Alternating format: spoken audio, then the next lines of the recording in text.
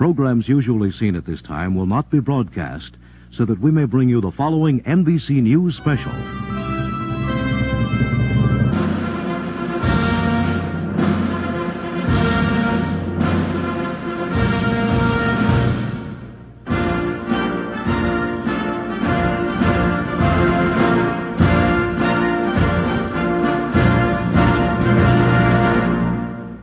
NBC News presidential inauguration coverage is being sponsored in part by Ford and your local Ford dealer. Have you driven a Ford lately? By the Sun Company, where there's sun, there's energy. And by AT&T, we're reaching out in new directions.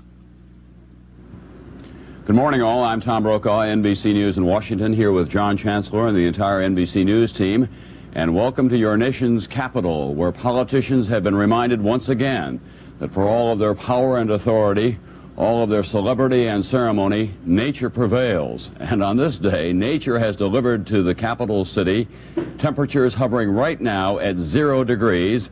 That means a wind chill factor of 14 degrees below zero, and that has radically altered the inaugural ceremonies that were scheduled for today, the public ceremonies at the Capitol and at the White House. The parade has been canceled, and the inaugural ceremonies that were scheduled for the west front of the Capitol now have been moved inside to the rotunda. Tom, Albert Einstein once said that mathematics is all well and good, but every once in a while nature just leads you around by the nose. President Reagan, at 73 years and 349 days, is not only the oldest president, but he's about to be the coldest president on his public inaugural day as well. He has been sworn in, of course. That occurred yesterday in simple but elegant ceremonies at the White House. The president and the vice president sworn in on the constitutionally approved day of January 20th. This was the day for public celebration, and as I say, those celebrations now have been altered slightly. We are going to go to Bob Hager, who is on Pennsylvania Avenue, to give you an idea of just how cold it is and how These grandstands will be empty today. There'll be no parade, no bands marching by. And for young musicians from around the country who traveled hundreds of miles and raised thousands of dollars to pay their own way here, it's a disappointment as bitter as the temperatures. For most of yesterday, the wind howled and the snow blew. Temperatures dropped to 0. A band from Hacienda Heights, California tried to ignore the weather at a final practice.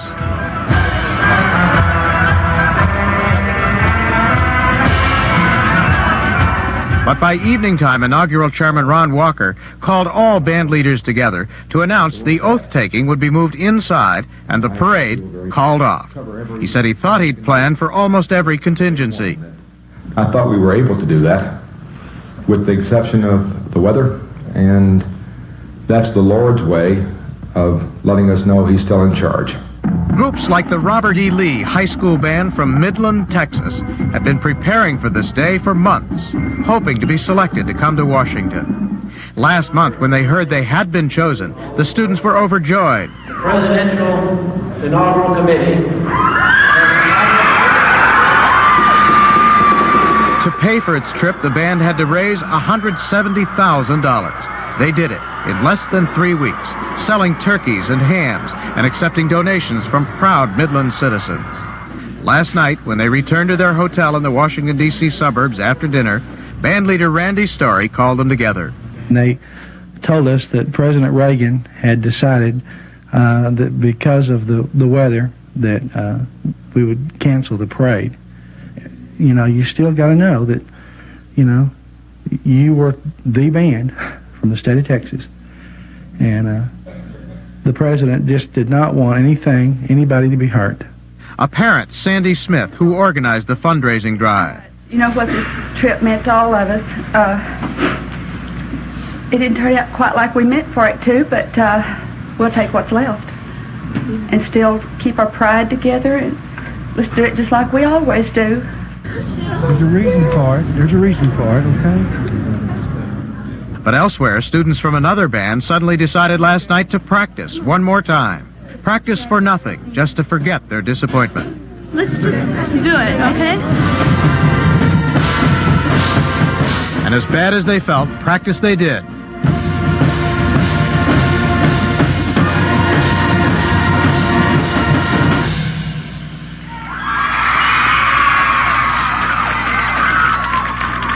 Most of the bands will now be invited to join the president at the Capitol Center, an indoor arena here, this afternoon. But for the youngsters, it won't be the same as parading their hometown colors down Pennsylvania Avenue. Robert Hager, NBC News on Pennsylvania Avenue. Thanks, Robert. By the way, people who paid up to $100 a ticket for some of the select seats along Pennsylvania Avenue now will have their money refunded if they apply for a refund before February 10th. That's according to the official inaugural committee. The contractor, however, who bid on the seats at the public ceremonies on the west front of the White House deliberately underbid. That is, he built them for less than what it may cost him because he thought he was going to be able to sell sections of those inaugural stands to souvenir hunters. Whether or not he'll be able to get top dollar for those or not, we don't know. A lot has been scrambled on this very cold, bitter day in Washington, D.C. One thing has not changed. The president's press spokesman still is Larry Speaks, who hails from deep in Mississippi, and he's with Chris Wallace. Let's see how the two of them are getting along right now. How you doing out there?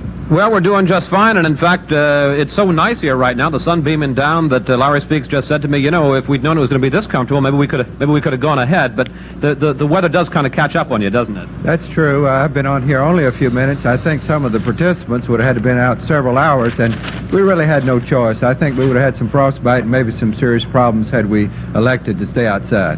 You just accompanied the president and Mrs. Reagan over to church this morning. Do they have anything to say about the weather, which is becoming the big story of this inauguration? Well, I think everybody has a little bit to say about the weather. I think the president was invigorated a bit by the briskness out here, but I think they're off and running and ready for a glorious day here. How disappointed are they that the parade has been canceled and that the swearing-in has been moved indoors? Well, I think they're disappointed, as is everybody, and they're really more disappointed for the participants in it and the people who had come a long way to participate in the parade, come a long way to see the historic swearing-in ceremony. So I think that was their main consideration when they thought about it. Now, the president and Mrs. Reagan will go this afternoon to suburban Maryland to an event for the bands. Yes, after the inaugural ceremony in the rotunda of the Capitol, they'll come back to the White House briefly. This is not working. Then helicopter out to the Capitol Center. What do I do Maryland, when it says memorizing? where they will see the assembled bands, probably 12, 15, 16,000 parade participants there this afternoon, and they'll hear a little musical conclusion that would have taken place at the parade, and then the president will address them, thanking them for their participation and saying maybe we'll do it again sometime. Well, not another inaugural, I don't think, though. Not right off the bat. Is he going to go to all the balls tonight, or is the weather going to curtail that? No, I think they'll go through their full schedule. Really, there's not much change. The inaugural ceremony will go on the same length, everything in it, except for the indoors and rather than outdoors. The parade, as we just mentioned, is different, but there are 10 balls tonight, and they'll make every one of them. I think they'll be home after midnight tonight. Larry Speaks, thanks very much, and we're going to let you get in out of the cold. Tom? Thank you very much. Chris Wallace at the White House today with Larry Speaks, who's the president's official spokesman. Just to bring you up to date, of course, the public inaugural ceremonies now outside the west front of the Capitol have been canceled for today. The swearing-in ceremony, the public version of that, and the president's speech will take place in the rotunda of the Capitol with a select invited few people. 140,000 folks altogether were expected to attend the outdoor inaugural ceremony, just the public side, because the president was sworn in privately yesterday. Now that has been reduced, and a lot of folks have spent a lot of money to come here from all over the country. They're going to be obviously disappointed as well, but an important thing to remember about this kind of weather. The city looks absolutely magnificent today, but when the wind chill is 14 degrees below zero, it is extremely dangerous out there. Frostbite and more serious injuries can happen in a hurry. Well, you know, it looks pretty, but it is, as Tom says, it's dangerous. Some of those kids, and some of those kids we saw from Texas, were scheduled to be out at 4 a.m. this morning. Yeah. Beginning to get their bands in their costumes, and if you can imagine what 6 or 8 hours in this kind of cold would do to those kids, and think of the ones who have to play the brass instruments with the metal mouthpieces. How would you like to, in that cold? I mean, it just made no sense. We don't want to make light of it, but they could have it permanently implanted on their lips if they were to go at that length. It really was terrible here last night. It's nice today, but it was scary. And when you think of sending out just thousands of young kids in the dark with that kind of wind blowing and that kind of cold, there was just no choice. Right. John, we have the president videotape of him going to church this morning, just across from the White House, just across Lafayette Square, that is. It is called St. John's Church. It is traditionally called the Church of the Presidents, because that is where they can very easily attend services, and it has been there for a long time. There, as you see, the President and his Secret Service detail assembled in the limousine, a very short drive, and that's the first look that we've had at Mrs. Reagan's inaugural day outfit designed by Adolfo.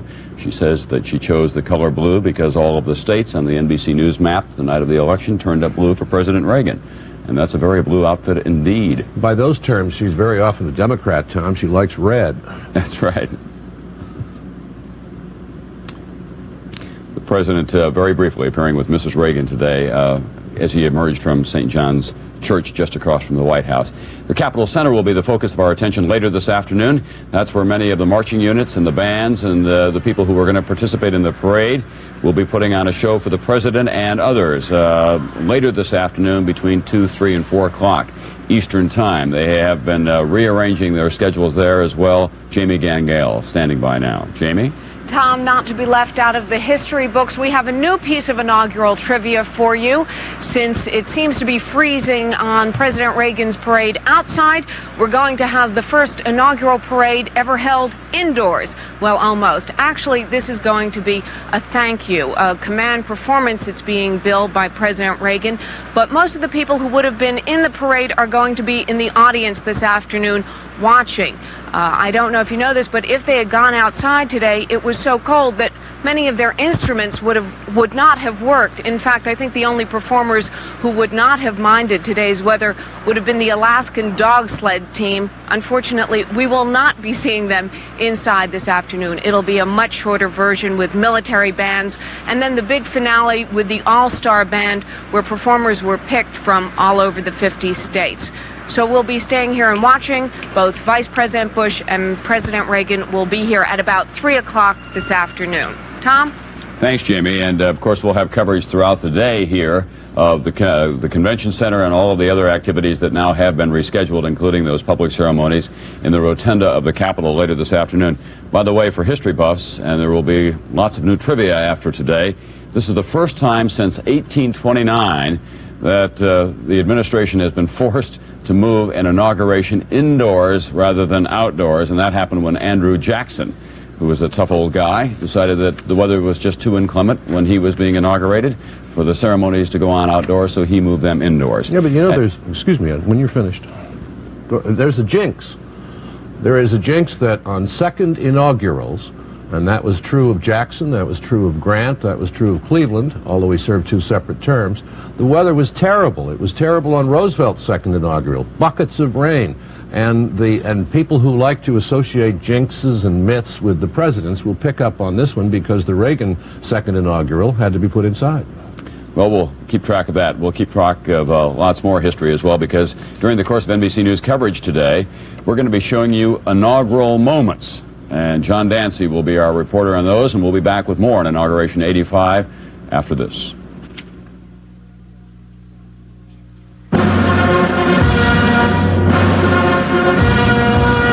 New York City, 1789. Plagued by personal debt, George Washington had to borrow money to attend his own inaugural, held in Federal Hall, a former debtor's prison. The man who led his country in war was so nervous that his hand shook and his voice trembled as he read his inaugural address. Back continuing the NBC coverage of Inauguration 1985, and the schedule, as you probably are very well aware now, has been changed a good deal as a result of the very cold weather that we have in Washington today. Temperature hovering around zero. That means that we have a wind chill factor of 14 degrees below zero. The inaugural ceremonies have been moved inside of the rotunda. That changes the security considerations. They had been expecting 140,000 people to attend the outdoor ceremonies, and they were going to put each of them through one of those metal detection devices, much like you have at an airport. So security considerations were going to be enormous today. They still are, of course. After all, this is the president who has been wounded in one assassination attempt, and the United States has been the target of terrorist attacks all around the world, including notably in Beirut, where the Marine headquarters was attacked. At any rate, the security considerations for this day now have been changed by the weather, and I have this report on all of the preparations that have taken place.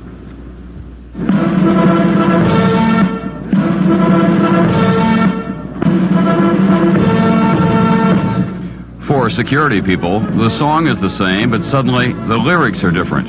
Preparations like this dress rehearsal for the swearing-in ceremony last week are now obsolete. Security plans for the inaugural parade were scrapped this morning. And the 3-inch thick bulletproof glass of the Capitol and the White House reviewing stand now becomes unnecessary. But the mission of security teams remains the same: to be sure that nothing happens to the president or any of the participants in today's inaugural events. Despite the change of plans, security at this 50th presidential inauguration remains a major concern. John Walker oversees the Secret Service. It is more of a concern this year than in past years, and I think that's largely a function of the growth of terrorism, of incidents of terrorism in the world. Security generally is more of a concern today than it was 4 years ago. This morning, the focus of security efforts is at the Capitol Rotunda, where the swearing-in will take place. And the Capitol Center, a sports arena outside of Washington where inaugural officials are planning an alternative to the parade. At both locations, the security you don't see will be just as important as the security you can see. You will see lots of police and concrete barricades on the streets. You will not see the FBI's elite hostage rescue team. It's called HURT, but they won't be far away. You won't recognize members of the military's crack Delta Force of highly trained commandos, but they'll be around the capital city as well. And the FBI has been assembling a computerized video library of important buildings, pictures which allow agents to know exactly what they are getting into if they need to enter a building. As I proceed, I can tell exactly how far it is to each wall. Now, the distance to the men's room from this location is 22 feet. In the last few days in this town, people interested in the inauguration needed passes just to get their inauguration passes. 6 for all of the event locations. Now, those credentials become a sort of security souvenir, like this description of security from President Truman's inaugural in 1949. The Secret Service car follows directly behind the president and a little to the left to keep anyone from passing the president's car, and if anything should be coming from the other direction, to scoot around the president's car and smash into it if necessary. The big open Cadillac is made of heavily reinforced steel, carries Tommy guns, tear gas, and all sorts of equipment. Tommy guns. Yeah, Robert McCormick, that was. That was one Robert of the, McCormick. Distinguished NBC News correspondents in Washington in those days. You know, Tom, as a sign of the times, the General Services Administration now has an architect on its staff here in Washington designing what are called aesthetically pleasing planters that can be filled with dynamite that can stop a 9-ton truck at 30 miles an hour. In other words, security has now entered architecture. Yeah, it's a sad commentary that terrorists are, at any large event these days, the unexpected, uninvited, and unseen visitor that everyone has to anticipate. Well, there's a lighter side to all of this as well. And to cover the lighter side is the Pearl Mesta of NBC News, Douglas Kiker, who has thrown his body into parties in sacrifice for his profession, all the way from San Francisco to Dallas and now to Washington, D.C. Ladies and gentlemen, America's guest, Douglas Kiker, talking about the glitz around this inauguration. Douglas? Thank you, Tom. 4 years ago, at Mr. Reagan's first inauguration, this VIP section behind me here looked like a mink farm. You never saw so many mink coats. Well, this inauguration, the second, is said to be a little more restrained, a little less glitzy. That may well be, but still, as you're going to see, it's pretty glitzy. Neither cold nor Super Bowl nor food galore can keep Ronald Reagan's well-heeled admirers from their appointed rounds.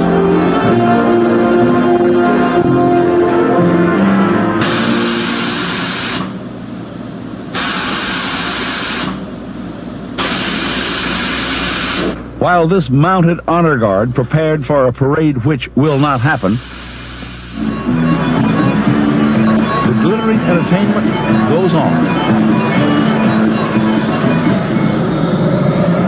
They have come by Lear and by limo. That's Mr. and Mrs. John Rollins. And then my chauffeur, Seymour. Seymour? Joseph Seymour. Okay. All right. Checked into the very best hotels. Got a big night ahead of you? Yes. Big weekend, huh? and they are determined to have a good time. By accident, I found that I feel like Cinderella going You to are the ball. Cinderella going to the ball. Prince Charming.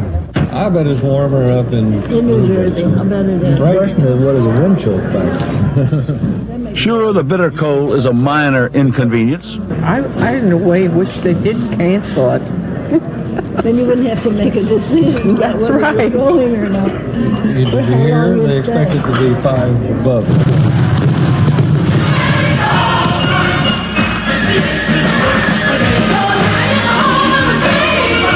But this weekend is theirs to be savored.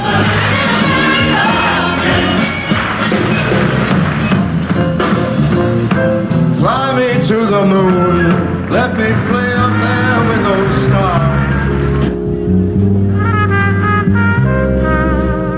Remember Cinderella? $1,000 plate. We heard that. Well, here she is at a party. And Prince Charming? Well, what else on a glittering weekend?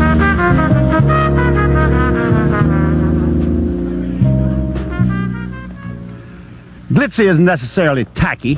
Glitzy is just what happens when you get too many rich people who are accustomed to the best of everything in the same place at the same time.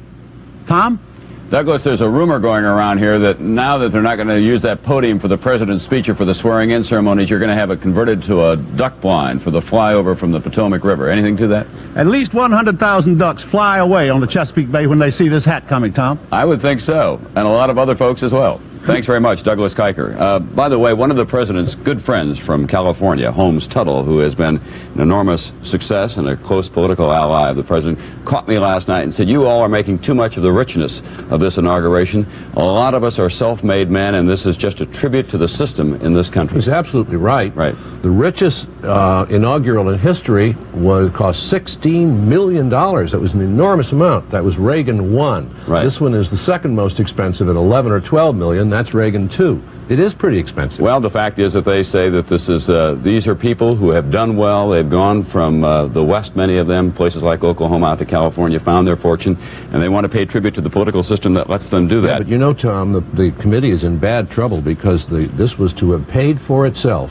with admission seats along the parade route. No parade means no revenue. They got to all that tickets. They've got to give the money back, and they're going to be in very, very serious trouble because of the weather. I mean, millions of dollars worth of trouble. About $1 million altogether they're going to have to give back. Well, to give you an idea of what's going on here, Ridgewell's, the principal caterers, have been catering 75 parties with 50 trucks, 15,000 guests, 7,000 tomatoes, 4,000 eggs, 1,250 lobsters, 3,000 gallons of wine.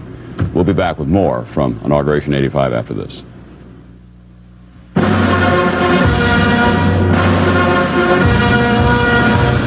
(1809). After James Madison was sworn in, his wife, Dolly, staged the first American inaugural ball. She was magnificent in yellow gown and turban. He said, "I would much rather be in bed." Bring you up to date on the temperature. It's now 2 degrees above zero. The high is expected today to hover in the 2s or so, but the wind chill now has dropped to 17 degrees below zero. Another reason why the parade has been canceled and the public swearing-in ceremonies have been moved inside. Normally on this day, by the way, the high is 44 degrees in Washington, D.C., and the normal low is about 29 degrees. And in the early 1930s, 1933, they moved the inaugural date from early March to late January because they thought that it would improve the weather. That's now in some historic and accurate and real-time dispute. By the way, President Reagan is the first man to serve a second full term, if he completes this term, of course, as everyone expects that he will, since Dwight Eisenhower, of course, in the 1950s. And already there has been some rearrangement of his administration, although not as drastically as a lot of people expected that there may be. Standing by at the White House now in the Roosevelt Room is one of our NBC News White House correspondents, Andrea Mitchell, and she's going to bring us up to date on what we can expect from all of the president's men and their new offices. Andrea? Tom, it's nice and warm in here. Well, the president said that he did not want to break up a winning team, but he is bringing in a new coach and general manager. At a time when Mr. Reagan has to move quickly on both the budget and arms control, there will be a clean sweep of the White House staff. Typically, the idea did not come from the president. Call the roll. When they call the roll at the morning staff meeting, a new cast of players will answer. Assuming they're confirmed by the Senate, Jim Baker will be Treasury Secretary. Ed Meese will be Attorney General. Mike Deaver, the third man in the original Troika, will be scratching other people's backs, making money in public relations. With William Clark going home to his ranch, the president will be left without any of his California cronies. Why should that matter? Because it is here in the morning meeting that the president's men decide what will happen each day. Only later do they tell the president. More than any of his recent predecessors, Ronald Reagan depends on his staff. Don Reagan and Jim Baker have both served loyally and admirably as members of my team for the past 4 years. Even a dramatic change like the Baker-Reagan job swap wasn't his idea. In fact, he was the last to know what was going on with his staff. Oh, I think that what he does is treat them with benign neglect, and that's not all bad. He selects the right people whom he can trust and gives them general guidelines of policy and pretty much adopts a laissez-faire method of running the presidency. What Laxalt calls benign neglect has permitted tongue wars among the cabinet members. Schultz versus Weinberger over arms control and the use of military force. Weinberger versus Stockman, and now Reagan over defense spending. Reagan versus Stockman over budget cuts. Clark versus Baker over everything. The individuals at the top, the Troika, the National Security Advisor, really have worked together reasonably well through the 4-year period. Even during the time when the National Security Advisor wanted a polygraph test to see if the Chief of Staff was a liar? Well, there have been instances where perhaps there wasn't as much harmony as there's been other times, but... More and more often, nothing got resolved until the First Lady stepped in. I don't think that the First Lady's role should ever have been underestimated. I think that she has always played a very, very important role because she is his best friend. The president's best friend hasn't solved the problem of a labor secretary under indictment or what to do with Jean Kirkpatrick. But the cabinet shuffle will bring in a tough ex-Marine, someone to crack the whip. It'll be like a breath of fresh air because the old crowd was overworked, pooped and tired, and understandably so. You're not going to have the competing centers of power. You're not going to have one playing off against the other.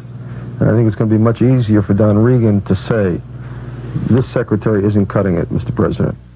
With us now is that ex-Marine, a tough ex-Marine to crack the whip. Mr. Secretary, how are you going to whip this place into shape? Well, I'm not going to whip it into shape. I'm going to gradually get it into shape by simply changing staff where necessary, bringing in some new faces, and maybe repositioning some of the faces that are here.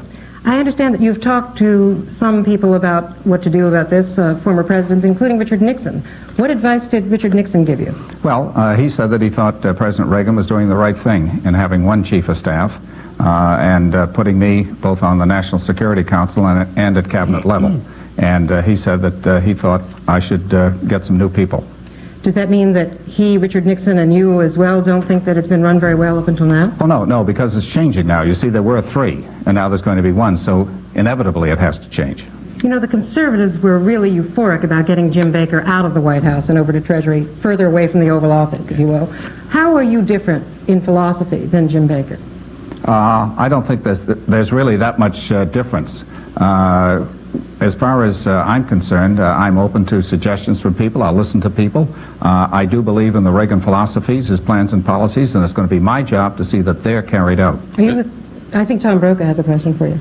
Mr. Reagan, the president is a lame duck after all, which diminishes his political pressure that he can apply both in Congress and around the country. Are you going to use his enormous popularity and bicycle him around Washington and the country a lot more than he has in the past? Tom, this man is far from a lame duck. He's just at the start of his next 4 years. He can be very effective over those 4 years, and I'm predicting that we'll use him quite effectively to get what he wants, but we won't overdo it with him. All right, thanks Donald Reagan and Andrea Mitchell in the Roosevelt Room of the White House today. Thanks very much for being there. And on Capitol Hill all day long, stationed just outside the rotunda, or maybe in the rotunda right now for all I know, although he'll have to move aside when the president arrives. It's NBC News chief political correspondent Roger Mudd with one of the president's closest personal friends and political advisors. Roger? Tom, this is not the rotunda. It's a small little hideaway that Senator Dole, the majority leader, has allowed us to use while they secure the rotunda. The rotunda will be filled this afternoon and this morning, instead of by 140,000, by more like 400 House, Senate, governors, diplomatic corps, cabinet, Supreme Court. One of the members of the Senate who is going to be in there is Senator Paul Laxalt, and he's with us this morning. Welcome, Senator. Thank you, Roger. We just finished watching Andrew Mitchell's piece, and you were on that piece saying that President Reagan treated his staff with benign neglect. What's that mean? Well, that means he lets them do their own things within the policy parameters that he establishes for them. He's a great delegator, and I think that's much of his, the key to much of his success, Roger. Do you think that is the magic way to run the presidency in the 20th century? I think it is for Ronald Reagan. He's always operated that way. He's surrounded himself with good people. As I said, establish the policy, then let them do their own thing. It's worked well here. And what about the switch from the three-headed staff, that's an inelegant phrase, the troika staff, to a single chief executive officer? Is that an improvement, or is that just running in place? I think it's a distinct improvement. I, for one, had a lot of reservations about running a White House with a committee. But that's how it finally came down, and it worked reasonably well. But I think having a single chief of staff is going to make it better all the way around, and particularly for the president. I think Don Reagan, having the authority and responsibility by himself, has the potential, and he'll realize that potential of being a very effective chief of staff. Do you have any feeling of a letdown, Senator, during the second inauguration? Everybody feels that the second time around is not quite as exciting as the first. It's not quite as exciting, but it's still quite exciting. I think it's exciting from the prospects that we all have of having a very successful second term. Okay, I like your boots, Senator. Thank you, Roger. All right, Tom? He always has those boots on, Roger. Thanks very much, Roger Mudd and Senator Paul Laxalt at the Capitol. Laxalt and Governor and President Reagan first became acquainted with each other when Paul Laxalt was governor of Nevada. Just to straighten out history a little bit, it was in 1833 that Andrew Jackson moved back inside to take the oath of office, then moved outside to deliver his inaugural address. It was in 1829 that he moved the whole inaugural ceremonies outdoors at the Capitol. And today, of course, they'll be moved back indoors to the Rotunda. We'll be dealing with a lot of this history throughout the day here on NBC, and we'll continue our coverage after this. 1829. Andrew Jackson, the first Western president from west of Pittsburgh, was sworn in. Thousands of Jackson's supporters flocked to the city, mobbing the White House, breaking furniture, and forcing the people's president to leave by the back door.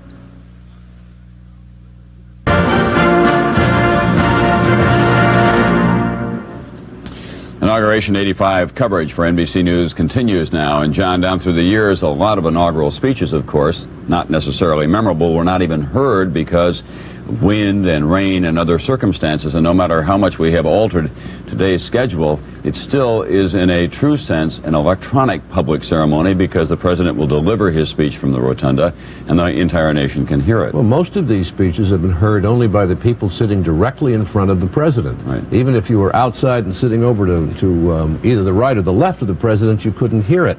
And it was until very recently that they began to be amplified, and then very quickly after that put on radio and television. And despite some exceptions, as I say, there have been very few memorable speeches. Ask not. We all remember President Kennedy. Well, Roosevelt. And Roosevelt said we have nothing to fear but fear itself, and so on. There have been certain consistent themes, however. In 1805, Thomas Jefferson promised the suppression of unnecessary government offices. In 1829, Andrew Jackson, that man of the people, promised growth of the military, the bulwark of our defense.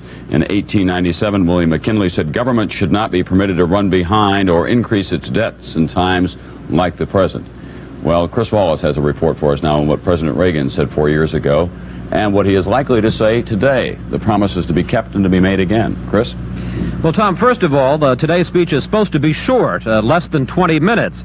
There will be a few specifics. The president is expected to commit himself to a budget freeze this year, to tax simplification, and to make a big pitch for his Star Wars anti-missile plan. But mostly it will be Reagan rhetoric, how to continue what he calls the American renewal. And if the past is any indication, what a president says at his inaugural is what he later does. In the event that the Congress shall fail... The inaugural address is a kind of presidential roadmap, an opportunity to set a tone and direction for the next 4 years.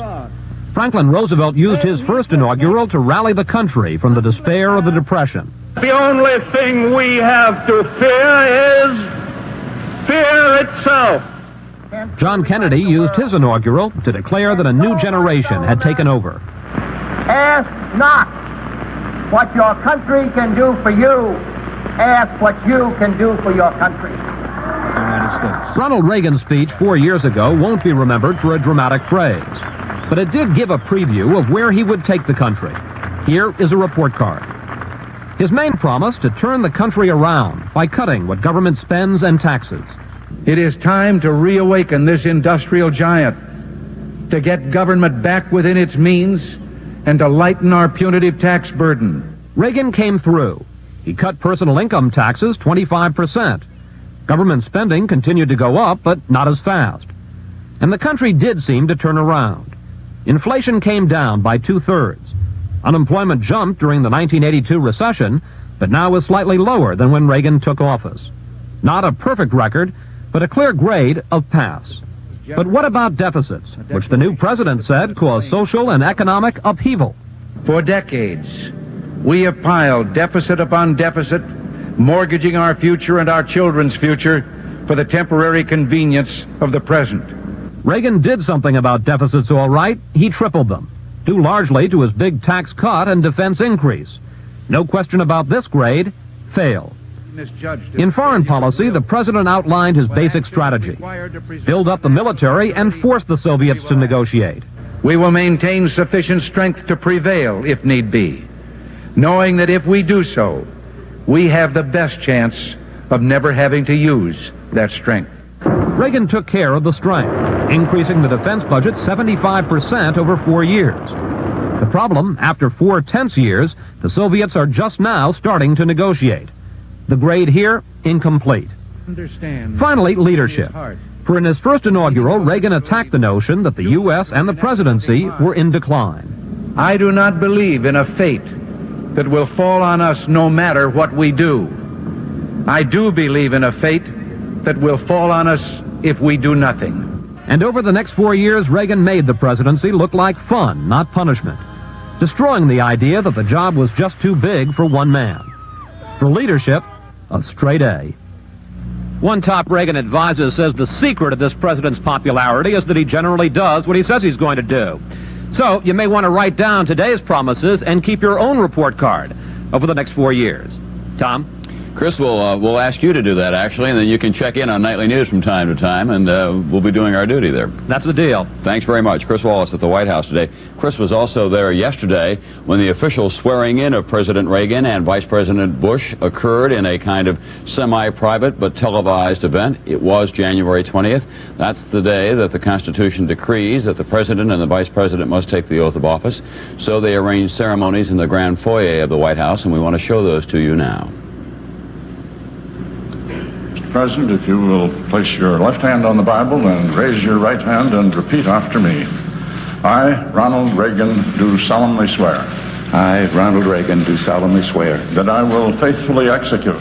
That I will faithfully execute. The office of President of the United States. The office of President of the United States. And will to the best of my ability. And will to the best of my ability. Preserve, protect, and defend. Preserve, protect, and defend the Constitution of the United States. The Constitution of the United States. So help me God. So help me God. My congratulations, sir.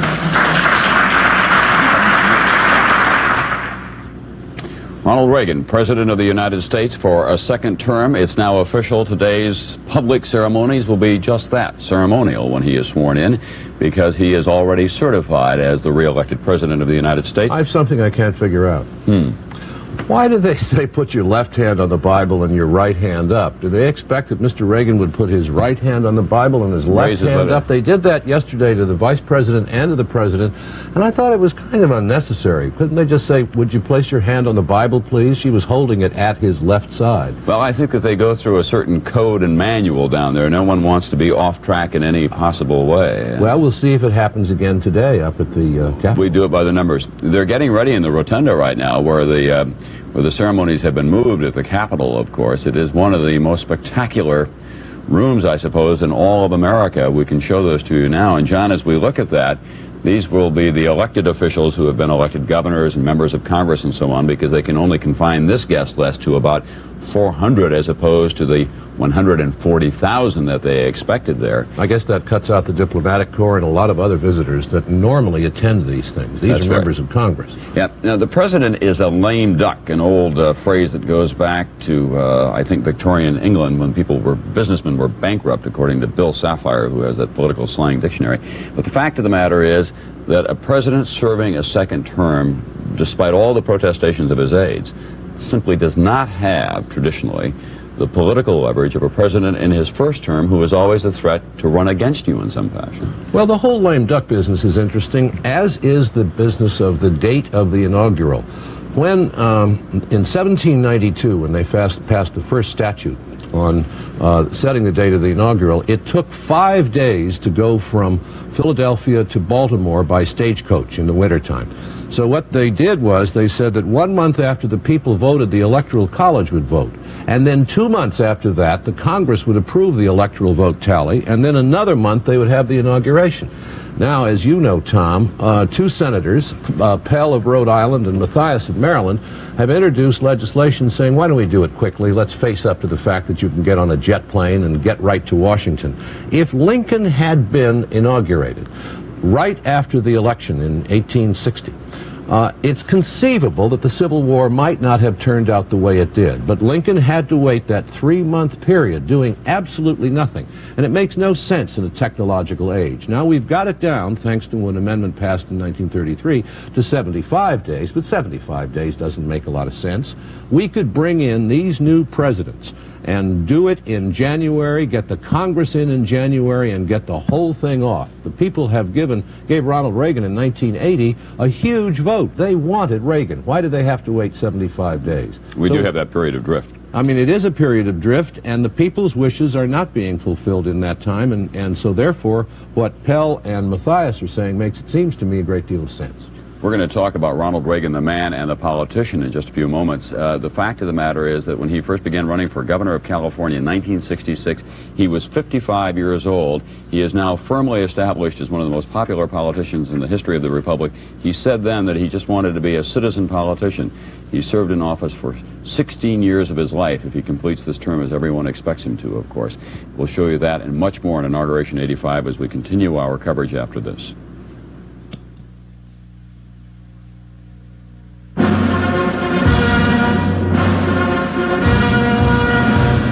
1865. It had been raining as Abraham Lincoln prepared to deliver his second inaugural address. As he began to speak, the sun came out.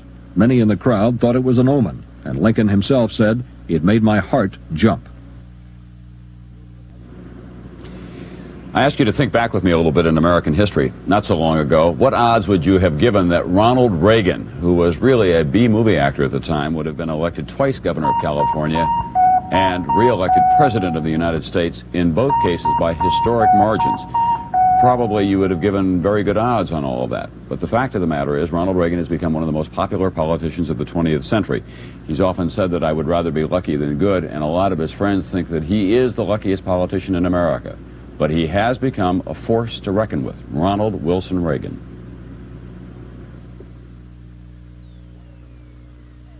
Whatever you may think of his politics, Ronald Reagan is the embodiment of the American dream. A handsome Irishman with a natural gift of gab, a gee-whiz personality, a simple, straightforward political philosophy. He's a product of small-town middle America, and with his success, he has good reason to believe in his flag-waving, Yankee Doodle dandy vision of this country. Corporal Jones, I've decided that you don't know what the war is all about. We're free people fighting for the right to remain free, to work and to be married and to raise a family in a fine, decent country. Eileen, honey, I know that. Jefferson put it a lot better than I can, but if all the American people know all the facts, they'll never make a mistake. Ronald Reagan has lived it, in person and on the screen. Indeed, it's sometimes difficult to tell where his Hollywood life ends and his political life begins. After all, I came from an industry in which ham is the basic ingredient. Now, you know what a ham is in our business. This is an actor you don't have to egg on. Well, there I was, right out in the middle of Kansas, facing 500 crazy fanatics, heavily armed, and me with only 15 soldiers. Heavens, Captain, how terrifying. What did you do? I sized up the situation at a glance, dismounted, and walked straight toward them. Not alone. My dear young lady, there comes a time in every soldier's life when he must stand or fall alone. We just want you to know the reinforcements are here, the cavalry is ready, and we intend to march with you until victory is yours on Election Day 1984. Corny? Well, some people thought so. Mostly seasoned politicians who were inclined to dismiss him as a right-wing kook, just an actor, when he decided to run for governor of California against incumbent Edmund G. Pat Brown. Characteristically, Reagan turned those attacks to his advantage. He said that while he'd been building California all by himself these last 8 years, his opponent, that's me, had been busy making movies and being on TV. Well, now that's true. I was earning a living. I think he's a good human being. I think that that people like him, and if he weren't a good human being, they wouldn't. But he's so much better than any of us politicians on television. And he knows how to act. He's always smiling. He's always waving. It's just too much for a common, ordinary politician like a governor of California. A conservative with charm. Okay, will you follow me to the right? I'll follow you to the right. Always to the right. And when the traditional values of the country were under assault, Reagan was unapologetically for the flag, for God, for motherhood, and apple pie. The problems we face can be solved by calling on the people, all of the people, and the great abilities of our people instead of imposing the will of a big brother, whether he be in Sacramento or Washington. Work and family are at the center of our lives, the foundation of our dignity as a free people. A simple but powerful message for a country beginning to doubt itself. A message delivered by that cherished symbol of America, the cowboy. I did Mr. Reagan because I thought he had such strong lines in his face. I mean, I've so badly misjudged him from the time he entered the race against me for governor that being realistic, I have to doubt my own judgment.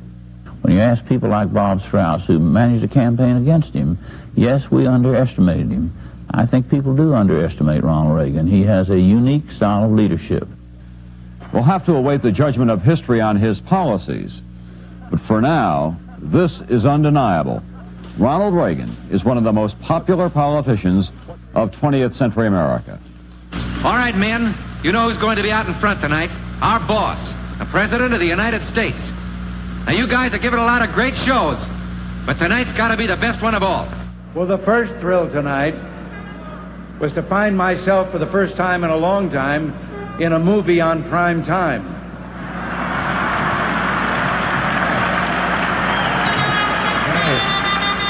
And a day like today is almost built for Ronald Reagan, John, because he'll need all of his charm to make everyone feel good about the altered schedule, and he'll be up there and it'll be kind of an ad-lib situation, and he does that extremely well. You remember what Jimmy Stewart said here a couple of nights ago? He said, Hollywood used to be a place where a man could play second banana to a chimpanzee on one day and become president of the United States on another.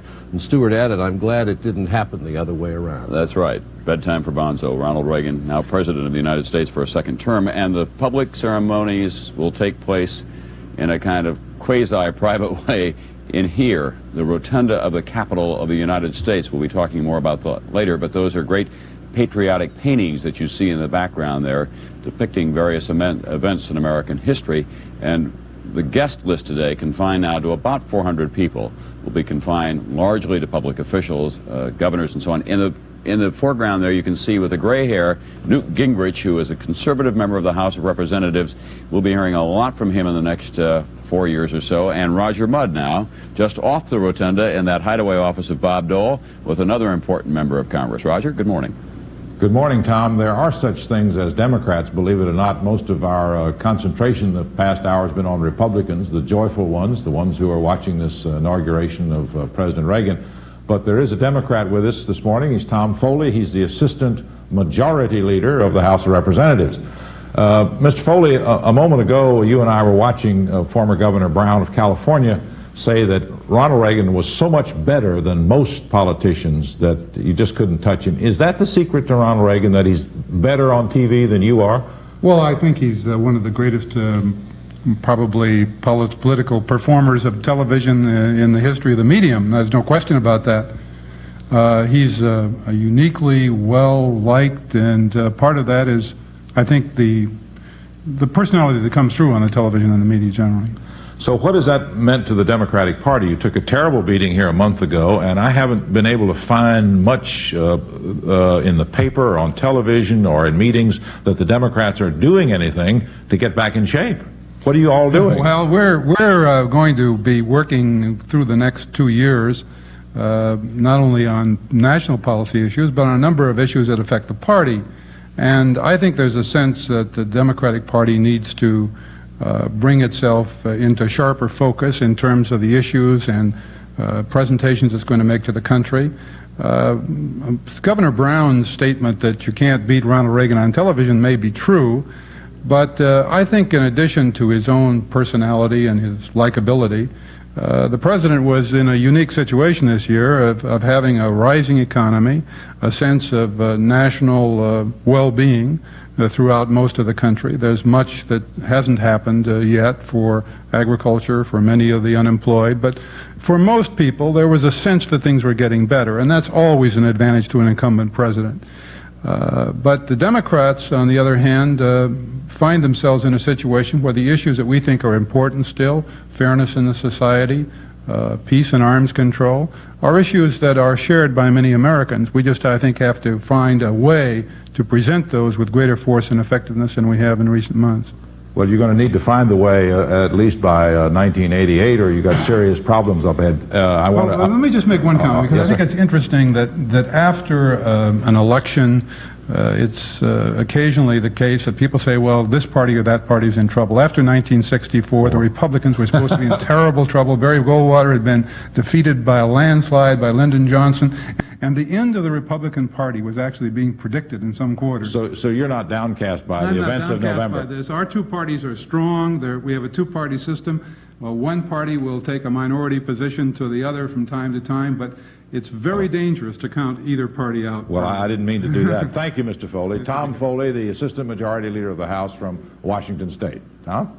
Thank you, Roger Mudd and Congressman Foley. Back in just a few moments, we'll show you just some of the souvenirs that you can have, even if you're not here in Washington on this bitterly cold day. We'll be talking more about this and the other ways that the inaugural committee wants to make dough, because that's what it's all about, bottom line. Continuing coverage after this.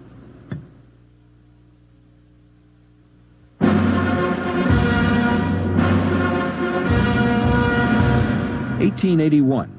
As James A. Garfield was sworn in, his aged mother looked on. She was the first mother ever to be present to see her son inaugurated.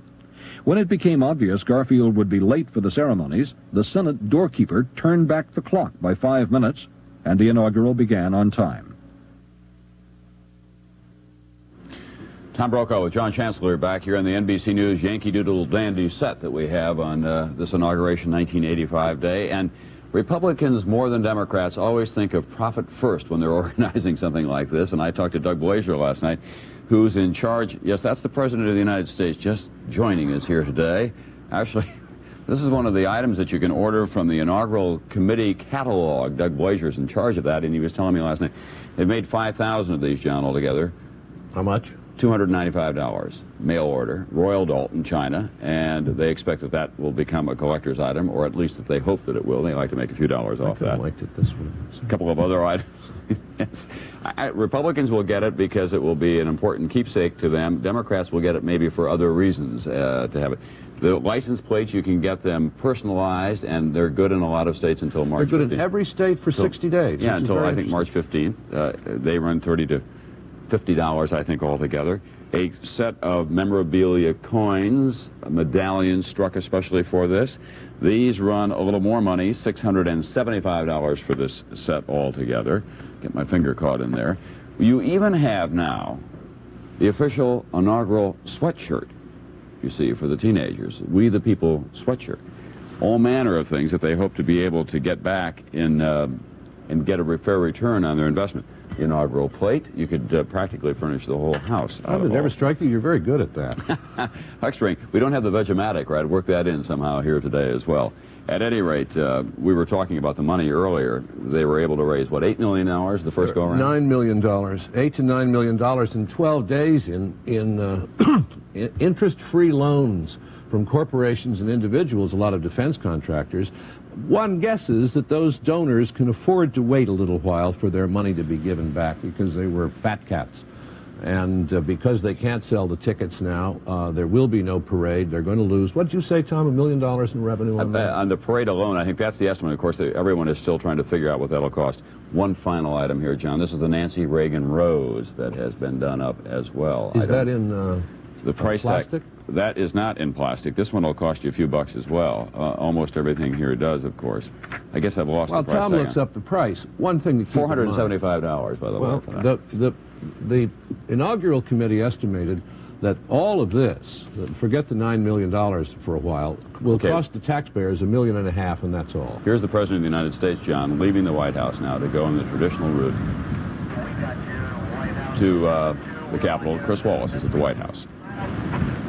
Well, yes, Tom, the President and Mrs. Reagan have been having coffee for about the last half hour in the Blue Room, and they certainly will need that coffee with what is called the Joint Congressional Inaugural Escort Committee. A number of members of Congress from both parties have been up here exchanging pleasantries with the President and First Lady, and the President will be riding up Pennsylvania Avenue in his car with Senator Mathias of Maryland, who is the chairman of the Joint Congressional Inaugural Committee, and with House Speaker Tip O'Neill, who is perhaps Ronald Reagan's fiercest foe in this town, although not today.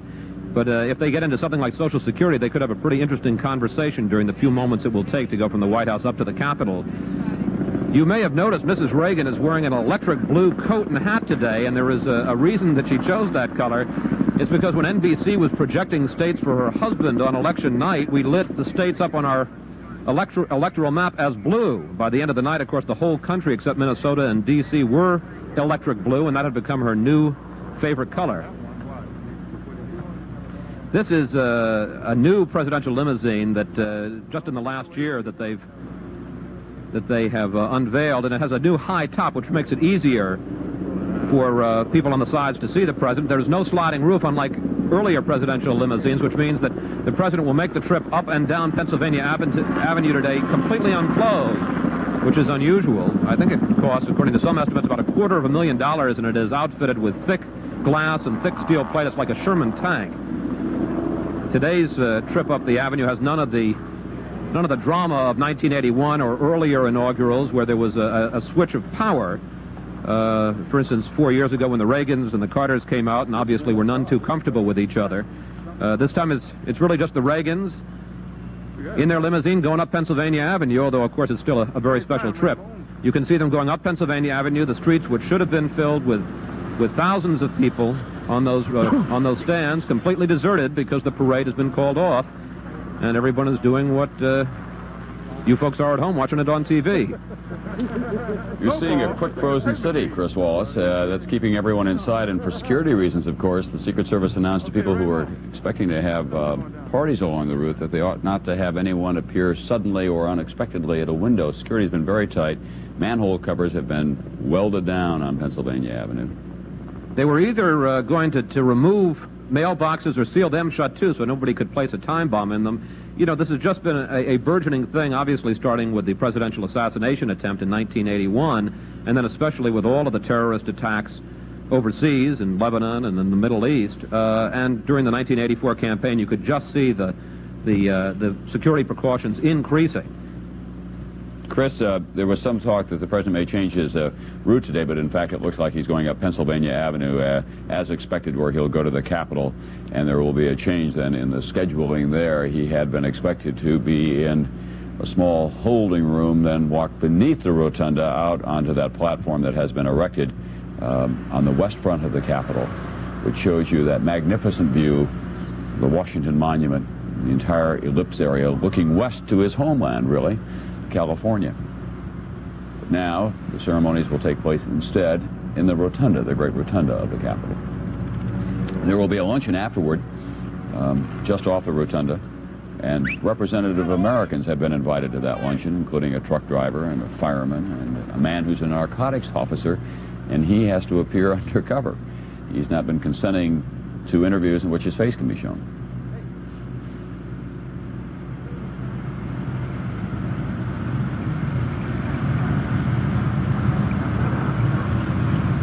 Tom? Yes, Chris. Well, of course, as you know, 4 years ago, Ronald Reagan was the first president to hold his swearing in on the west front of the Capitol, and I think it meant a lot to him as a Westerner. It also is a much more picturesque setting. In fact, in the past, presidents had their swearing-ins on the east front, which basically overlooked a parking lot. And finally, someone got the smart idea to do it on the west front, which overlooks the mall here in Washington, and all of the magnificent monuments. You can see the Smithsonian institutions on the right and the left, and down, of course, at the end of the mall, the Lincoln and Jefferson memorials. So it was, I think, perhaps fitting that a Westerner should be the first person to be sworn in on the Western Front, and they certainly were looking forward to doing it again, and the months of preparation for that, a whole facelifting, cleaning of the west front of the Capitol, and of course, because of the weather, all that changes overnight. Not only a Westerner, Chris, but a budget cutter. It costs less to build the stands on the west front of the Capitol than it does on the east, because you can put in portable seats. Pennsylvania Avenue has been greatly changed since John Kennedy rode down this avenue in 1961, and he was appalled by the condition of many of the buildings along the way. And among other things, the National Trust for Historic Preservation has been working at saving the buildings, refurbishing many of them. The old Willard Hotel, where President Lincoln stayed the night before his inauguration, has been saved now and rehabilitated. Steve Delaney is along that route out there in the cold. Steve? Should have been an hour or so from now if he were going to have his inaugural here. I can see the leading cars in the motorcade kind of making that left turn to get them onto Constitution Avenue and come up around the north side of the Capitol. It must be kind of sad for the president to sit in that car and watch nobody visible along the sidewalks. Once they moved everything inside, there's only 30 or 40 people standing here watching that parade go by, and most of them are doing just what I am, talking about it and anticipating the ceremonies will be inside. Once the motorcade gets up around the Senate side of the Capitol, he'll pull up to a doorway on the east side, the traditional side of these things, and he'll be seen there in just a moment or two. Tom? Thank you, Steve. There's the Capitol now coming into view. He arrives, as we say, on the east front, where there is enormous parking and very restricted parking at that. Any number of decals are necessary to have a place there, except for the President of the United States, who arrives traditionally by this route for State of the Union addresses, for inaugural ceremonies, for rare appearances at Congress. The President's limousine is now just pulling up on the east front of the Capitol. It will stop in front of what is called the Law Library door. There, the President will step out, be greeted. His security limousine just pulling up behind it. Security is very tight here. There are no crowds. There are only security men, photographers, a few reporters standing around as the President steps out of the limousine. House Speaker O'Neill getting out. On the other side, Senator Mathias, and there's the President. Helping Mrs. Reagan from the car. There are no ceremonies planned here, no crowds to greet him, no one to cheer. The President will simply walk inside to begin the ceremonies here at the Capitol. The President now going in a door on the first floor of the Capitol building. Just behind him, walking up the steps here and toward the Capitol, Vice President Bush, accompanied by Senate Majority Leader Dole and House Minority Leader. Yes, sir, Mr. Vice President, how are you doing? Well, feel pretty good. I'm just sorry that a lot of people are going to miss the festivities, but anyway, here we are. Glad to be here. The Vice President saying he's sorry that so many people are going to miss the festivities along the parade route as he walks indoors. But the ceremonies doubtless will go on just the same. Thank you very much, Mike. What is your name? The Vice President stopping just for a moment to give the photographers a chance at a quick picture. Then he goes in the law library door as well. Well, the official party now has arrived about 5 minutes ahead of schedule, incidentally. They may have gone more rapidly, more swiftly up Pennsylvania Avenue and Constitution Avenue because there were no crowds. The President and the Vice President and the assembled members of their party will be in a holding room for a time, and then they will go into the rotunda for the ceremonies. We'll have complete coverage, of course, all afternoon here on NBC, and we'll continue that coverage after this.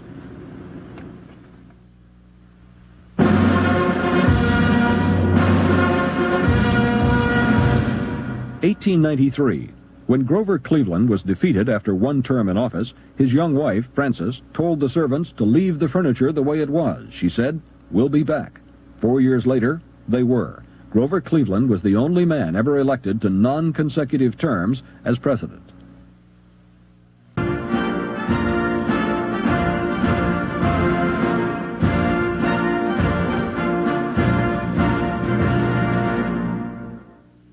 NBC News presidential inauguration coverage is being sponsored in part by the Sun Company, where there's sun, there's energy, and by Ford and your local Ford dealer.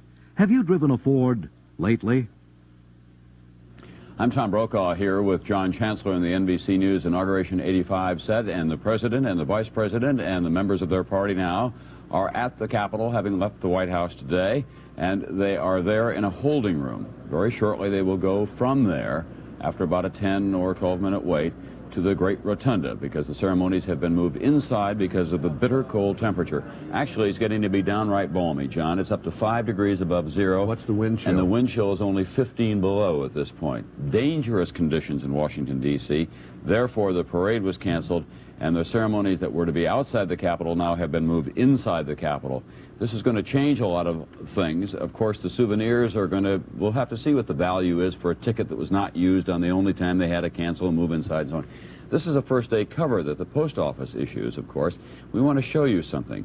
That is the President of the United States, Abraham Lincoln, and we think this is supposed to be George Bush, but we believe it's John Chancellor, in fact. If nominated, I will not run. If elected, I will not serve. Well, we've sent out to order all of these that we can get our hands on. John Chancellor, first-day cover.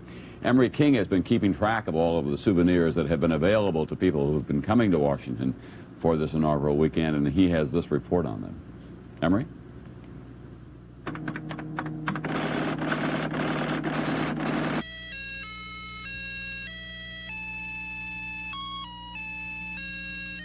Inaugural souvenirs in Washington are selling as fast as a hit tune.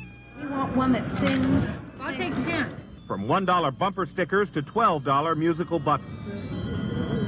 And for the more serious, the inaugural committee has put out an official line of souvenirs, including a patriotic jar of red, white, and blue jelly beans, a set of personalized inaugural license plates, a cut crystal decorator piece with lid, a Ronald Reagan Royal Dalton mug, a Nancy Reagan bisque porcelain rose, a white bisque porcelain soaring eagle, and a hand-painted American presidential eagle. $1,750. Will people really spend that much money for an eagle? Yes, 25 people have already. Most of the official inaugural committee items are sold in department stores. God must have been sitting on my shoulder. And committee officials expect even greater sales after the inauguration through mail orders. American budgets, what kind you like, ma'am? But street vendors are also making money, selling items the committee hasn't approved. I've always made out better this way than I have working with the committee. So after looking at all of these wonderful souvenirs, I've decided that a $1,750 eagle is just a little bit too expensive for my tastes. And some of these other items, like inaugural hats and flashing buttons that sing the Star-Spangled Banner, just really aren't my style. I've decided that the ones you eat are the ones for me, so I'm going to go for the President's Lunch. It's a candy bar, and it's a real bargain at $1.60. Well, there will be no people along the parade route today to buy from all of those vendors who expect to make big dough, and that's too bad for them as well. Frozen out. Frozen out indeed. The President and the Vice President at the Capitol right now in a holding room on the east side of the Capitol, awaiting to go into the rotunda. There is the door of the holding room.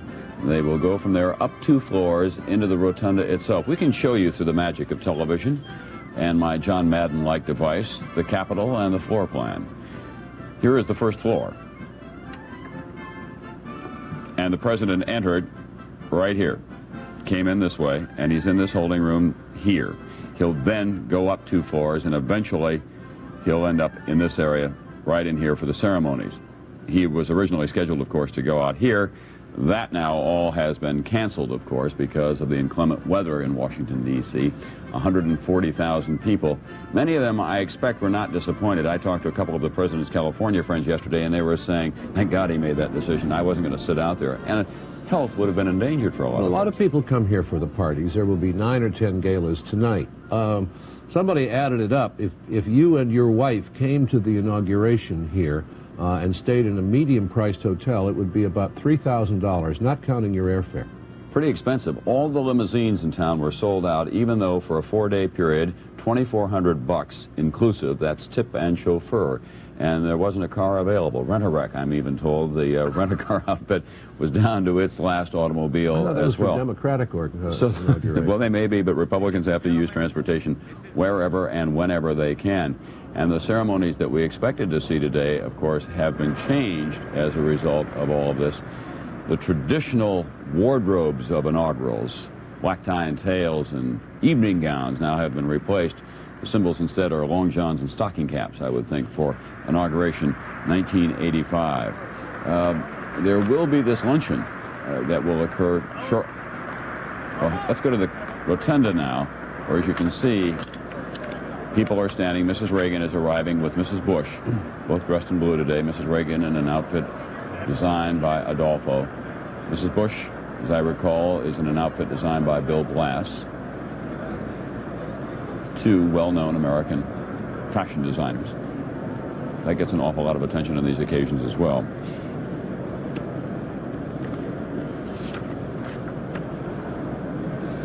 There are 8 paintings in the rotunda altogether. The baptism of Pocahontas at Jamestown, for example, that's one of them. We have books for these that we've been scrambling. The Declaration of, the signing of the Declaration of Independence at Independence Hall in Philadelphia, the famous John Trumbull painting. Those are the great oil paintings that you'll be seeing in the background there. And then above that are different friezes of historic events down through times. John? You know, the presidents, when they take the oath these days, although Reagan wore a morning outfit the last time, but tend to look as though they work for IBM.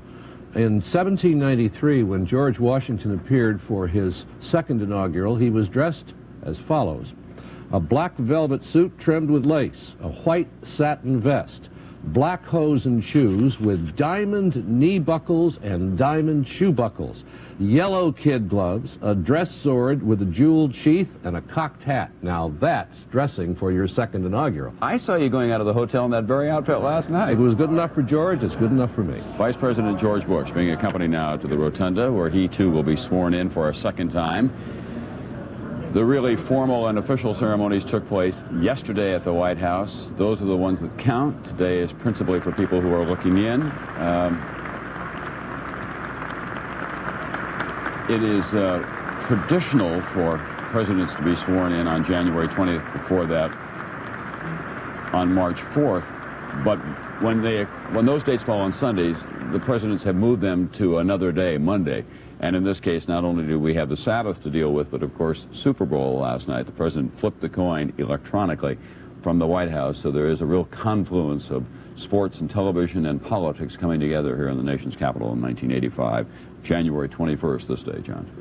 Yes, Monroe decided to wait a day so the United States was without a president. So did Zachary Taylor. He waited a day. Since then, when it's happened on a Sunday, they've all taken the oath just to be safe.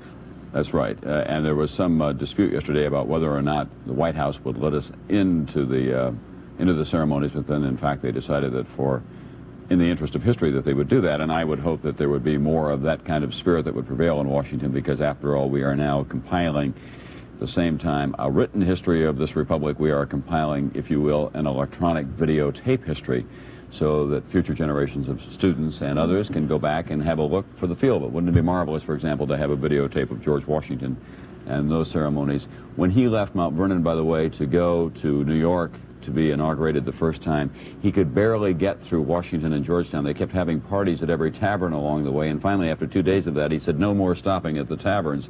There was such celebration with gusto. The President of the United States, accompanied on his right by Senator Mac Mathias, on his left by the Speaker of the House, Thomas P. Tip O'Neill. So the ceremonies now begin. The President going up 2 floors to the rotunda, and Roger Mudd is in the rotunda, where we can hear him if we can't see him. Roger? Tom, when you take a huge rotunda and put into it the House and the Senate and the diplomatic corps, and then you add a Marine Corps band, you've got a very tight-knit group. The great losers in the rearrangement of plans today were the wives. There are no diplomatic wives and no governor's wives, although a few have managed to squeeze in. 400 have jammed into this rotunda. And they have seen in the last few minutes the arrival of the Chief Justice and Mrs. Berger, Vice President and Mrs. Bush. Mrs. Reagan came in almost unannounced from the Senate side, had literally to squeeze her way through a crowd of congressmen and senators, but you could see her easily because of that bright royal blue outfit she has on. Mrs. Bush has a powder blue. They've obviously coordinated that beforehand, but they are now in place. And in a moment or two, we'll get the President of the United States. Roger, that painting that we see in the background is called The Embarkation of the Pilgrims at Delfthaven, Holland, July 22nd, 1620, just so people are wondering at home. And we'll be seeing more of those paintings because they are situated around the rotunda. Well, there are paintings. There is the Declaration of Independence. There's the surrender of Burgoyne, the surrender of Cornwallis. There is the signing of the ratification of the Constitution. There is the blessing of Pocahontas, and there is the only thing we don't have, Tom, is a contemporary painting, and they've deliberately kept it that way. In addition, there are a few pieces of statuary in the hall.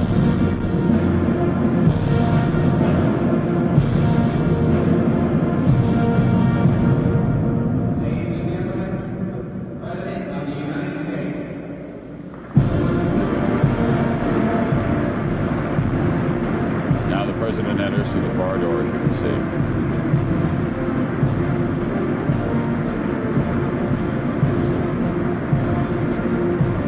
Everyone forced to stand for this occasion.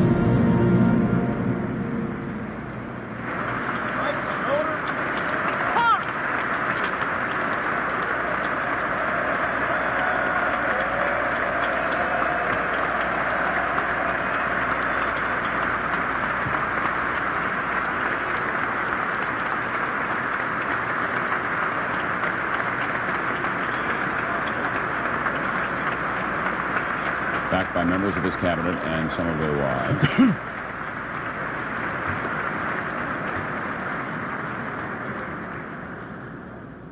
Mr. President, Mr. Vice President, fellow citizens, we celebrate today the 50th inauguration of a President and Vice President of the United States, and the beginning of a presidential term that brings us to the threshold of the 3rd century of American constitutional government. I will ask the Reverend Timothy S. Healy, President of Georgetown University, to offer the invocation.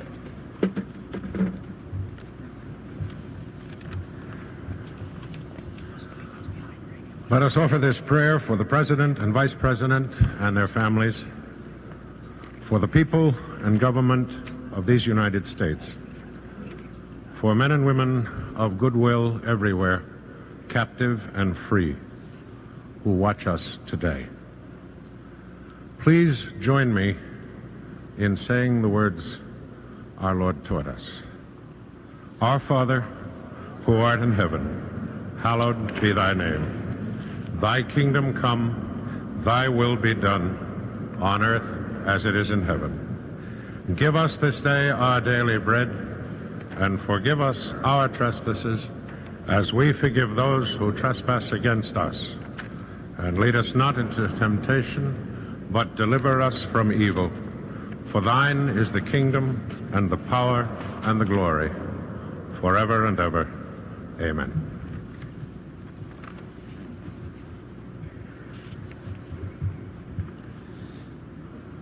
Miss Jessie Norman will now sing Simple Gifts, one of the songs in Aaron Copland's Old American Songs.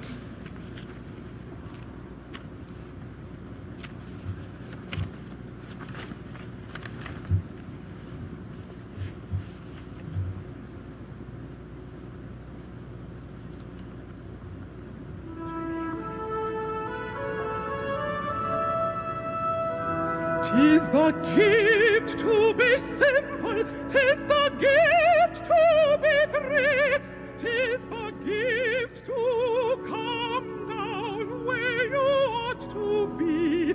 And when we find ourselves in the place just right, we'll be in the valley of love and delight.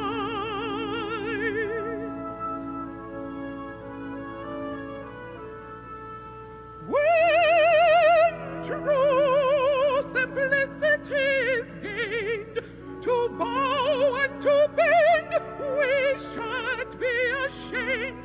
To turn will be our delight, till by turning we come round right.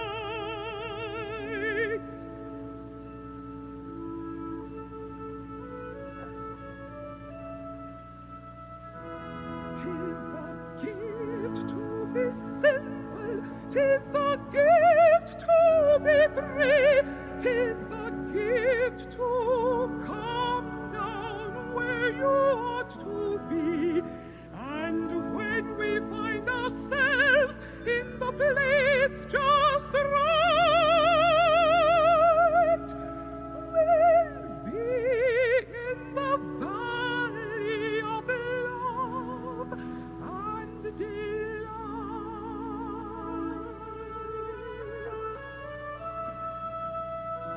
Tis the gift to be simple, 'tis the gift to be free, 'tis the gift to come down where you ought to be. And when we find ourselves in the place just right, 'twill be in the valley of love and delight.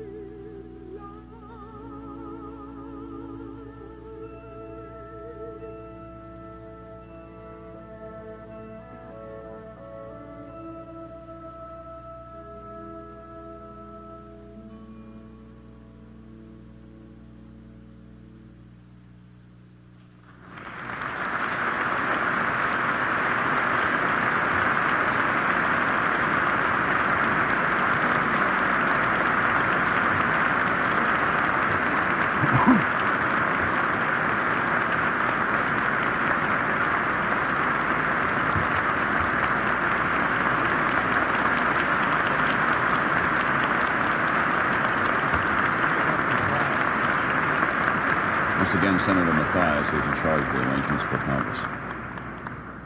I now ask Rabbi Alfred Gottschalk, president of Hebrew Union College of Cincinnati, to offer a prayer.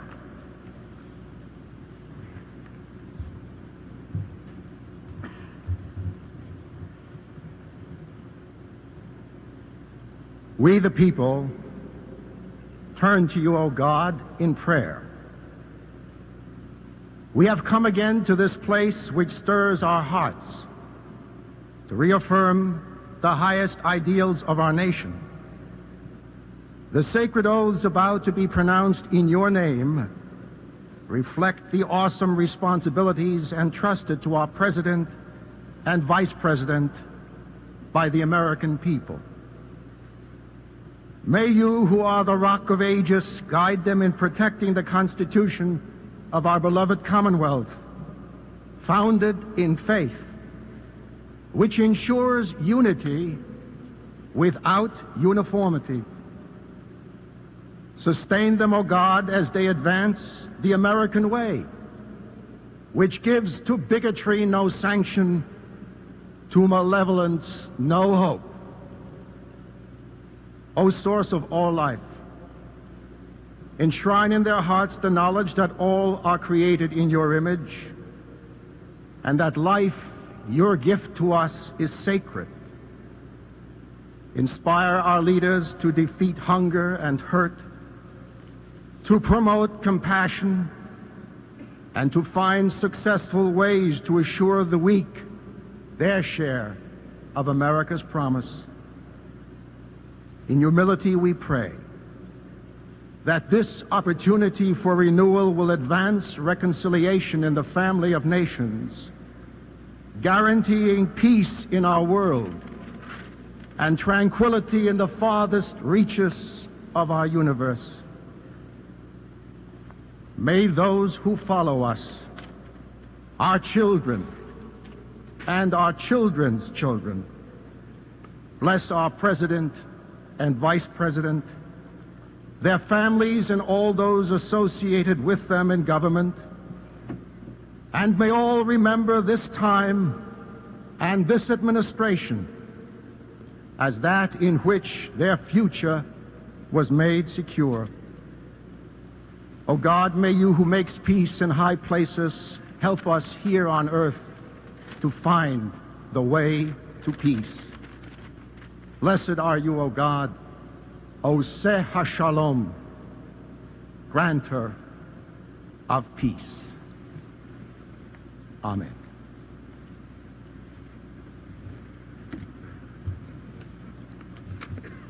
Justice Potter Stewart will administer the oath of office to the Vice President.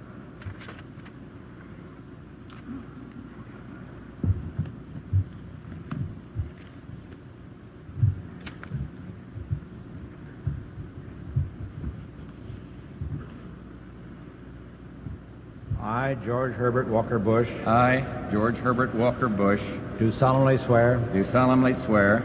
That I will support and defend the Constitution of the United States. That I will support and defend the Constitution of the United States. Against all enemies, foreign and domestic. Against all enemies, foreign and domestic. That I will bear true faith and allegiance to the same. That I will bear true faith and allegiance to the same. That I take this oath, this obligation freely. That I take this obligation freely. Without any mental reservation. Without any mental reservation. Or purpose of evasion. Or purpose of evasion. That I will well and faithfully discharge. That I will well and faithfully discharge. The duties of the office. The duties of the office. On which I am about to enter. On which I am about to enter. So help you God. So help me God.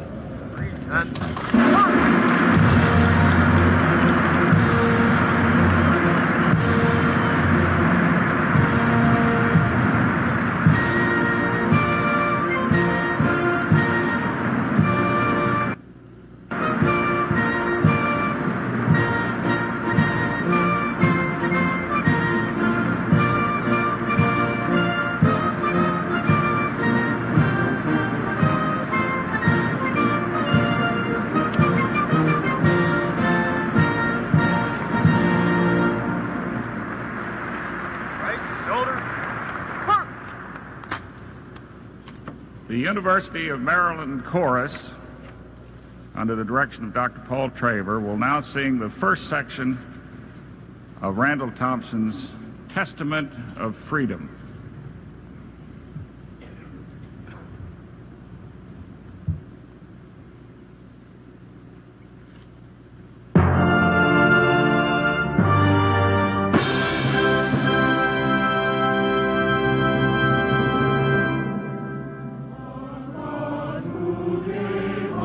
Life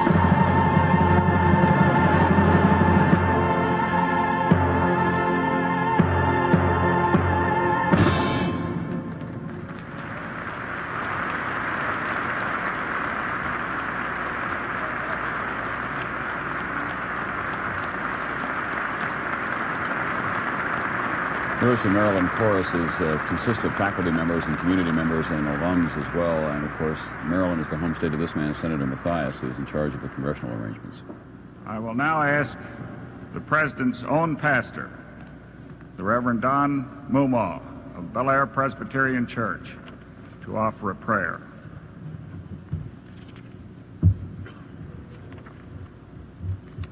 Let us all unite in prayer. Spirit of the living God, fall afresh on us. Come, Father, with cleansing power and remove all things from us that would impede your purpose and thwart your plan. Forgive our pride and arrogance before each other and other nations of the world. May we, with godly grace, weep with those who weep, and rejoice with those who work for a just and free world. Grant us, O Father, the courage and the compassion to stand in solidarity with the poor, the needy, the dispossessed, and the disadvantaged.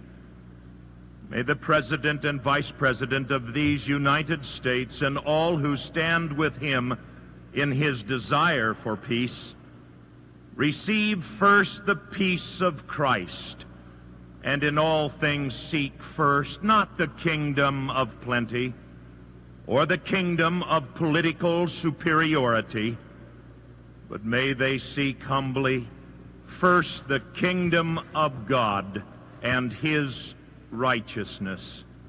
In the name of the King, even Jesus Christ our Lord, we pray. Amen. Amen.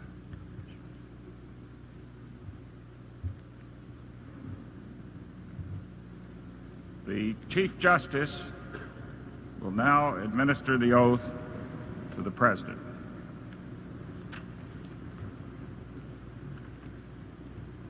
"35 words in all, an oath that Abraham Lincoln said is registered in heaven. An oath the President took yesterday, which made him officially President of the United States for another term." You'll raise your right hand and repeat after me. I, Ronald Reagan, do solemnly swear. I, Ronald Reagan, do solemnly swear That I will faithfully execute. That I will faithfully execute. The office of President of the United States. The office of President of the United States. And will to the best of my ability. Will to the best of my ability. Preserve, protect, and defend. Preserve, protect, and defend. The Constitution of the United States. The Constitution of the United States. So help me God. So help me God. My congratulations, sir.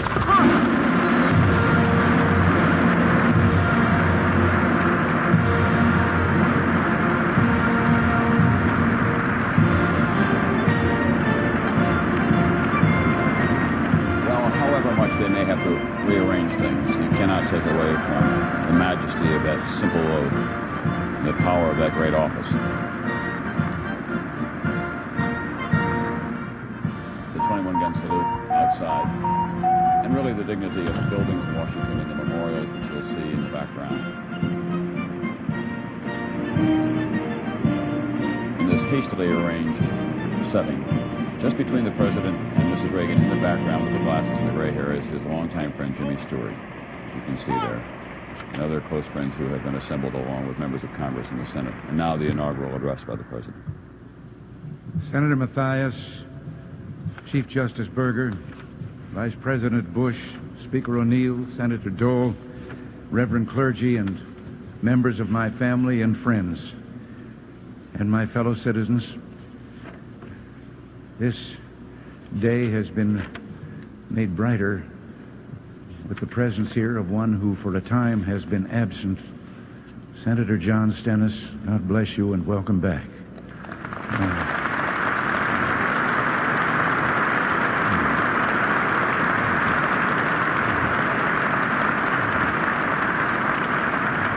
Senator Stennis has recently undergone... There is, however, one who is not with us today. Representative Gillis Long of Louisiana left us last night, and I wonder if we could all join in a moment of silent prayer.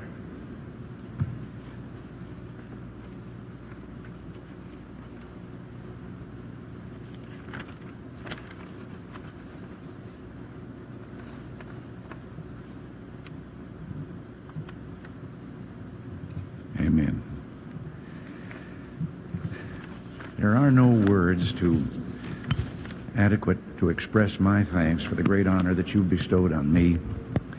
I'll do my utmost to be deserving of your trust. This is, as Senator Mathias told us, the 50th time that we, the people, have celebrated this historic occasion. When the first president, George Washington, placed his hand upon the Bible, he stood less than a single day's journey by horseback from raw, untamed wilderness. There were 4 million Americans in a union of 13 states.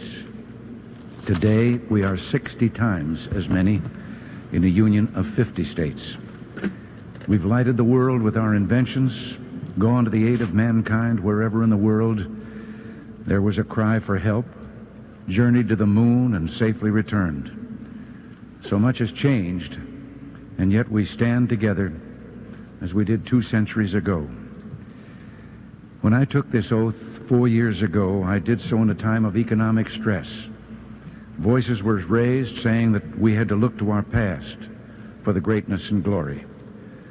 But we, the present-day Americans, are not given to looking backward. In this blessed land, there is always a better tomorrow. 4 years ago, I spoke to you of a new beginning, and we have accomplished that. But in another sense, our new beginning is a continuation of that beginning created 2 centuries ago, when, for the first time in history, government, the people said, was not our master, it is our servant.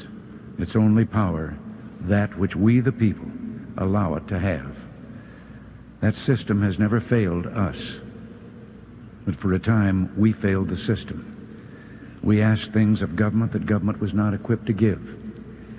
We yielded authority to the national government that property belonged to states or to local governments or to the people themselves. We allowed taxes and inflation to rob us of our earnings and savings and watched the great industrial machine that had made us the most productive people on earth slow down and the number of unemployed increase.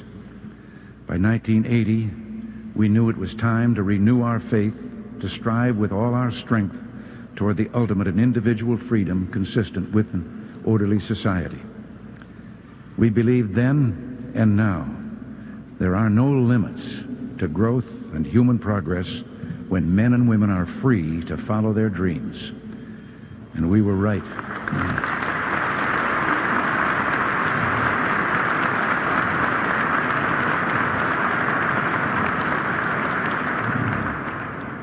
And we were right to believe that. Tax rates have been reduced, inflation cut dramatically, and more people are employed than ever before in our history. We are creating a nation once again, vibrant, robust, and alive. But there are many mountains yet to climb.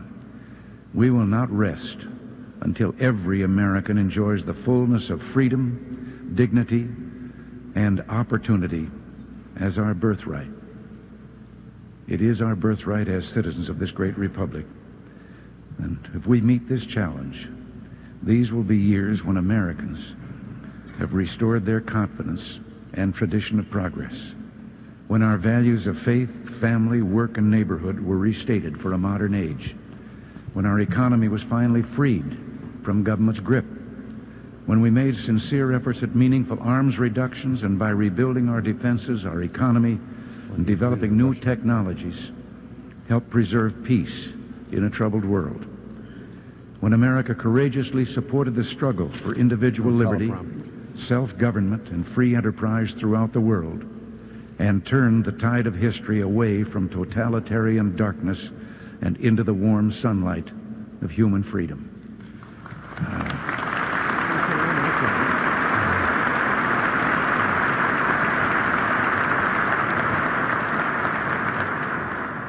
My fellow citizens, our nation is poised for greatness. We must do what we know is right and do it with all our might.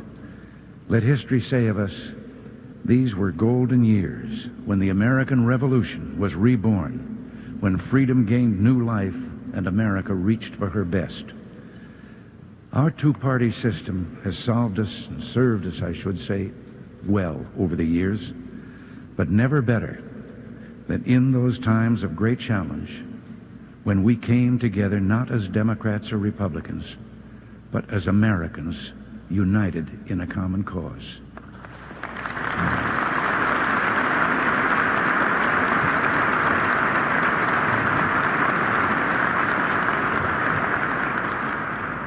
Two of our founding fathers, a Boston lawyer named Adams and a Virginia planter named Jefferson, members of that remarkable group who met in Independence Hall and dared to think they could start the world over again, left us an important lesson.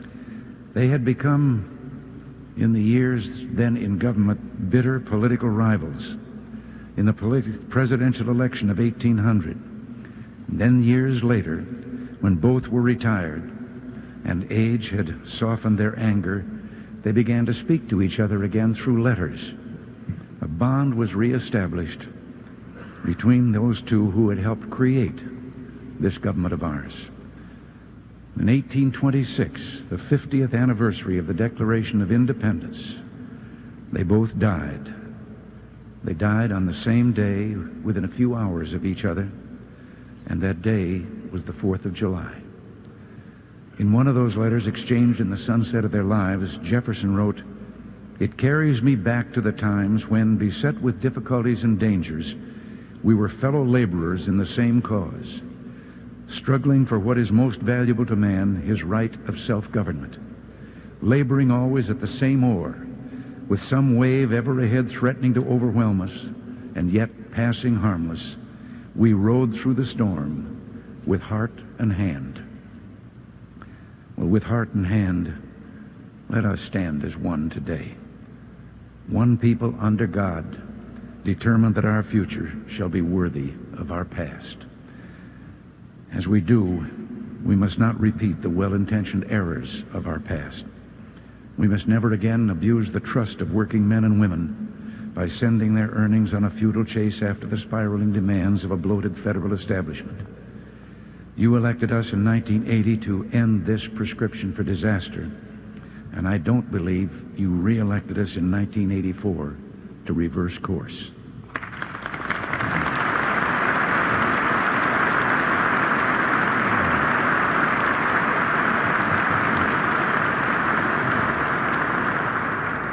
At the heart of our efforts is one idea vindicated by 25 straight months of economic growth. Freedom and incentives unleash the drive and entrepreneurial genius that are the core of human progress. We have begun to increase the rewards for work, savings, and investment, reduce the increase in the cost and size of government and its interference in people's lives. We must simplify our tax system, make it more fair, and bring the rates down for all who work and earn.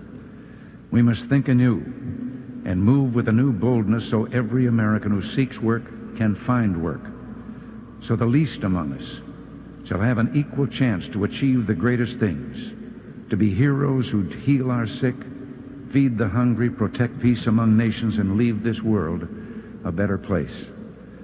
The time has come for a new American emancipation, a great national drive to tear down economic barriers and liberate the spirit of enterprise in the most distressed areas of our country. My friends, together we can do this, and do it we must, so help me God. From new freedom will spring new opportunities for growth, a more productive, fulfilled, and united people, and a stronger America. An America that will lead the technological revolution and also open its mind and heart and soul to the treasures of literature, music, and poetry, and the values of faith, courage, and love. A dynamic economy with more citizens working and paying taxes will be our strongest tool to bring down budget deficits. But an almost unbroken 50 years of deficit spending has finally brought us to a time of reckoning. We've come to a turning point, a moment for hard decisions. I have asked the Cabinet and my staff a question, and now I put the same question to all of you. If not us, who? And if not now, when? It must be done by all of us. going forward with a program aimed at reaching a balanced budget, we can then begin reducing the national debt. I will shortly submit a budget to the Congress aimed at freezing government program spending for the next year. Beyond this, we must take further steps to permanently control government's power to tax and spend. We must act now to protect future generations from government's desire to spend its citizens' money and tax them into servitude when the bills come due. Let us make it unconstitutional for the federal government to spend more than the federal government takes in.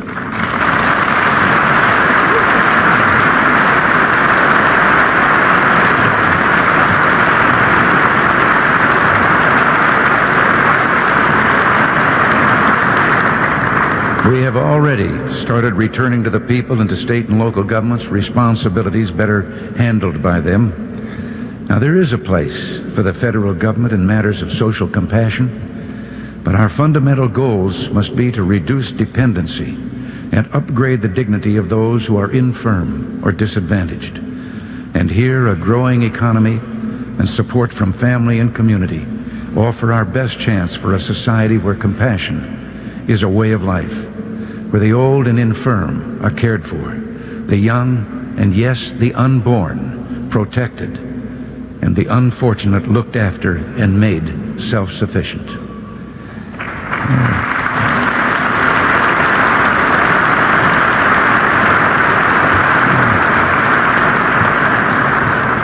Now, there is another area where the federal government can play a part. As an older American, I remember a time when people of different race, creed, or ethnic origin in our land found hatred and prejudice installed in social custom and, yes, in law. There's no story more heartening in our history than the progress that we've made toward the brotherhood of man that God intended for us. Let us resolve there will be no turning back or hesitation on the road to an America rich in dignity and abundant with opportunity for all our citizens.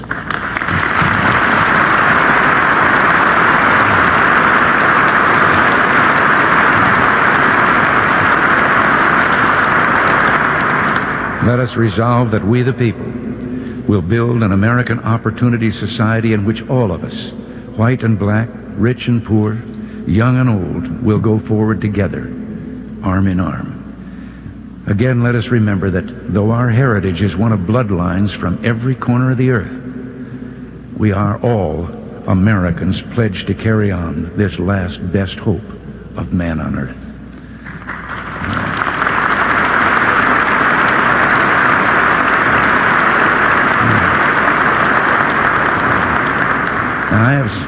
I've spoken of our domestic goals and the limitations we should put on our national government.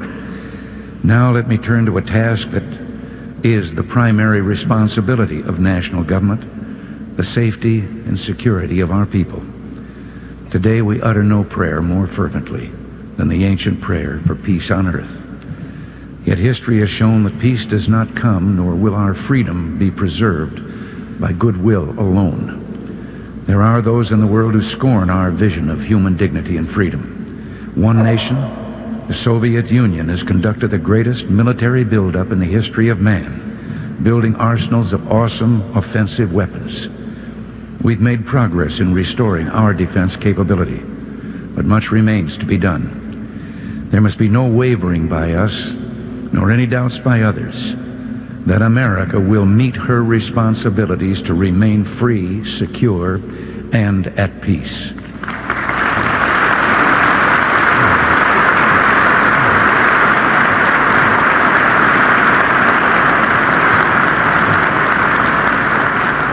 There is only one way safely and legitimately to reduce the cost of national security, and that is to reduce the need for it.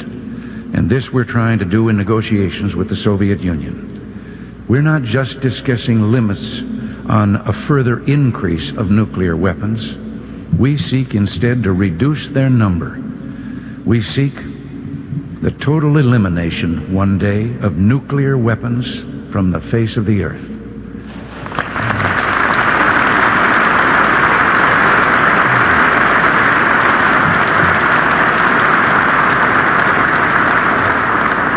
Now, for decades, we and the Soviets have lived under the threat of mutual assured destruction. If either resorted to the use of nuclear weapons, the other could retaliate and destroy the one who had started it. Is there either logic or morality in believing that if one side threatens to kill tens of millions of our people, our only recourse is to threaten killing tens of millions of theirs? I have approved a research program to find, if we can, a security shield that will destroy nuclear missiles before they reach their target. It wouldn't kill people. It would destroy weapons. It wouldn't militarize space. It would help demilitarize the arsenals of Earth. It would render nuclear weapons obsolete. We will meet with the Soviets hoping that we can agree on a way to rid the world of the threat of nuclear destruction. We strive for peace and security, heartened by the changes all around us. Since the turn of the century, the number of democracies in the world has grown fourfold. Human freedom is on the march, and nowhere more so than in our own hemisphere. Freedom is one of the deepest and noblest aspirations of the human spirit. People worldwide hunger for the right of self-determination, for those inalienable rights that make for human dignity and progress. America must remain freedom's staunchest friend, for freedom is our best ally.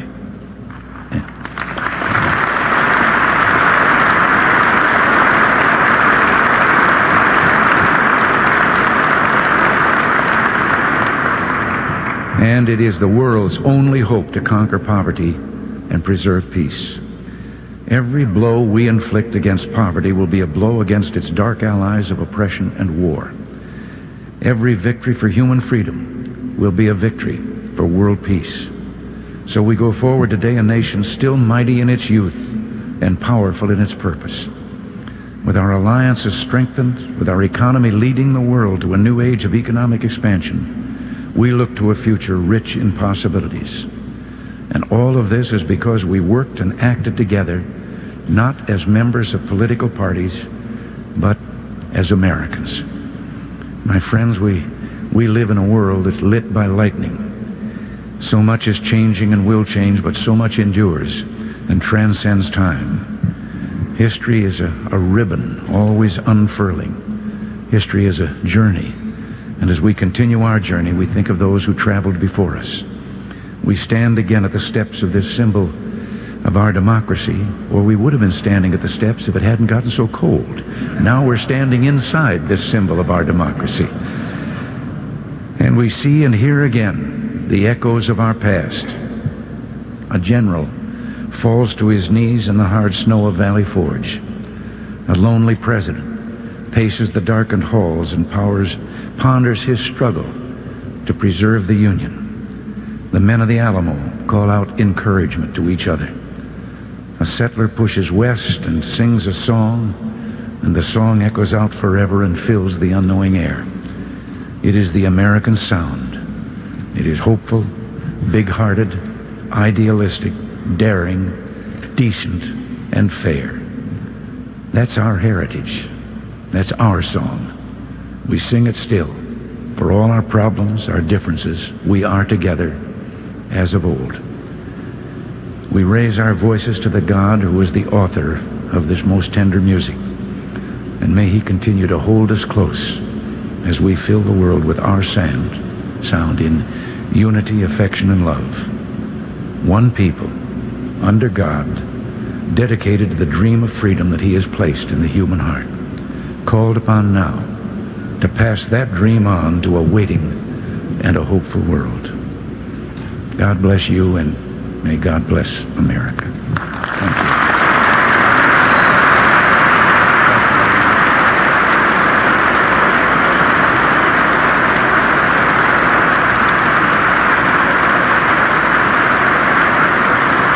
President Ronald Wilson Reagan, 40th President of the United States, his inaugural address in the rotunda of the Capitol building, a reaffirmation of the philosophy that elected him twice Governor of California, now twice President of the United States. A tribute to free enterprise, a call for economic freedom, for less government, statement about abortion, which he opposes. A strong statement in behalf of the Strategic Defense Initiative, the so-called Star Wars defense that he would like to have installed as part of the nuclear arms equation.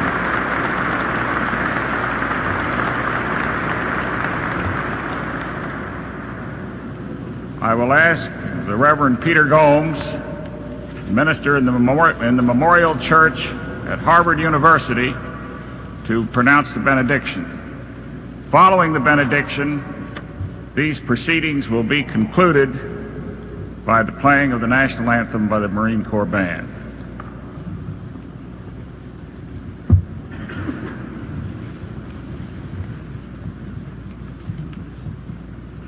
Let us pray. Almighty God, who hast given us this good land for our heritage, we humbly beseech thee that we may always prove ourselves a people mindful of thy favor and glad to do thy will. Bless our land with honorable industry, sound learning, and pure manners.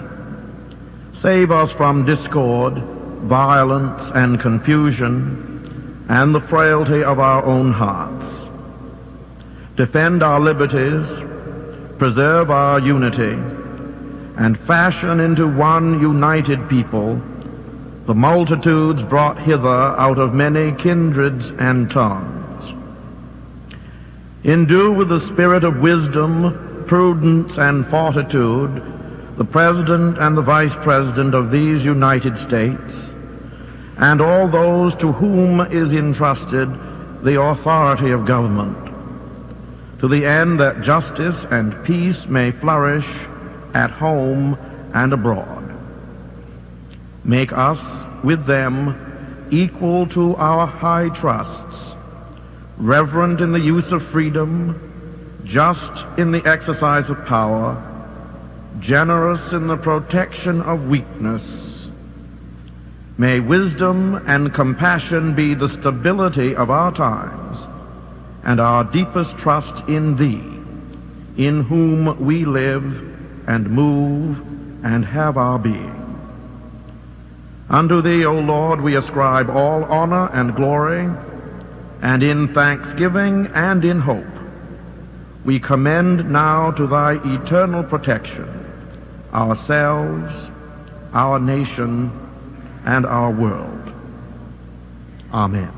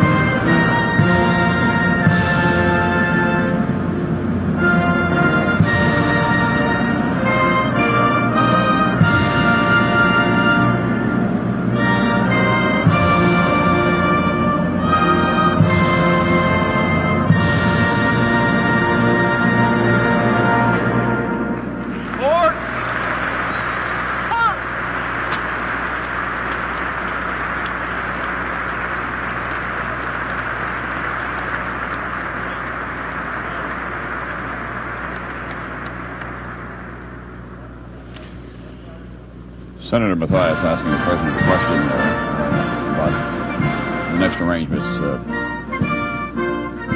They had an elaborate game plan, if we can borrow the football vernacular, for this weekend, of course, and now it's a little bit like a touch football game in the park. You're going to have to make it up as they go along, huddling along the way. This is the photo opportunity of the two families, President and Mrs. Reagan, Vice President and Mrs. Bush. Tom, there's a nice sense of improvisation about the whole thing. When you look at the picture of all the people in that whole room, it looks like one of the early 19th century paintings. It does look like a Trumbull painting itself. Two exceptional marriages there on that platform as well. They're devoted to each other, the Bushes and the Reagans. And of course, that's at the core of their political philosophy as well, the strength of the family, hard work. Notice the president's son-in-law, Dennis Revelle, brought his own camera, for example, and was taking pictures in there, so there's a kind of family outing about it, something to be said for it. And we were told that they will only have 400 in there, John. Somehow they managed to squeeze in 1,000. There are a lot of folks in there, like Bill Buckley, who's an old friend of the president's, who's there, Holmes Tuttle from California. Jimmy Stewart is there. Wives of members of the cabinet, like Mrs. Smith, the wife of Gene Smith, who is the wife of the Attorney General. Mrs. Weinberger, the wife of the Defense Secretary.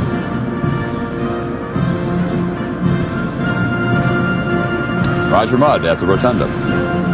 Tom, Vice President George Bush has just come over to shake hands with John Stennis, who was specially recognized by the president. As you reported, he'd had his leg amputated several months ago, now on the way to recovery now. So Vice President Bush, Mrs. Bush, President, and Mrs. Reagan on the way out, waving to a crowd that has now jumped up on the various pieces of statuary in the hall. The speech was had a more intimate quality than it would have had out on the West Front, and when the president began, it was almost in a subdued tone. He got his biggest explosion of applause when he called for a constitutional amendment that would mandate a balanced budget. At least the biggest burst of applause came from the Republican side. Yeah, that's a tough one, though, don't you think, Roger, to get that through? Well, I think it's tough. It's easy to applaud, but tough to... easy to applaud, probably a little tougher to vote for, and I think almost impossible to clear the Congress. The president laid out 4 or 5 broad themes. One, a freeze on defense spending, or on the whole budgetary outlook. Also, the promise, he said, of total elimination of nuclear weapons one day. When you say one day, that puts an open-ended commitment. That's a good applause line and a worthy goal as he approaches this last term. Now, I suppose the most striking phrase of the speech was a sentence toward the end when he was trying to impress his audience at how rapidly things moved and how much progress had been made. He said, "The world is lit by lightning. We are unable," he said, "to keep up with the speed of things." So we're now in the middle of a swirling rotunda here with the Marine Corps band playing harmonious music. Lots of handshaking, lots of backslapping. The governors are here. The new members of the Senate are here. The tall ones you can spot. On one side you have the new senator from West Virginia, Senator Rockefeller. Next to him, Lowell Weicker. And close by is the chairman of the Federal Reserve Board, Mr. Volcker. You have 3 starting...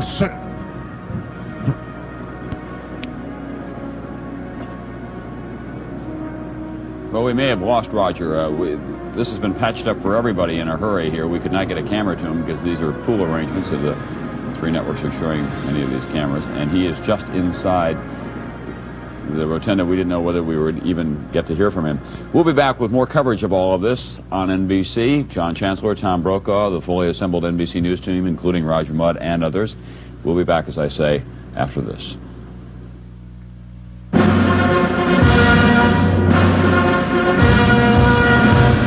1897, William McKinley was the first president-elect to be protected by a Secret Service man, a single bodyguard who escorted him on a brief trip from his hotel to the White House to begin McKinley's inaugural. The official party now is moving from the rotunda into Statuary Hall, where they'll have a previously scheduled congressional luncheon, so-called. There you can see Statuary Hall.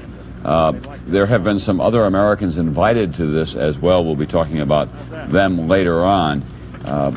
This is a very select group of people, of course, who have been invited here for a 3-course luncheon, and I always wonder why they go to such great difficulty.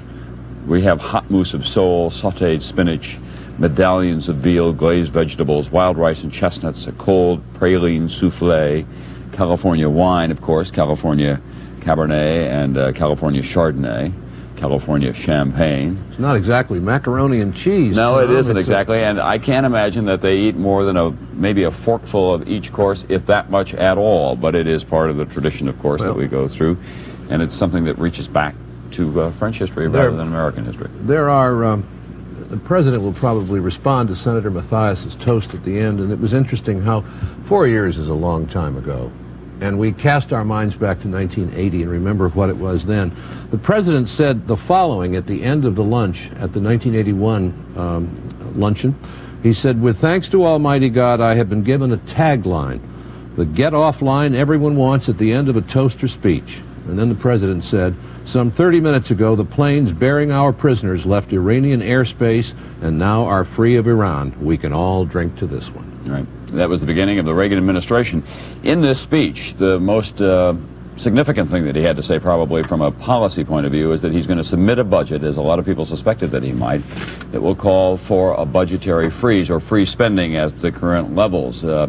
If they really wanted to have a freeze on a day like today, they could appoint a bipartisan committee of some kind, take that huge budget document and stand outside for about 30 seconds, and that would freeze it in place, as a matter of fact. But that is the first clue from the president's mouth that this is what, in fact, he hopes that he'll be able to do, and they think that they can save, what is it, $50 billion by doing Well, that? it's down to 50 now. It was 100 before. Let us remind our audience of what the president did again in the president's room of the Senate in 1981 after the previous inauguration. Mr. Reagan signed an executive order freezing federal hiring, he said, to control the growth of the federal government. Well, they have controlled the rate of increase of the federal government, but domestic spending in this country in 1980 was $400 billion. The estimate for 1985 is $575 billion. Military spending was $130 billion in 1980. It is estimated in 85 to be $245 billion. So controlling the growth of the federal government has been as difficult for Mr. Reagan as it has been for many presidents in the past. But his first act as president, up on the Hill, in the Senate, in the president's room of the Senate, an executive order freezing federal hiring.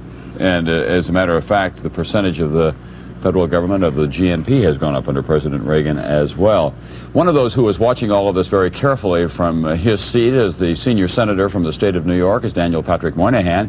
He's at the Capitol now with Roger Mudd, and they're standing by. Roger's back at his post in Bob Dole's office. Roger, nice to see you again. Thank you, Tom. Senator, you're the first Democrat I've talked to since the speech. In fact, you're the first politician since the speech. Just tell me what you thought of the speech, number one. Well, I agreed with your term that it was subdued. The president was not quite up the way he almost always is for such occasions. Subdued a bit by the experience of his first term, which is going to dominate his second. The two basic facts, which is that public finances are in awful shape, and he knows it. He has to somehow get them under control, and they've gone out of control in his first term. The second is that we are at something of swords points with the Soviets. We do have to get our arms relationships under control. He is very deeply committed to the idea of building a shield against ballistic missiles. The Star Wars? Star Wars. He spoke about it with great conviction. He would find most of us in the Senate are saying, but Chief, the cruise missile makes all that different. It changes everything. Warheads don't come in from outer space. They come in under the Brooklyn Bridge. So we'll have to watch that. But I took it to be a conciliatory speech, certainly not a partisan one. Did it lay out a plan of action for you as a member of the opposition? Do you know what to expect? Well, he said that he's going to freeze. Right. Does that mean he will freeze defense spending? I don't think he meant that. We can ask him. What he did say is, after 4 years of government, it is more complicated, isn't it? That was his message that came through to you. More complicated, and a little bit less fun. But still, it's his day, and we're all for him. We're proud of him, proud of Mrs. Reagan. I hope he doesn't have a cold. I think he might. I was interested in a comment you made just a moment ago that you thought his subdued feeling was because of the weight of his first administration. I thought, reading the election returns, that his first administration was a success. Yes, and its very success means establishes precisely what will be the problems for the second administration. How to deal with a public finance which spent us into a great prosperity, unquestionably, but can also crash. As he said 4 years ago, such deficits will bring ruin, and there never have been such deficits. And secondly, arms build-up on both the Soviet and the American side that has to be brought to some resolution, which he means to do. There's nothing. This is history time for Ronald Reagan, and good. But meaning to do it and getting it done, he now knows are very different and difficult things. Thank you, Senator. The phone is ringing. I've got to leave you and answer the phone. Thank you. Tom? If Bob Dole is on the other end, Roger, you're going to have to give him his office back before the day is out, no doubt about that. Somebody wanted coffee. Right. By the way, the president in his speech about the budget freeze used this language: "I will shortly submit a budget to the Congress aimed at freezing government program spending for the next year." Now, Cap Weinberger just last week was on Capitol Hill pleading for increases of 5.5% to 7% for the defense budget, and he feels strongly that it must go up some. So there is a good deal yet to resolve, not just on this day, but in the next 4 years, and a battle royal with Congress is expected. We'll be back with more continuing coverage of Inauguration 1985 right after this.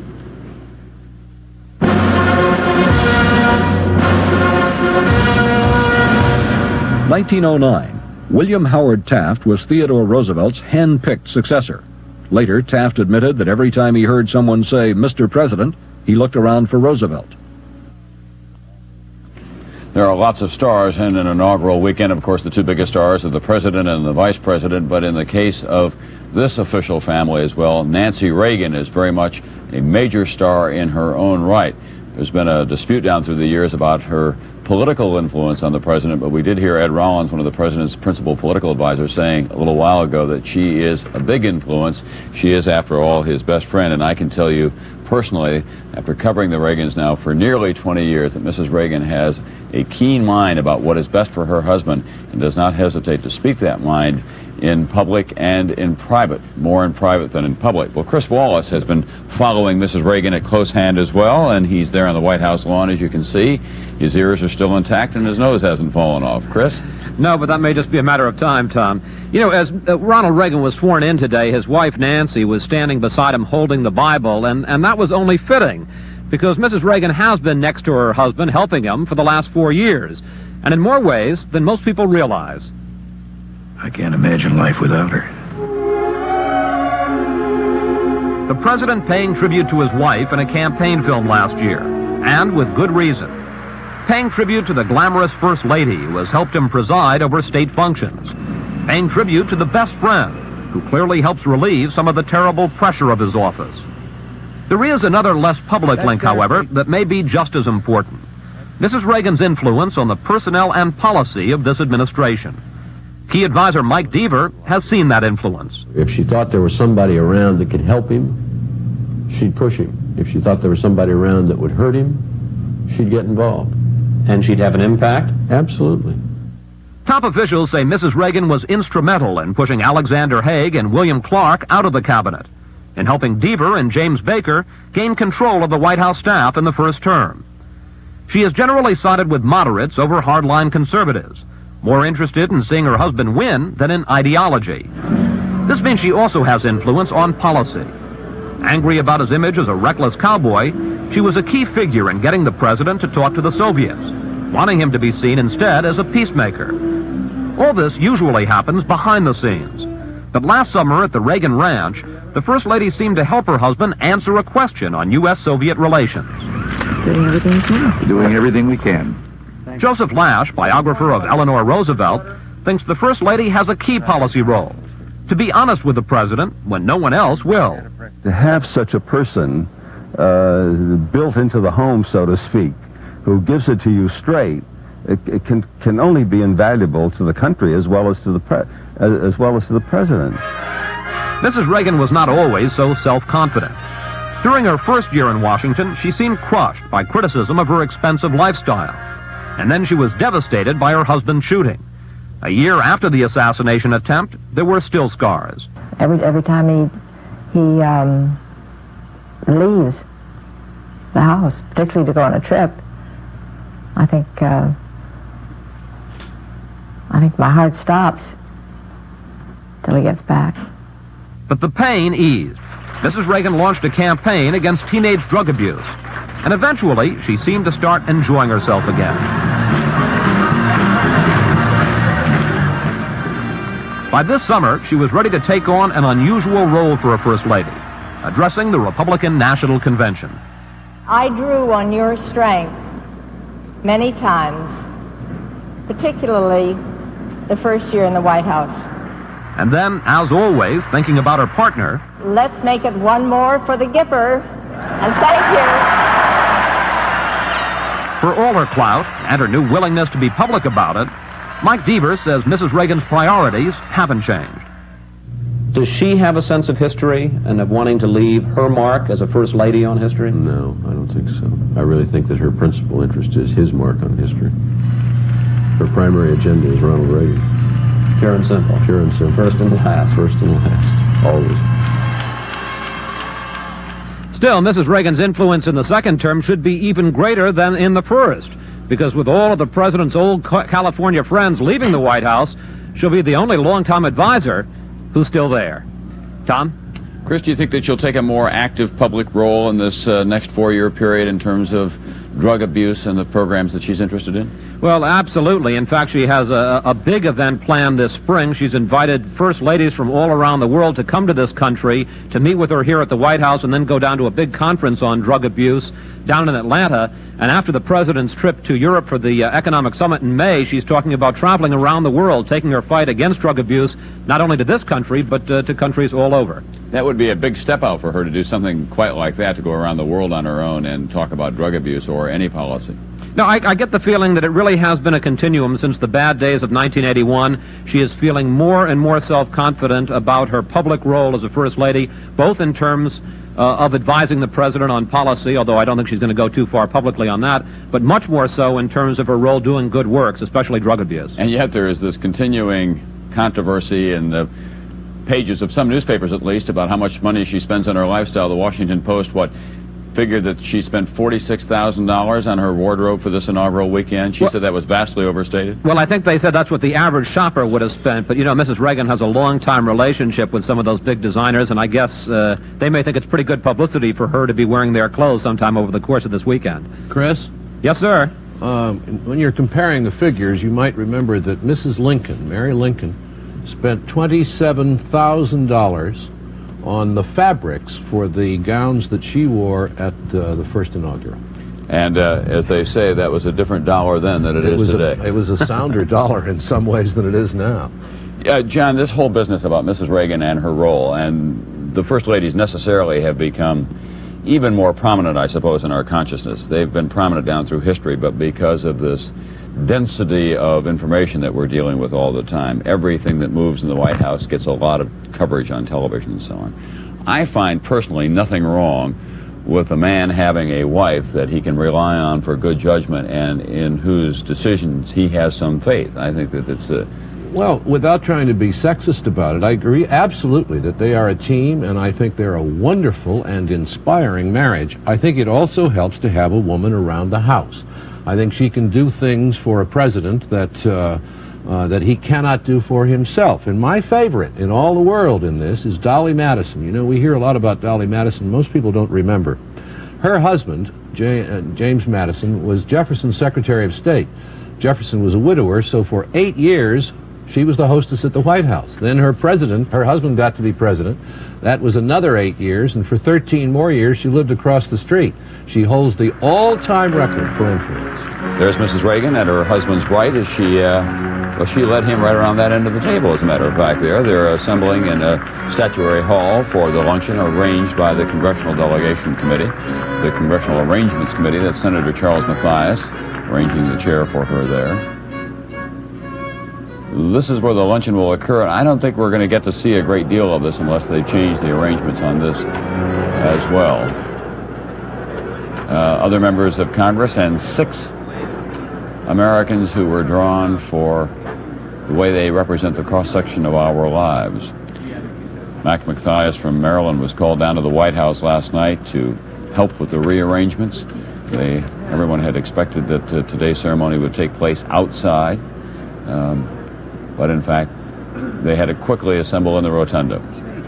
You know, that's the room where the House used to meet before they got the new House chamber. That's right. Beautiful place. And it wasn't all that long ago. I was when Ronald Reagan was a young man in his early 20s, for example, the Supreme Court would meet in the rotunda of the Capitol.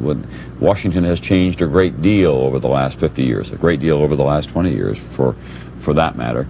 By the way, to bring you up to date on why all of this has changed on this day, it's now, John, pushing 7 degrees out there, getting absolutely tropical. The wind chill is merely 11 degrees below zero, so that's why things have changed in this capital city on inaugural day, 1985, January 21st. And it's now by you no can means see over. The president is going to see all those kids who came to play in the parade. That's right, he's going up. We were just looking at Washington, if we can just see that once again. It's a pristine day in terms of the clarity of the air and the way the Capitol and the other memorials come out against this crisp winter day. Roger Mudd is safely inside, snug and warm, in Bob Dole's office, the hideaway in the Capitol, and he's there now with another senator who will be playing a key role in the deliberations in the years ahead. Roger? Tom, this is Senator Simpson of Wyoming, and he's the newly elected Assistant Majority Leader of the United States Senate. Did you hear from the President today your marching orders for the coming session, sir? It was a blend of get with it and this is your job, and it is. This is our job to handle this budget. It is not the President's job. It's going to be tough, anguishing. Lots of little sacred cows will be all corralled for the first time and slain inside the corral. It's going to be tough. Who'll do the slaying, Senator? Well, since I have been duly elected for 6 more years, they will let me use my bald pate as a lance, and I will go forward into the fray. But I don't want to take my friends over the cliff, and it is our job to do it. It's always funny to me how they talk about the President as a budgeteer. He's not. He's a toothless tiger on budgeteering.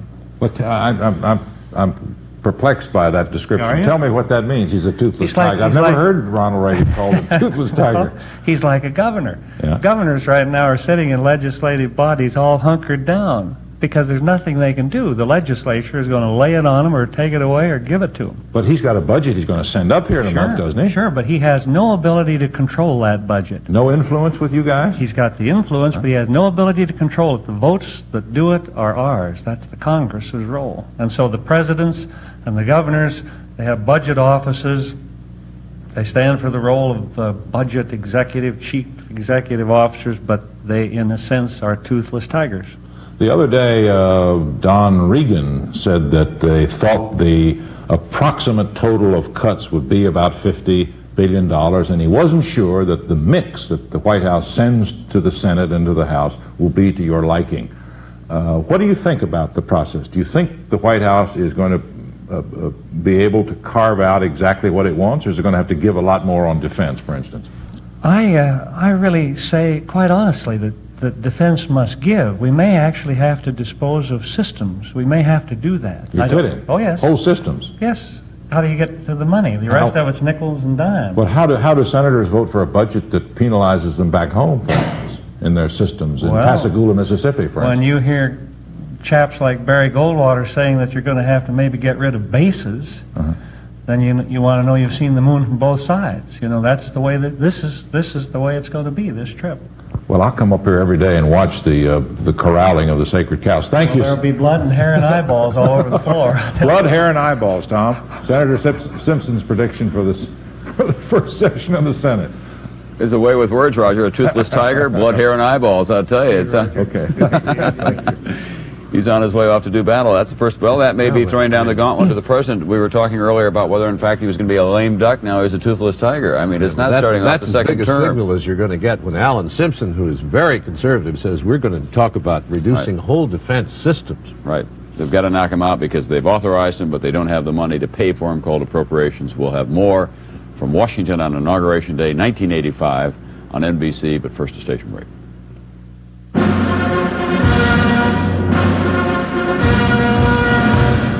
1913. After his inaugural, Woodrow Wilson reviewed the West Point cadets who marched in his inaugural parade. One of those cadets was a young man named Dwight David Eisenhower.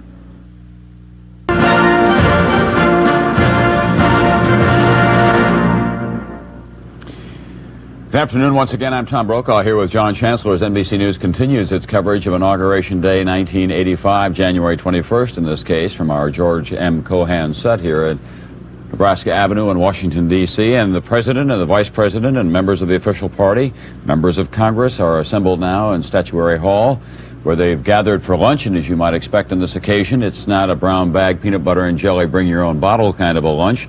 They begin with a hot mousse of sole, and then they have spinach with a lobster sauce on it, and then medallions of veal, several kinds of wines, and, of course, desserts. And something also a little unusual on this day, 6 Americans representing different parts of the country and different interests have been invited as well to this luncheon so that they can be a part of it. That is the idea of Ann Mathias, who is the wife of Senator Charles Mathias of Maryland, who is in charge of these arrangements for Congress. We'd like you to meet those 6 Americans now. Marilyn Hamilton, paralyzed from the waist down in a 1978 hang gliding accident, an executive with a wheelchair company, chairs which she helped design. Well, naturally, I'm really thrilled and excited. It's quite an honor to be able to represent all small business folks throughout the United States. I'm thrilled. A truck driver's truck driver, 60-year-old Butch Plunkett from Midfield, Alabama, driver of the year in 1984, 36 years and more than 2.5 million accident-free miles. Chuck Stover, labor leader from Suitland, Maryland, president and business manager of an operating engineers local. 55 years old, he's been in the union since he was 14, and he voted for Mondale. It's an honor, I think, to be asked, to be invited. I don't have to agree with the president's policies. I don't have to agree with his philosophy. He is the president. Stan Ulrich, a 33-year-old wheat and feed grain farmer from Winfield, Kansas. He owns 1,600 acres, and he's active in American Farm Bureau Federation affairs. First of all, we were very surprised to get the invitation, and now we're just excited and looking forward to it. I think it's going to be a good time.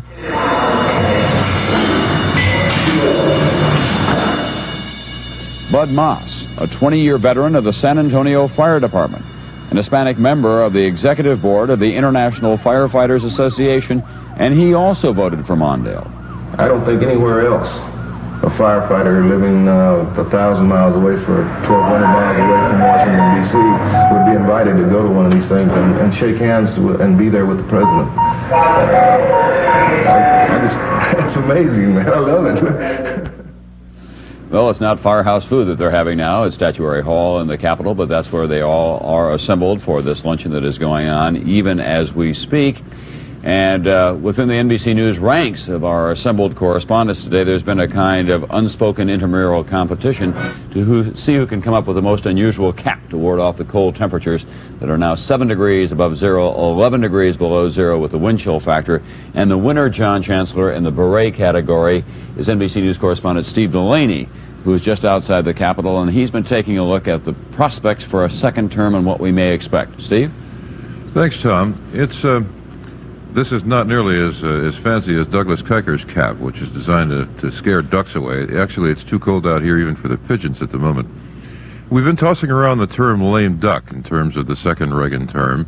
Lame duck was in vogue here not too many years ago when congressmen would come back and sit again after they'd been defeated, and they'd do great mischief, so that was changed.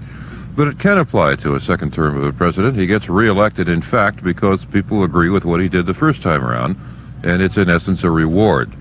But the spoils of that victory can fade because an erosion of presidential power can set in almost immediately.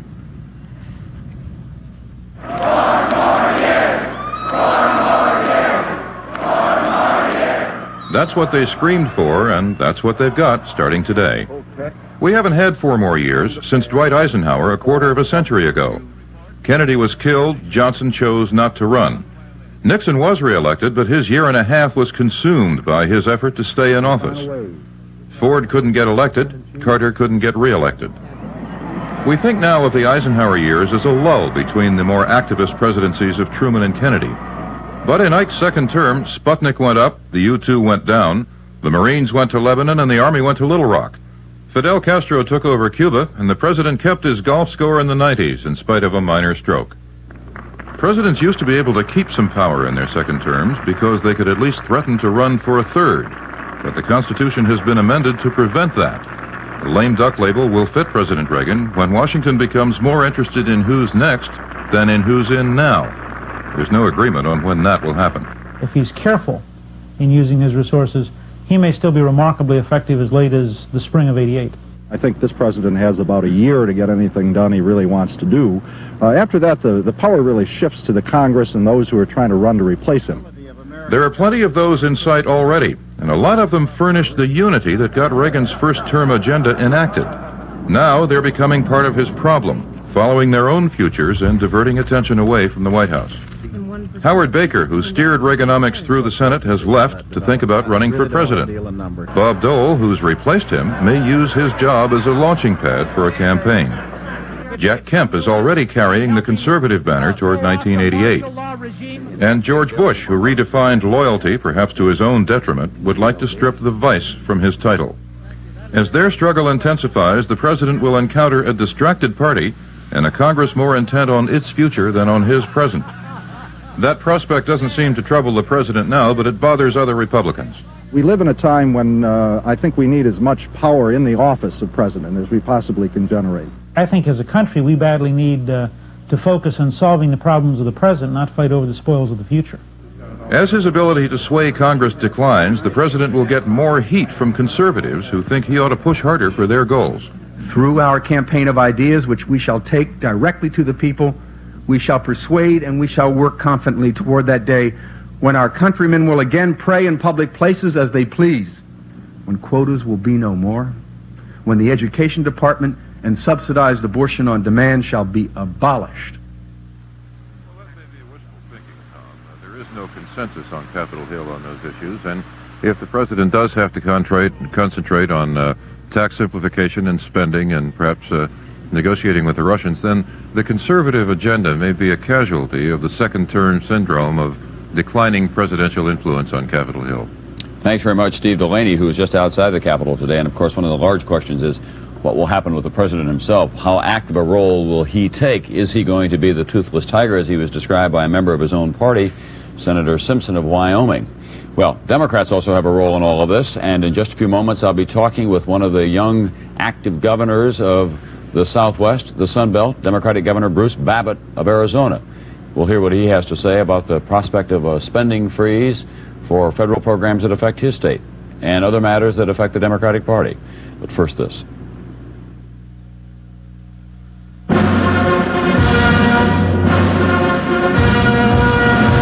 (1923). When President Harding died, Calvin Coolidge was notified in the little village of Plymouth Notch, Vermont. He was sworn in the middle of the night by his father, a notary public.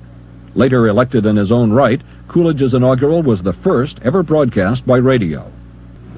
Not all of the action is here in Washington, of course. A lot of it is around the country. After all, what they do in Washington, that's where it has the effect. And someone who's watching all of this very carefully is the young Democratic governor of the state of Arizona, Bruce Babbitt, who is in Phoenix today. Governor, what's the temperature down there, first of all? Tom, it's in the 70s. I recommend you come out here. Well, that's not a bad idea. Let me begin with this idea of a budget freeze that the president proposed in his inaugural address. Do you think that's a good idea? Tom, I think it poses a tremendous opportunity for the Democrats to propose some alternatives. It's really a moral cop-out. We ought to assert priorities and cut the budget accordingly. But the idea that the Democrats have been talking about is not to cut the budget except in the areas of defense spending, and this is the president, after all, who Well, if the Democrats maintain that position, I think we're going to be finished for the balance of this century. There are a lot of programs out there that can be cut. What we really ought to do, I think, and advocate on behalf of my party, is some kind of means test which says we cut the programs that aren't really necessary to sustain those who are really in need.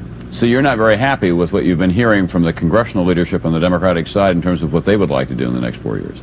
Well, I think it's an absolute cop-out on the part of my party to say, no, never, we can't cut the budget. It seems to me that the American people are ready for that, and that there are a lot of places that it can be cut. Governor, let me read you a little excerpt from what the president said today. He said there's a place for the federal government in matters of social compassion, but he said our fundamental goals must be to reduce dependency, and here a growing economy and support from family and community offer our best chance for society.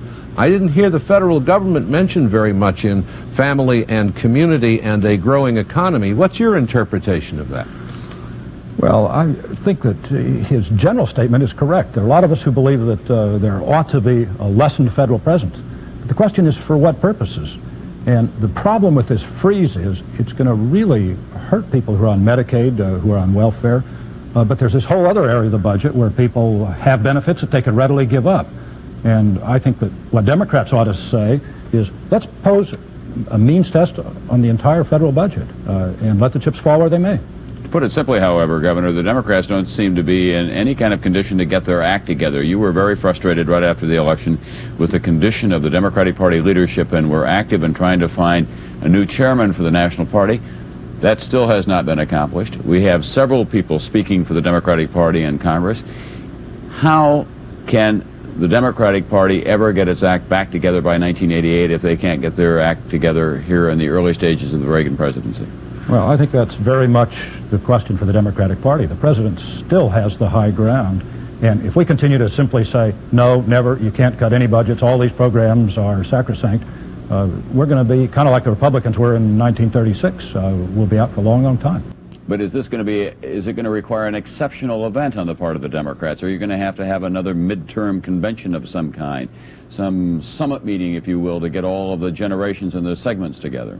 Well, I think we're going to have to provoke a little all-out warfare in the Democratic Party and challenge some of these sacred cows that have been built up over the past. I would say the majority group in the Democratic Party says we can determine the future by looking at the past and continuing to do exactly what we've done since the New Deal. And there's a group of us out here saying it won't work. We'll be a minority party for the balance of this century. You going to take that message of yours nationally, run for president? Well, the first part, certainly. I think we all sat by on the sidelines in 1980 and watched the debacle, and there are a lot of us now who are saying, we can't do that again. We sat on the sidelines once, but we're not going to do it again. Well, it sounds like you may be a little more active outside of the state of Arizona. Governor, thank you very much for being with us today. I'll let you enjoy the sunshine out there. Roger Mudd now is on Capitol Hill with another younger member of the Democratic Party, and let's hear what he has to say about all of this. Roger? Tom, it's Senator Jay Rockefeller from West Virginia. I almost called him governor. You haven't been senator very long, have you, sir? About 4 days. About 4 days. Governor Babbitt, as we were listening to him a minute ago, sounded as if the Democratic Party had sort of rolled over on the Reagan proposal to freeze. Is that your interpretation? Have you rolled over and are going to accept a freeze? No. In fact, the thing that, as you mentioned, I was just a governor last week, and one of the things that governors have to do are chief executives. And granted, West Virginia is a small state, the United States of America is enormous, but we have to take our ideas to our legislature, be it a state legislature or Congress, and exercise leadership. We have to say, this is what we want to do. This is our plan to balance the budget, and here are the hard decisions which we are asking you to make, or I, as President of the United States, am asking you to make. And then the brawl begins.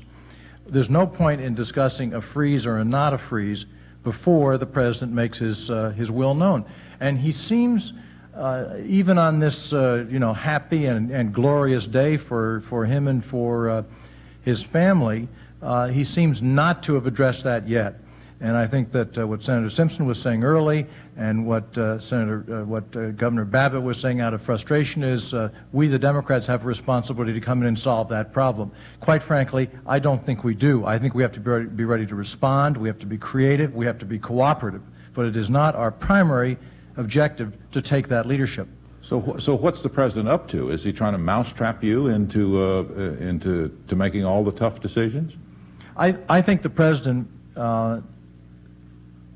bit off a bit more than he could chew during the election.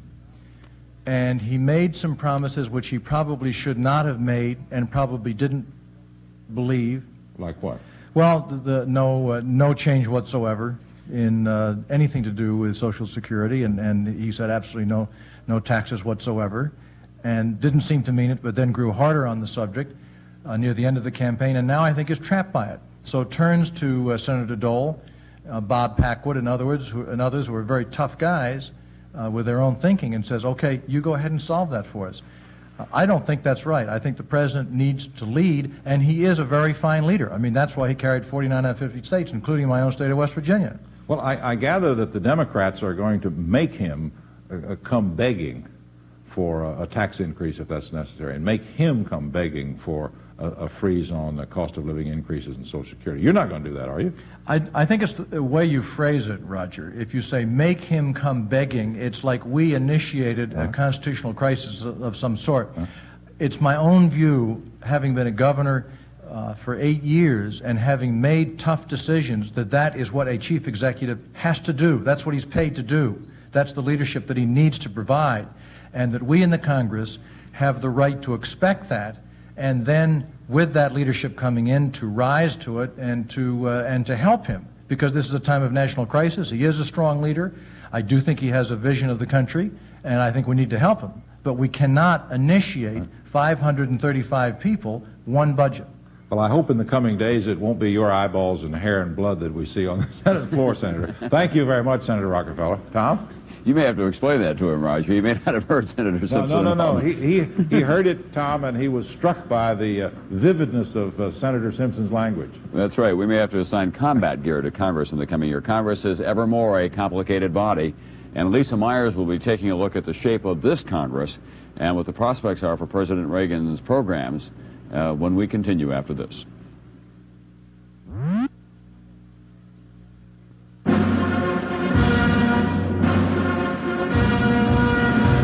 Philadelphia, 1797. Overshadowed at his inaugural by George Washington, John Adams would later write his wife and say, "Methought I heard him say, I am fairly out, and you fairly in. See which of us will be the happiest." To bring you up to date right now, President Reagan and Vice President Bush are now enjoying lunch in Statuary Hall with members of Congress and other invited dignitaries, including 6 representative Americans. We couldn't show the deputy sheriff from Buffalo, New York, who was invited to the luncheon as well at his request. He's a narcotics officer who operates undercover, and he just didn't want his picture shown anywhere because he didn't want people to know who he was. Why doesn't he have lunch wearing one of those paper bags? Well, he's been interviewed that way, as a matter of fact, in the last couple of days. The Congress, of course, is a changing institution. When Daniel Webster laid the cornerstone of this Capitol back at the beginning of the 19th century, there were only 237 congressmen and 64 senators. Now, of course, we have a much different kind of Congress. We have 22 full committees in the House alone, 134 subcommittees. In the Senate, 16 standing committees, 102 subcommittees alone, caucuses of one kind or another, each trying to protect their special part of this country or their special interest. Lisa Myers has been taking a look at what President Reagan has ahead of him with a Republican Senate and a Democratic House. If I've had a honeymoon with the Congress, romance has been dead in Washington for 4 years. Romantic or not, those first 4 years were highly productive, and Reagan soon may view them as the good old days. Democrats still are irritated about the last election, and Republicans are terrified about the next one. As a result, some believe Reagan may find dealing with Congress even more difficult than dealing with the Soviets. I don't suggest that we're as hostile as the Soviet Union, but there are a number of very independent members of Congress in both parties. I think that probably Congress will give him his greatest fits because the issues that you face domestically are the toughest politically. The issues, which you'll hear about over and over and over again, are cutting the deficit, tax reform, the MX missile, and Star Wars. Historically, the 5th year for every one of our presidents over the last half century has not been a good one. It's been a very difficult year, particularly in the Congress. Reagan's difficulties are likely to be compounded because his electoral landslide wasn't accompanied by big gains in Congress. 22 Republican senators are up for re-election next year and don't want to offend anyone. House Speaker Tip O'Neill is a lame duck and has less power. Congress itself has become such a maze of fiefdoms and baronies that no one can cut a deal and make it stick. It's more like 535 ants riding down a turbulent river on a log, each one thinking he's steering. Whether Reagan can overcome all this depends largely on one thing: which Reagan is sworn in for a second term. The bold, aggressive Reagan of the first 2 years, who galvanized Congress by mobilizing the country, My fellow Americans, or the more passive Reagan of the last 2 years, who stood by and allowed Congress to do what some say it does best, which was nothing. Is he going to come out of the gate bursting with fire and power again, and a sense of direction and a sense of mission? And that's really what we need to see. I think that's one of the things we're going to be looking for. Predictions of what this Congress will do: first a Republican, then a Democrat, on a sweeping simplification of tax laws. Maybe do half of it by the end of '86. I think we will, and I'm optimistic about it. I think the country wants it. I think the people want it. I think the system would work a lot better if we did it. The MX missile. The last thing that Congress, I think, would want to do would indicate to the Soviets that, well, we don't need to negotiate with you. We're going to kill it off ahead of time. I think the MX missile is not going to be approved. Star Wars. I see bipartisan support growing for this defensive system, so-called Star Wars system. I think Congress will approve research on Star Wars. I don't think it will approve any kind of deployment or use of the system. On what everyone agrees is top priority: cutting the deficit to $100 billion. I would say there's a 50-50 chance. If his budget calls for reducing it by 70 or 60 billion, Congress will do that, but it'll be harder to get to 100 billion. The president does have one potentially powerful ally up here in dealing with the deficit, and that is fear. Increasingly, members of Congress on both sides of the aisle are concerned that if they don't act responsibly and the economy deteriorates, there could be a slaughter of incumbents in the 1986 congressional elections. And Tom, as you know, if they really think their political survival may be at stake, politicians have a way of mustering up the courage to do a lot of very difficult things. But Lisa, what about the prospects of some kind of a gridlock over the next year or even 2 years or so, that they just can't get one side to move enough to compromise with the other? Well, it certainly is possible, and that certainly was what happened over the last couple of years. However, there is a sense of urgency here that was lacking last time. There is a sense of excitement on the Republican side. It may be born of terror, but it nevertheless is there. There is a belief that if they can move quickly, and if the president really, really wants to accomplish something, if he is committed and uses all the tools at his disposal, that they really can get something accomplished this year. Thank you very much, Lisa Myers, who's taking the pulse of Congress. And no one counts the votes in the Congress, both in the House and the Senate, more carefully than this man. Let me introduce you to Thomas Boggs. He's a card-carrying, high-rolling, smooth-talking Washington lobbyist here in person. Mr. Boggs, you're doing a lot of business in Congress already. What do you think the chances are that the president's going to get the budget freeze that he's talking about? Tom, if I heard him correctly, the freeze that he's talking about does not include defense, does not include Social Security COLAs, and of course, does not include interest on the debt. I think many people feel he needs more than that. I think he'll have to have a freeze plus. That is that he's going to have to cut some programs as well? Sure. Just a straight across board freeze without affecting those other three areas only touches 35% of the budget instead of 100% of the budget. Is that something that Tip O'Neill is inclined to go along with, or are the young Democrats, the young Turks in the Democratic Party, going to seize control of that party from Tip O'Neill, do you think? I think that the young Democrats and Tip O'Neill in the House will wait and see what the president proposes in addition to a freeze. I think they would go along with something in addition to a freeze. They're not going to, I think, just go for a freeze. As far as initiation by the Democrats on the House side this time, I don't think that's in the cards. I think they tried that 2 years ago. I think most of them got blamed in the last election for being big spenders and high taxers. So I don't think you'll see any initiation from either the young Democrats or from the leadership in the House. Mr. Boggs, will $50 billion in reductions be a genuine help? Is that enough? If the economy grows at the projected rates that the administration says it will, it'll be a great help. If it grows at rates slower than that, we'll still have a very substantial deficit in fiscal 1986. What happens to your corporate clients as they look at tax reform? And we've been hearing now that Senator Dole and others believe that we'll get some tax reform in the next year. Corporations may have to pay at a higher rate, for example. Are you going to be up there fighting that kind of thing? Certainly the tax reform proposals of the Treasury are not revenue neutral. as far as corporate America is concerned. They call for $44 billion in corporate tax increases. You also sort of split corporate America, because those corporations which have been paying high taxes tend to favor the program if it really does result in lower rates. Corporations that are heavy on the industrial side, that rely on the investment tax credit and the ACRS provisions, tend to oppose the program because it basically takes away the stimulus that they've used the last few years to invest in industry and equipment. So you have a split in corporate America. I think that, frankly, those on the high tax-paying side are skeptical that there really will be any kind of corporate rate reduction. When you're cutting out welfare programs, it's hard to see a reduction in corporate tax rates. And do you expect to see a lot of action in the first 90 days of this new administration, Mr. Boggs, or are we going to be in gridlock for a while? I think the Congress is going to be very timid. The Senate, as you know, has 22 Republicans up for re-election. 16 of those are freshman Republicans. They're from states which are not traditionally Republican: Alabama, Florida, North Carolina, Georgia. I think with that kind of Senate, it'll be very, very timid.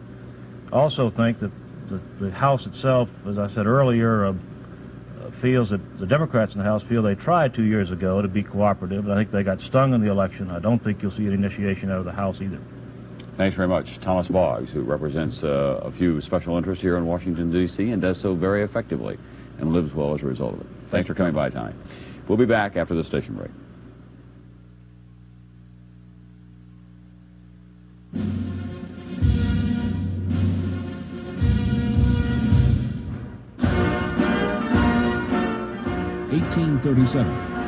Hail to the Chief was played at a presidential inaugural for the first time as Martin Van Buren took the oath. He was the first president to have been born a citizen of the United States and never a British subject.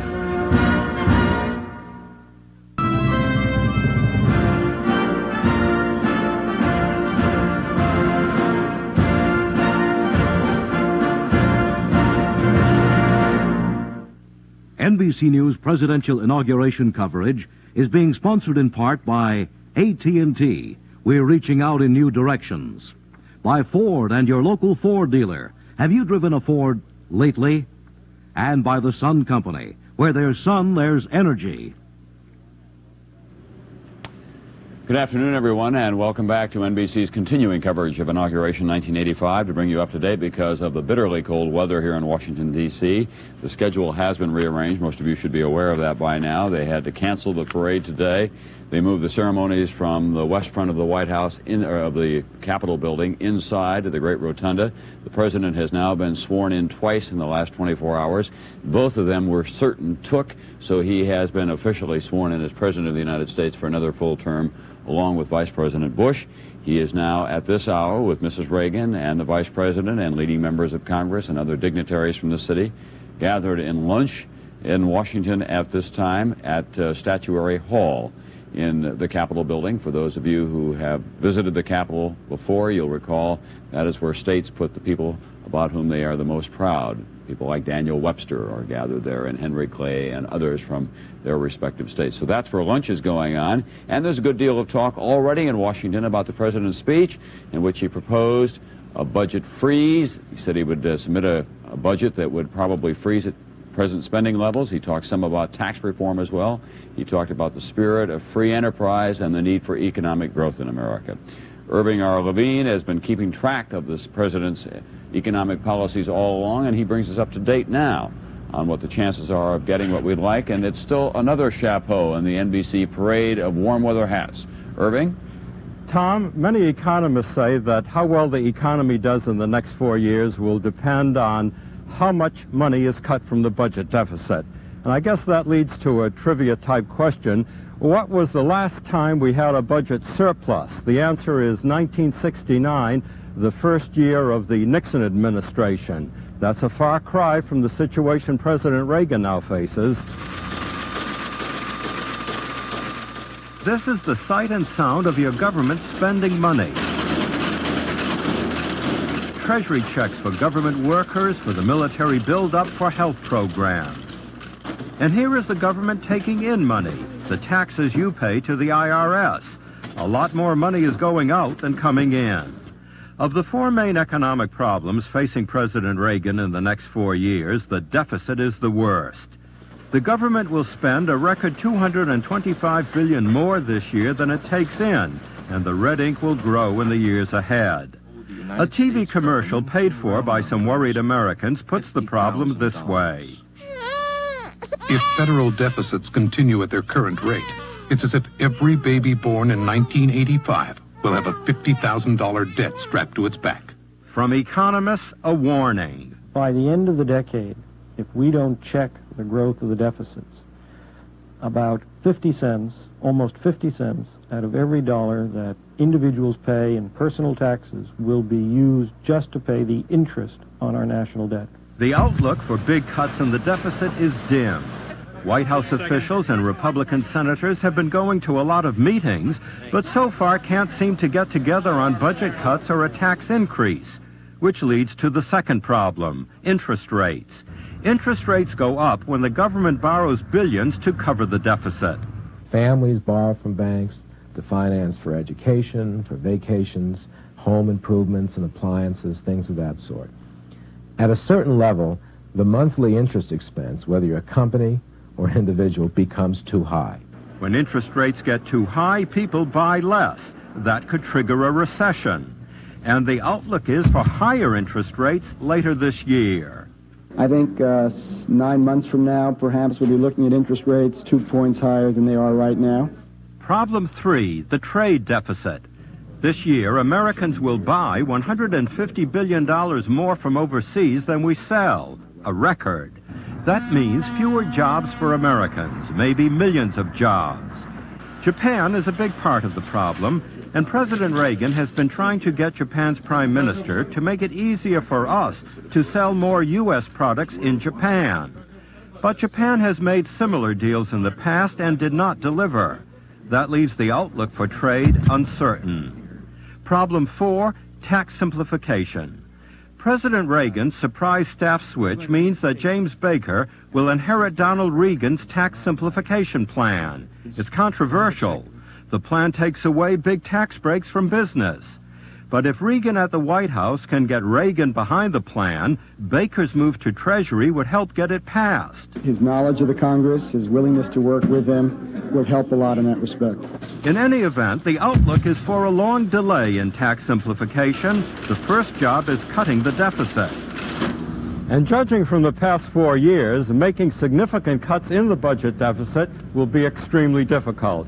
In fact, if you include this year's anticipated deficit, the national debt will have doubled in the first 5 years of the Reagan presidency. In spite of all this, the economy is doing pretty well, and I suppose, Tom, that's one reason we've seen President Reagan inaugurated for a second term today. Irving, do you think that the equation will be at all affected by the fact that Donald Reagan is now the White House Chief of Staff, and it is Reagan and Reagan who are the last two people in Washington who believe that we can really grow our way out of the recession or out of the deficit, if they still believe that? I think it does, Tom. If one assumes that Donald Reagan will be able to exert some influence on the president, then certainly there will be greater opposition to any kind of a tax increase. There will be greater opposition to limiting the Social Security cost of living increases. And I think there's another point as well, and that is there's been a process that's gone on in Washington here known as Fed bashing, that is criticizing the Federal Reserve. Donald Reagan has been the main spokesman who has criticized the Fed for slowing down the economy, and I think we're going to see a lot of pressure on the Federal Reserve to make credit available at low interest rates with Donald Reagan in the White House. Quick final question, Irving. Does that hat of yours go all the way back to your days in Moscow? Yes, I wore this in Red Square where it was slightly warmer than it is out here, Tom. Final comment on the day's weather. Well, not the final comment, but one more. Thanks very much, Irving R. Levine, just outside the White House. And, of course, Irving covers the federal economic picture for NBC News. And now, back at the Capitol, someone who will have a lot to say about what happens in Congress. Whether or not he'll have a lot of influence of what happens in Congress is quite another matter, but a lot to say about what happens in these economic matters is standing by with Roger Mudd. Roger? You could be talking about none other than Jack Kemp, congressman from Buffalo. Roger. Congressman, as we watched the Levine spot and heard the various economic spokesmen, you were jumping up and down on the on both feet. Tell me why you disagree with some of the proposals that were laid out. For instance, on the fact that the higher interest rates would be inevitable. I don't think they're inevitable. I think it was a point that was made by the president that we can cut spending as a way of getting deficits down, but we can also get deficits down by achieving the type of economic growth that can reduce unemployment. Every 1% drop in unemployment drops a deficit by $25 to $30 billion. So clearly, we ought to pursue policies that will not just cut spending, but get this economy on a high growth track and get interest rates down by making changes in monetary policy, which are long overdue, and that would have a beneficial impact upon the deficit, national debt, third world countries, the job climate for America, auto and housing sales, and other things. So I think there's a combination of things that we can do, and I don't think it's quite as gloomy as I heard by some of the economic projections for 85. When you put so much emphasis on economic growth and a good future, aren't you really being Pollyannish?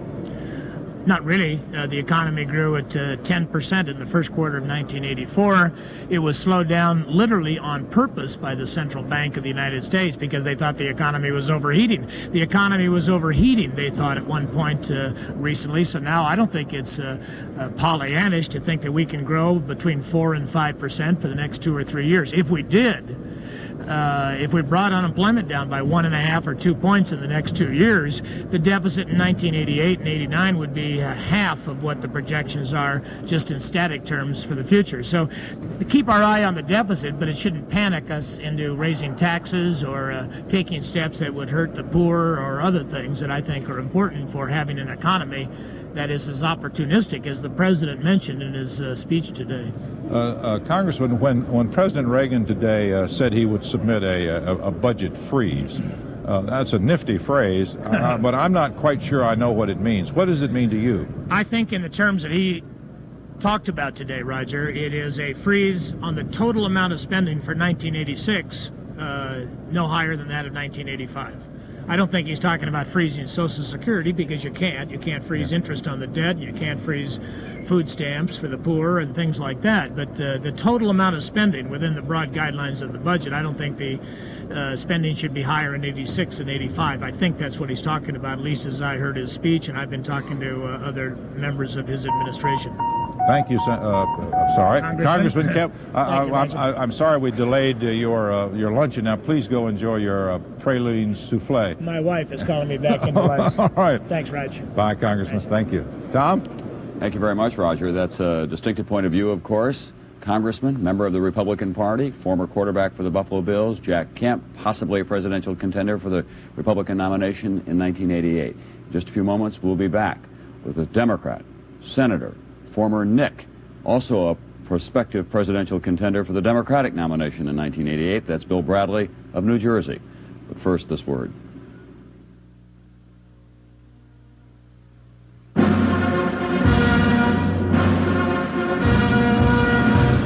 (1817). James Monroe was inaugurated outdoors. Some said it was because the second floor of the Capitol, burned 5 years earlier by the British, was too weakened to support a crowd. But others said House Speaker Henry Clay, who expected to be appointed Secretary of State and wasn't, refused to let Monroe use the House chamber. We're back now with NBC's continuing coverage of Inauguration 85, talking about the President's economic program and the prospects for the next couple of years or so. John Chancellor and I are joined here in our Yankee Doodle dandy set here. Senator Bradley of New Jersey, who is the author of the Bradley-Gephardt tax reform package, among other things, pays a lot of attention to matters economic and so on. The president said that he will submit a budget for Congress aimed at freezing government programs for spending in the next year or so. You think that some people may be overstating what he has in mind there? Well, I think that government program spending could be interpreted only as elements of the non-defense portion of the budget. And I think tomorrow you'll probably see that clarification from the White House. And can the president get what he wants on Capitol Hill without at least keeping defense spending where it is, if not cutting it? Oh, I think that he'll have to, if he's talking about a freeze defense spending as well. I'm not so sure that's a wise thing to do. But I think that any compromised budget will have to spend a little less on defense than Secretary Weinberger wants. And from my own perspective, the interesting point of his inaugural speech was his emphasis again on tax reform. And I think that's going to be a real measure of his second term, whether he's willing to take on the special interests in order to give the American people lower tax rates. Well, that's the first time that he's really come out quite as affirmatively as he did in that speech, at least, and talk about it in a real way. And he's doing it on a weekend when a lot of his corporate friends are gathered in Washington, D.C., which is an interesting piece of timing, don't you think? Well, I think it's a way of letting them know what might be on the horizon. We're anxious to see what he has in his State of Union speech. In my view, the tax reform issue is beyond normal political terms. I don't think it's Republican or Democrat. I don't think it's liberal or conservative. But I think it goes to the core of how a congressperson or a senator perceives his or her job. Do they represent the special interest and trade-off, or do they represent the general interest? And can they formulate a policy that gives everybody lower rates of tax and a fairer tax system? That's the choice, I think. Senator, give us a feeling for what it's like in Capitol Hill these days. We've got this enormous deficit. Everyone knows that we're in an economic crisis that is coming, if it's not already here. Is there, in your radar, a feeling that we're going to have to do something regardless of what our own constituent interests are and where we come from and what party we represent? I think very much, Tom. I think that the real question, and I think the tax reform effort poses it, is, you know, in the last 4 years we've heard a lot about special interests being kids trying to get an education, families struggling in the middle class to send their children to college, the cleanup of toxic waste. Well, in tax reform, we've identified the real special interest.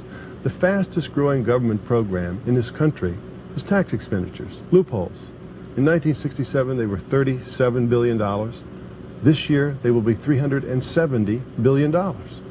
So if we're going to talk about budget reduction, if we're going to talk about special interests, let's keep in mind who the real special interests are. Senator, are there conservatives who would like to use the deficit, which will bring about a reduction in federal spending, as a way of disposing of federal programs they don't like?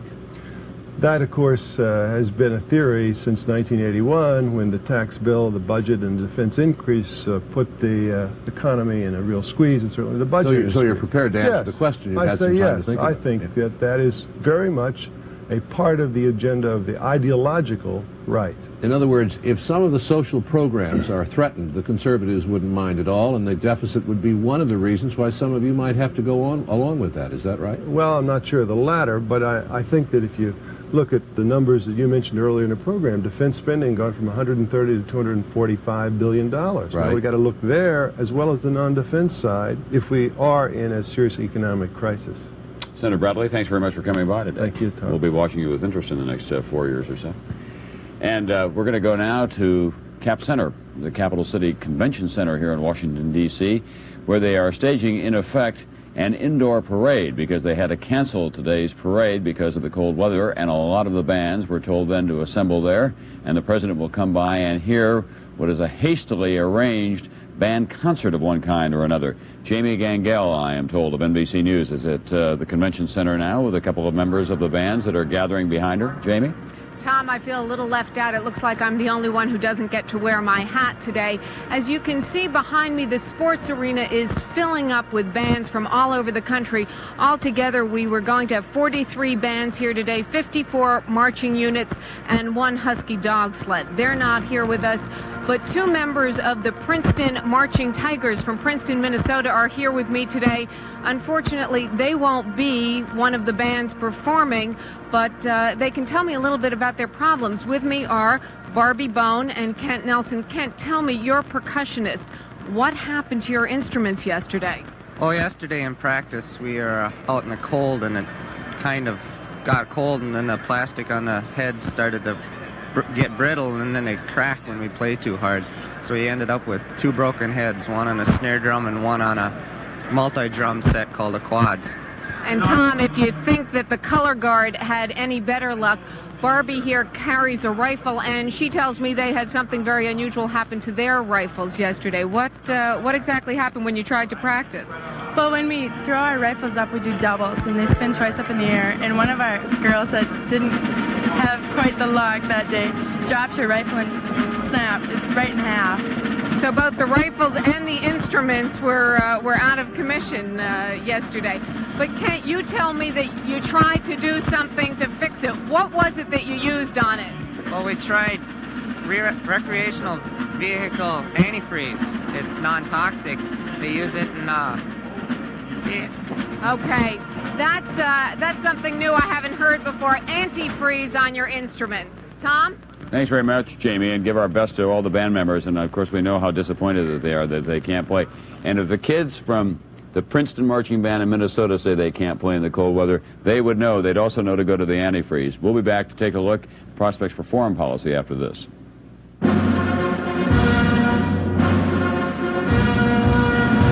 1929.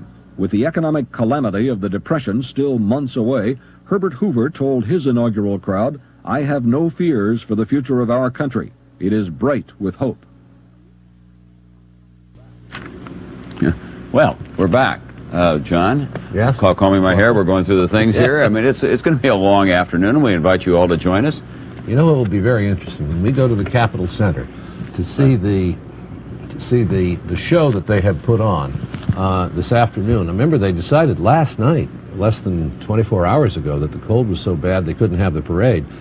All year long, the Reagan administration has produced the most brilliant pictures on television, for film, and videotape of any administration in history. Now, with practically no warning, they had to rush that show, at which the president will appear, over to a suburban hall here in Washington, D.C. You'll be seeing that in another hour or so, and we will put it to the test, Tom. Are these people good at arranging it and putting it together instantly? Because that's what they've had to do. My guess is it'll be a pretty show. My guess is it will be as well, because they've got a crack team, and it's worked for not just this administration, but all the way back to the Nixon administration. A lot of these people did as advanced people and organizers, and they are their own commanders in their own way. During the course of his speech today, the president made a strong appeal for his Strategic Defense Initiative. You'll be hearing that phrase a lot, SDI.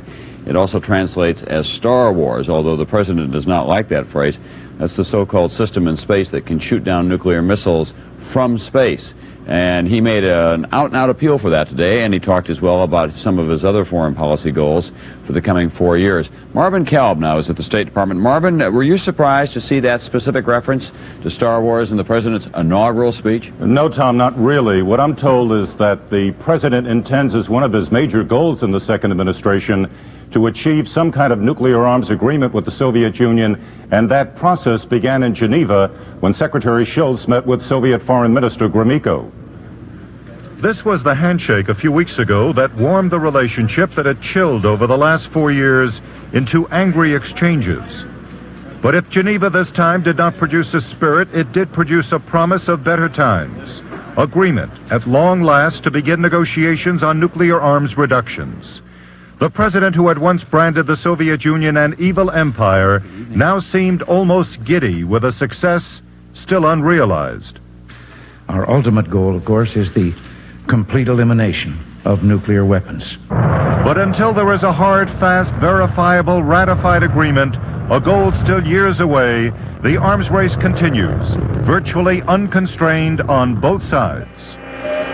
Senior officials see U.S. military strength as helping their negotiation for a new arms agreement, one of the president's key goals in his second term. We've demonstrated to the Soviet Union that we are determined to maintain the military balance. And in particular, we are not going to give in to their efforts to drive wedges within the alliance. Trouble spots still cloud and complicate the superpower relationship. Southern Africa, violence only begetting more violence. Central America, the backyard just waiting to erupt. And of course, the Middle East, a region filled with old scores that never seem to get settled. The Israelis, 2.5 years after they invade Lebanon, will soon begin to pull out, and they warn massacres may follow. Syria snarls from the sideline as Jordan's King Hussein tries to compose a common front with the PLO's Yasser Arafat for eventual negotiation with Israel, Shimon Peres, over the future of the Palestinians. Southern Africa, blighted by apartheid or racial separation, is a gathering storm. The administration's policy of constructive engagement is being overwhelmed by demonstrations in Washington. Prominent politicians are being arrested, and by bitter violence in South Africa. Then there is Central America, where the administration, remembering Vietnam, does not want to get involved, but is getting more deeply involved with each day. Largely because the Marxist regime in Nicaragua, supported by Cuba, is seen as a strategic threat to the entire region, and the president is determined to hold off any further communist gains on his shift. To this administration, the enemy is clear. I think that the short and long-range strategy of the Soviets and the Cubans calls for taking advantage and exploiting any kind of political destabilization. But if there is to be in the second Reagan term one sleeper crisis, unpredictable in its scope and implications, it is the unrest, the political rot in the Philippines. The regime of President Ferdinand Marcos has become more brutal and unstable. A communist insurgency is spreading, and the U.S., after the debacle of Vietnam with bases and history in the Philippines, feels that it cannot lose and won't. You know, Tom, in 1972, when martial law was imposed in the Philippines, Marcos said at that time that the major reason was to stop a communist insurgency. Democracy, he said, would have to wait.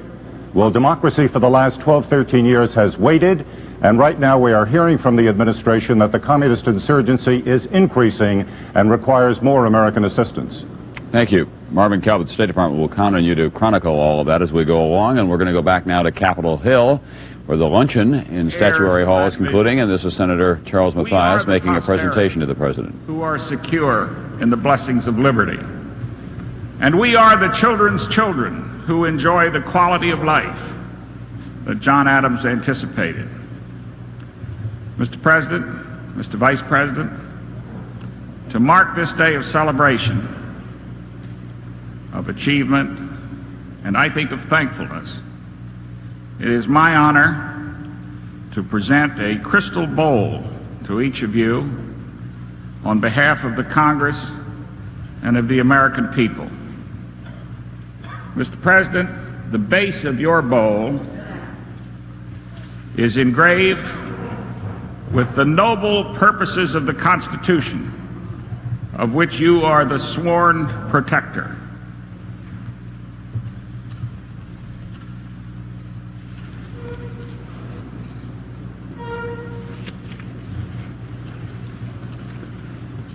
Mr. Vice President, your bowl, the base of your bowl is engraved with the words of Thomas Jefferson's Psalm of Liberty that we heard sung so beautifully in the ceremony today.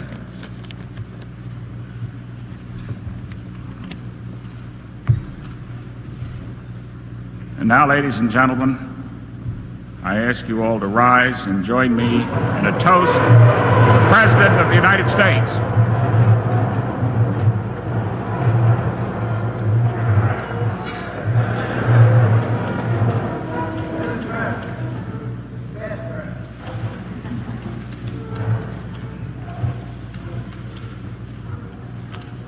A simple toast to the President of the United States. Traditional in these ceremonies and other occasions.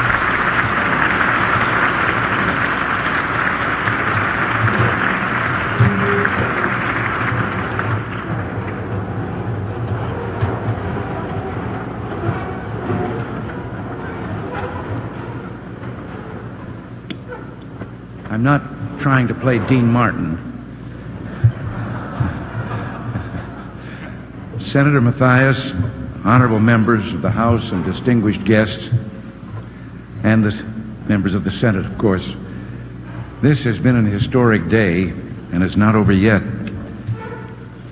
And together we mark the end of one term and the beginning of another. And I want each of you to know how grateful I am for all that you've done, all the energy and personal commitment that you have mustered in these last 4 years to make our system work. In the shifting alliances of a free government, we in this room have been intense allies and, on some issues, but while disagreeing on others. But I think the level of respect and courtesy with which we've treated each other speaks well for us and confirms the viability of this great democratic system which is now in our care.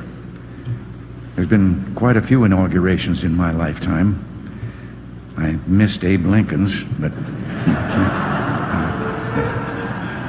I do remember Calvin Coolidge's. even though I was of the other party at the time, he was much loved and respected. I was a Democrat in those days. His inaugural address said, "Our Congress represents the people and the states. In all legislative affairs, they are the natural collaborator with the President. In spite of all the criticism which often falls to its lot, I do not hesitate to say that there is no more independent and effective legislative body in the world. It is and should be jealous of its prerogatives. I welcome the cooperation and expect to share with it not only the responsibility but the credit for our common effort to secure beneficial legislation." Calvin Coolidge. Well, I hope we can work together in that same spirit. I have a plaque on my desk in the office that says what I firmly believe, and that is there is no limit to what a man can accomplish if he doesn't, or what he can do and where he can go, if he doesn't care who gets the credit. So I hope in the days and the years to come that we can move ahead, meet the challenges of our day, thinking only of how much we can accomplish if we maintain our goodwill and cooperation. We're very grateful to you for these gifts, and may I offer a toast to all of you here, the members of the Congress, all the guests who are here with you, and to the best Vice President this country has ever had, George Bush, into the next 4 years.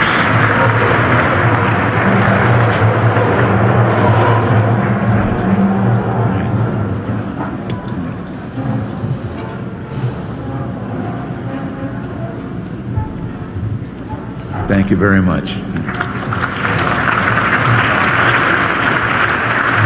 Vice President George Bush, of course, has been a diligent worker in the Reagan vineyard. Some believe to his own political detriment that he was too much the enthusiastic cheerleader in the last election. Clearly is hoping to run for president himself in 1988. This luncheon will now draw to a close, and the President and Mrs. Reagan and Vice President and Mrs. Bush will leave Capitol Hill, and we'll see that as well, and they'll go back to the White House and then out to the Capitol Center for that assemblage of the bands. Everything seems to be right on schedule, and so are we, and we'll continue after this.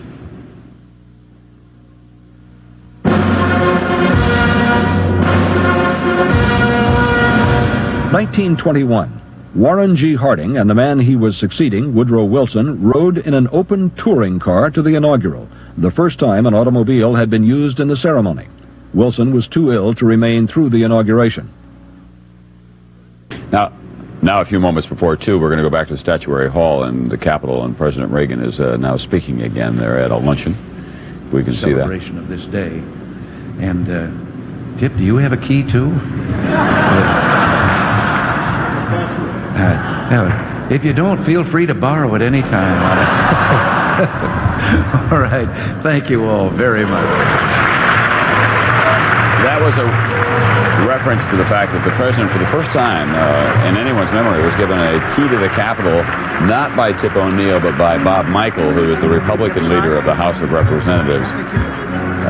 O'Neill and Michel are great cronies. They play golf together and so on, and Tip and Reagan have this kind of friendly bantering that goes on from time to time. The Speaker of the House, Thomas P. Tip O'Neill, they are at opposite ends of the political spectrum, however, and that does fray their personal relationship more often than not.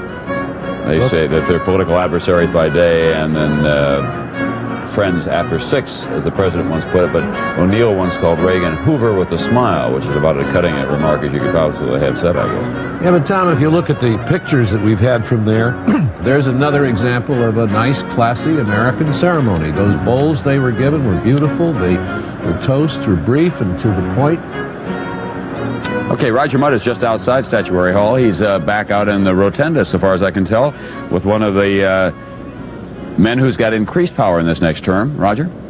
Tom, we're in the rotunda, and we're with Senator Richard Lugar of Indiana, who's the chairman of the Foreign Relations Committee. Looking a few minutes ago, Senator, at Marvin Kalb's review of foreign policy, Were you as struck as I was by his mention and emphasis of the potential trouble in the Philippines?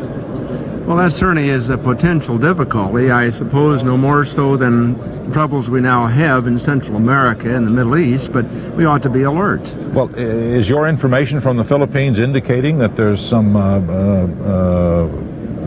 possibility of an imminent collapse or explosion there? No, but I think we may see elections in the Philippines that are unforeseen this year. That could be quite a breakthrough both ways. In terms of both more responsible attitudes by the Marcos government, greater participation by democratic forces that really ought to have an opportunity to do their thing. As you listened to the President's speech this afternoon, Senator, what message came through to you as chairman of the Foreign Relations Committee? I think we are in for a 4-year period of time discussing the Strategic Defense Initiative and whether we can balance with the Soviets a different juxtaposition of offensive and defensive systems and convince them that their best course lies in the defensive side in competition on that side. Now, they start with a totally negative posture on that, but we are back at the table. We have good opportunities to reduce weapons for the first time, I think, and a good opportunity to talk sensibly about deterrence that will keep the peace. So that's the one single strongest note that came through is an arms limitation talk of an agreement? Yes. That's all? Not limitation, but a whole orientation of how we are going to be credible with the Soviets. That there has to be a Soviet-American relationship if everything else is to come together. Well, what happens to the Middle East and what happens to Central America? Well, we'll have to deal with those subjects, but they are at the periphery, it seems to me, of containment of the Soviet authority and potential aggressive possibilities, and of the basic questions of war and peace that I think finally revolve around the Soviet-American relationship. Talking to Senator Moynihan a little earlier, he said what Ronald Reagan doesn't realize about his Star Wars defense is that cruise missiles can come in under the Brooklyn Bridge. Now, there's a basic defect in the strategic defense, is there not? We don't really know the possibilities of strategic defense. We don't know whether there are those possibilities. I hear people talking about these cruise missiles coming in, but it does not go beyond reason that if you can destroy in first stage other types of weapons, you can devise defenses against cruise missiles too. We're at the beginnings of this. We don't have the schematics of it, but it's an important concept. Thank you, Senator. It's good to see you again, Senator. Good luck on the hearings that are starting soon. Much. We look forward to that. Tom? Thank you, Roger Mudd, and Senator Richard Lugar, who is the new chairman of the Senate Foreign Relations Committee. The president and his party now about to leave the Capitol, where they will return via Pennsylvania Avenue. No parade, no cheering throngs in this bitterly cold day. To the White House, where they will reassemble and then take Marine One, that's the president's helicopter, out to the Cap Center, where the bands, some of the bands at least, have been assembled for a band concert this afternoon because they couldn't march in the parade. It was simply too cold. The judgment of a lot of physicians that the White House consulted was that these young people especially and others would suffer some damage. Now, we've been talking a lot about the bands. Fact is, John, 730 horses were scheduled to be in this parade as well. I gather that there will be no place for them to go, and I know that their hearts must be broken too. Well, I'm glad you do, Tom. At any rate, that's the kind of day that it has been here in Washington, D.C. Wind chill hovering around 11 degrees below zero, and a lot of people are clearly disappointed because they couldn't march at the parade. Let's take a look at the fountain. I think we have a frozen fountain. Yeah, the frozen fountain. Those people who don't believe me, take a look at that. That's in the park just down the slope from the west front of the Capitol. And then there's the view of the ellipse. No, that's in front of that's the reflecting pool. Oh, that's the reflecting pool. From the Lincoln Memorial looking toward the Washington Monument, if we have all of our orientation correct, and I think that we do at this point. And you can see that they're playing hockey on the reflecting pool. No, that is from the Capitol. You were right the first time, John. Yeah. Looking down the ellipse toward the Washington Monument. That is the scene that the president had been expected to look out on as he delivered his inaugural address today. But, of course, they had to move everything inside. So you are looking from the Capitol west there to the Washington Monument, and beyond that is the reflecting pool and Lincoln Memorial. And beyond that, the Potomac, which is pretty well frozen over as well, by the way. This freeze here this year is certainly going to increase the planning, the contingency planning in future inaugurals for alternate places to have it inside. How about Honolulu? Well, or how about having it in September or May? No, that's not a bad idea as well. They did change it from March to January because they thought that they would have an improvement on the weather because the inaugurals in March were so bad. And when That's Ulysses, another federal program that didn't work. Ulysses S. Grant, when he was inaugurated, one of my favorite stories is it was so cold for his second term that they had one of the inaugural balls in the old post office building, which has been restored, by the way.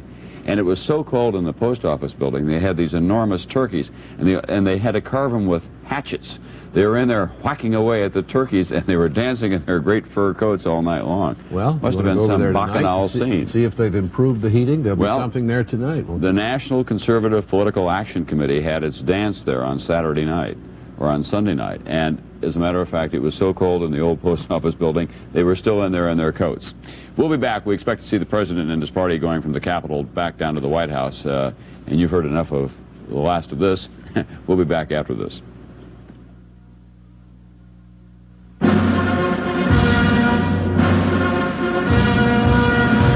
Washington, 1801. In the first inaugural to be held in the new capital of Washington, Thomas Jefferson was sworn in after a bitter election. His predecessor and rival, John Adams, refused to attend the inaugural and left the city early to avoid it. President of the United States now leaving, we're told, the Capitol and the Statuary Hall, and he will be going from there to the White House, where they will be inside briefly, and then they will get aboard Marine Helicopter Number 1, it's called. There's the president leaving. Coming back out now to the east side of the White House, Secret Service detail, advancing him, of course. Most of the people have been cleared out of that area. There's a homeless man who lives beneath that most of the year, and then he's cleared out for these kinds of occasions, obviously. They put him in jail. They put him in jail, and he stays there, and he's fed for a couple of days, and then he's Actually, Tom, he's a demonstrator for veterans' rights. And he's been there for a long time. He's been there for years. He's a part of the He's the only person who really sleeps in the Capitol. They let him stay. Right outside there, and he's been demonstrating for years.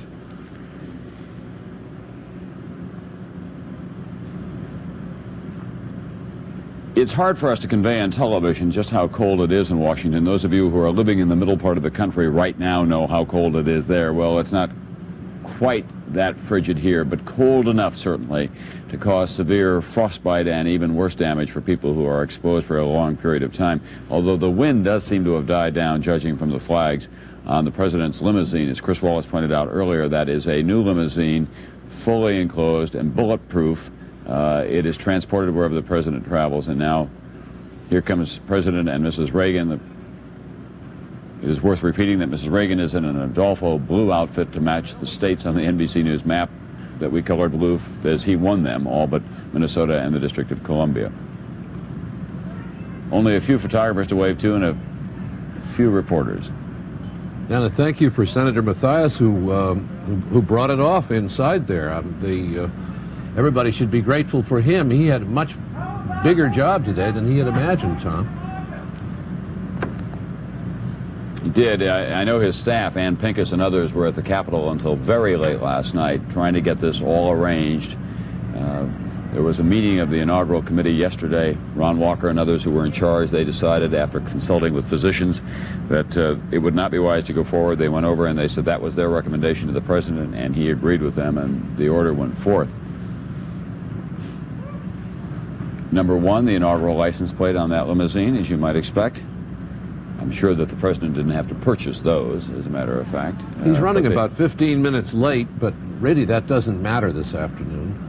There being no outdoor parade. Can you imagine the disappointment? All the steak dinners and steak sales that they've had around the country, car washes, bake sales, lotteries, selling of hams and turkeys to raise money for the inaugural parade, and then they had to come and sit and watch it on television in their hotel room or go to the Cap Center and be assembled there.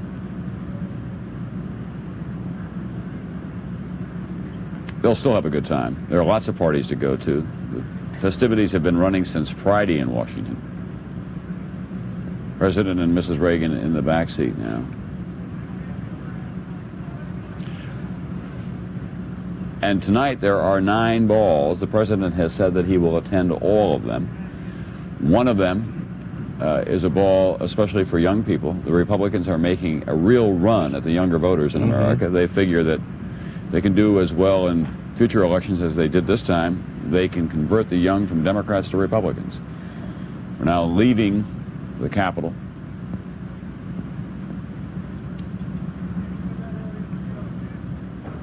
Going out what is this, where the House office buildings are over on that side, and then they'll go back down, we think, Independence Avenue.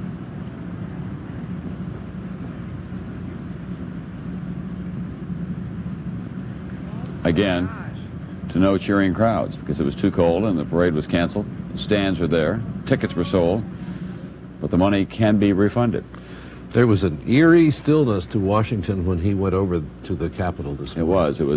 It was like a city flash frozen somehow. Okay, Roger Mudd is at the Capitol now with one of the special guests really, at the luncheon today, a man who was invited by Senator Mathias's office at the recommendation of Mrs. Mathias, who said we ought to have some ordinary Americans.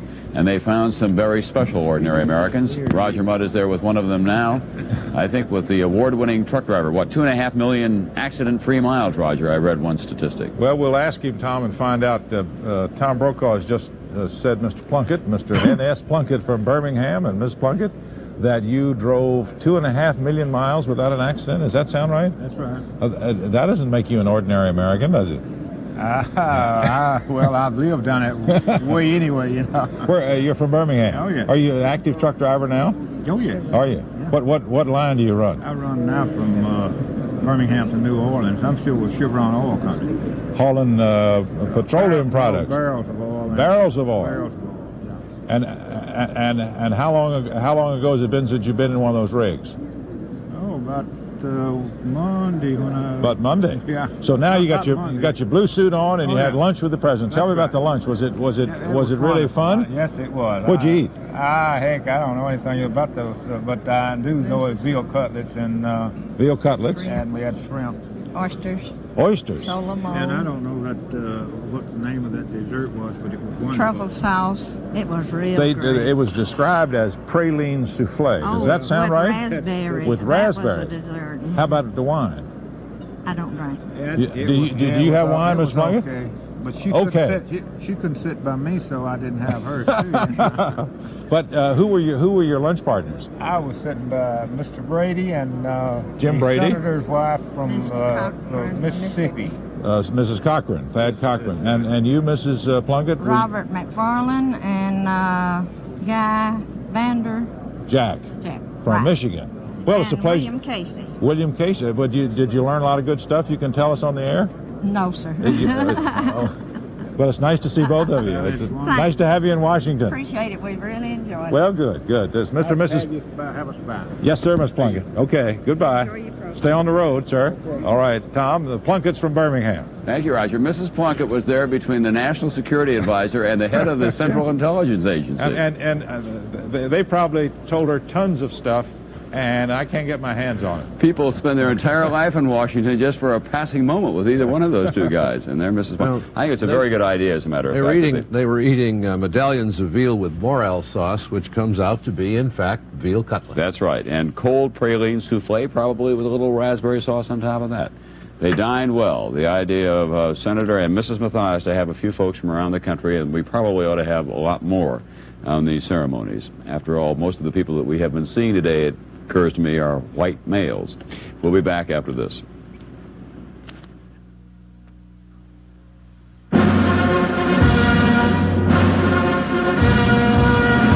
(1853), Franklin Pierce, a deeply religious man, affirmed his oath of office instead of swearing it.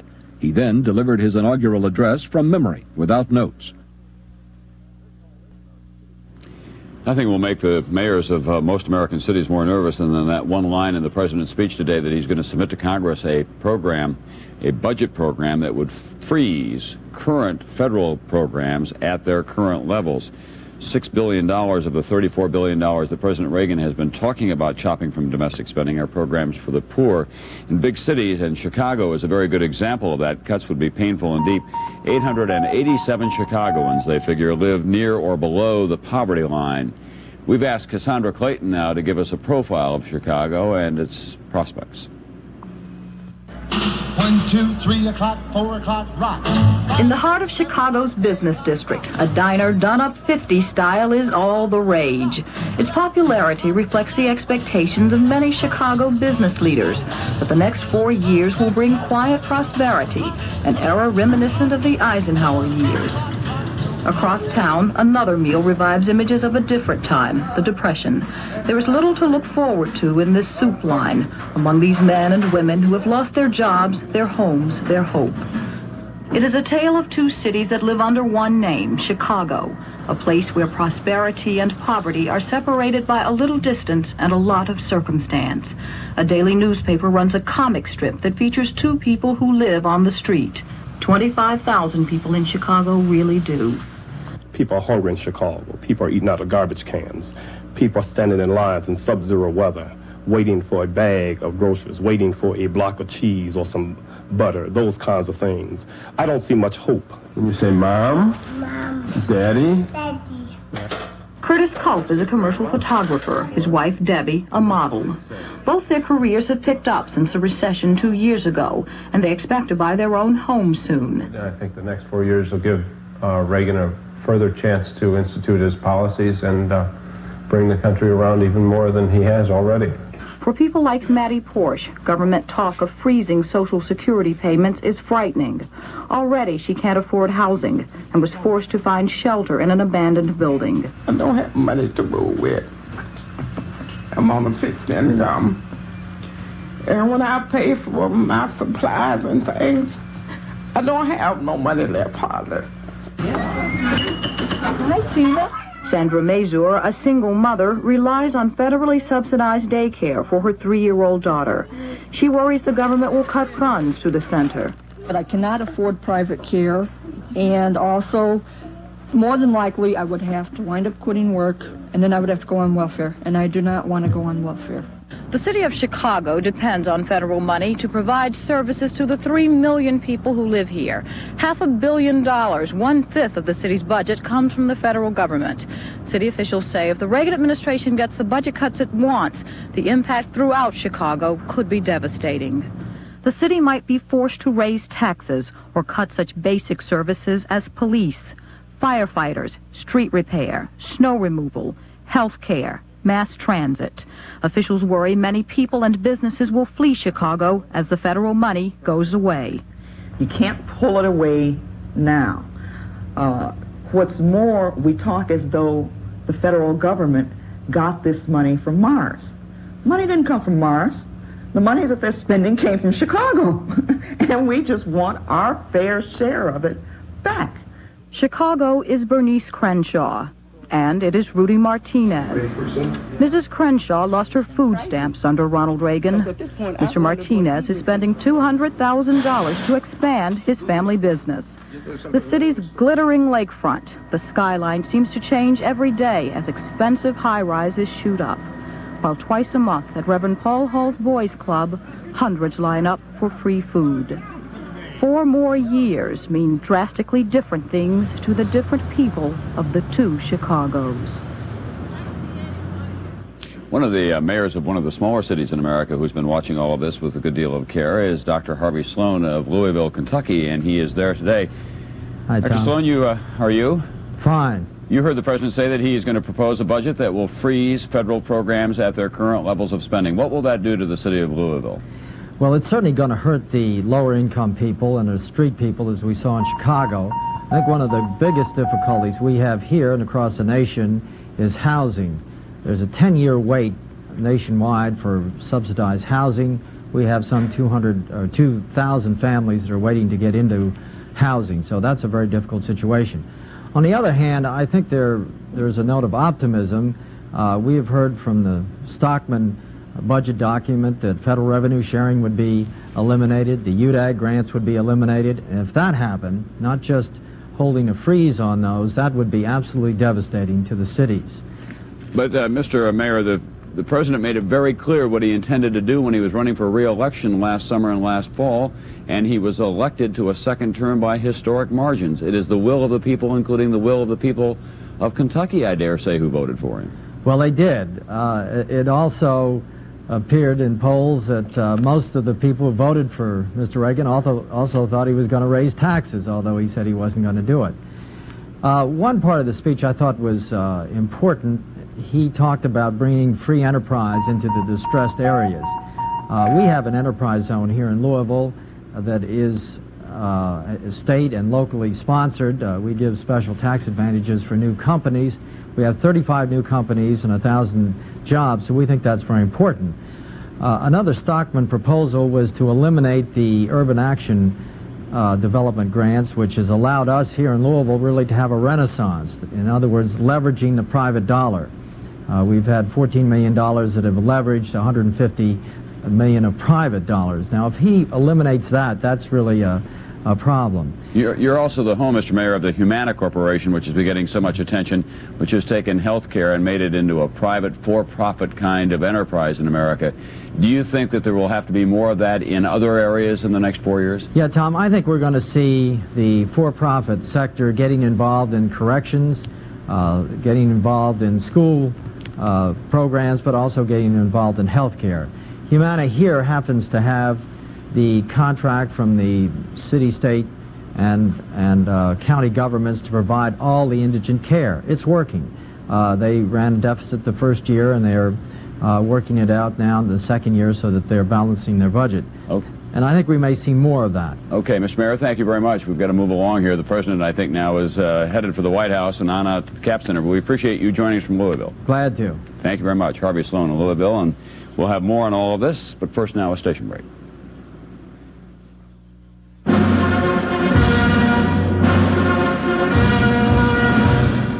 1933, Franklin Roosevelt stood for his swearing in, braces locked in place.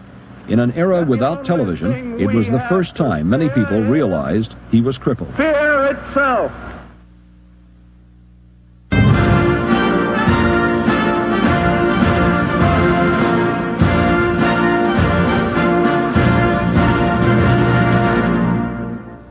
NBC News presidential inauguration coverage is being sponsored in part by AT&T.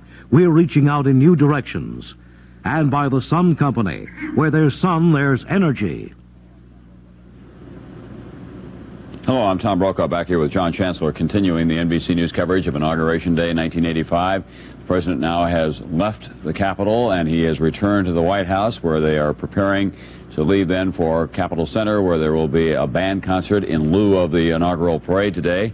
The President now has taken the oath twice, once in the White House yesterday and once at the Capitol today.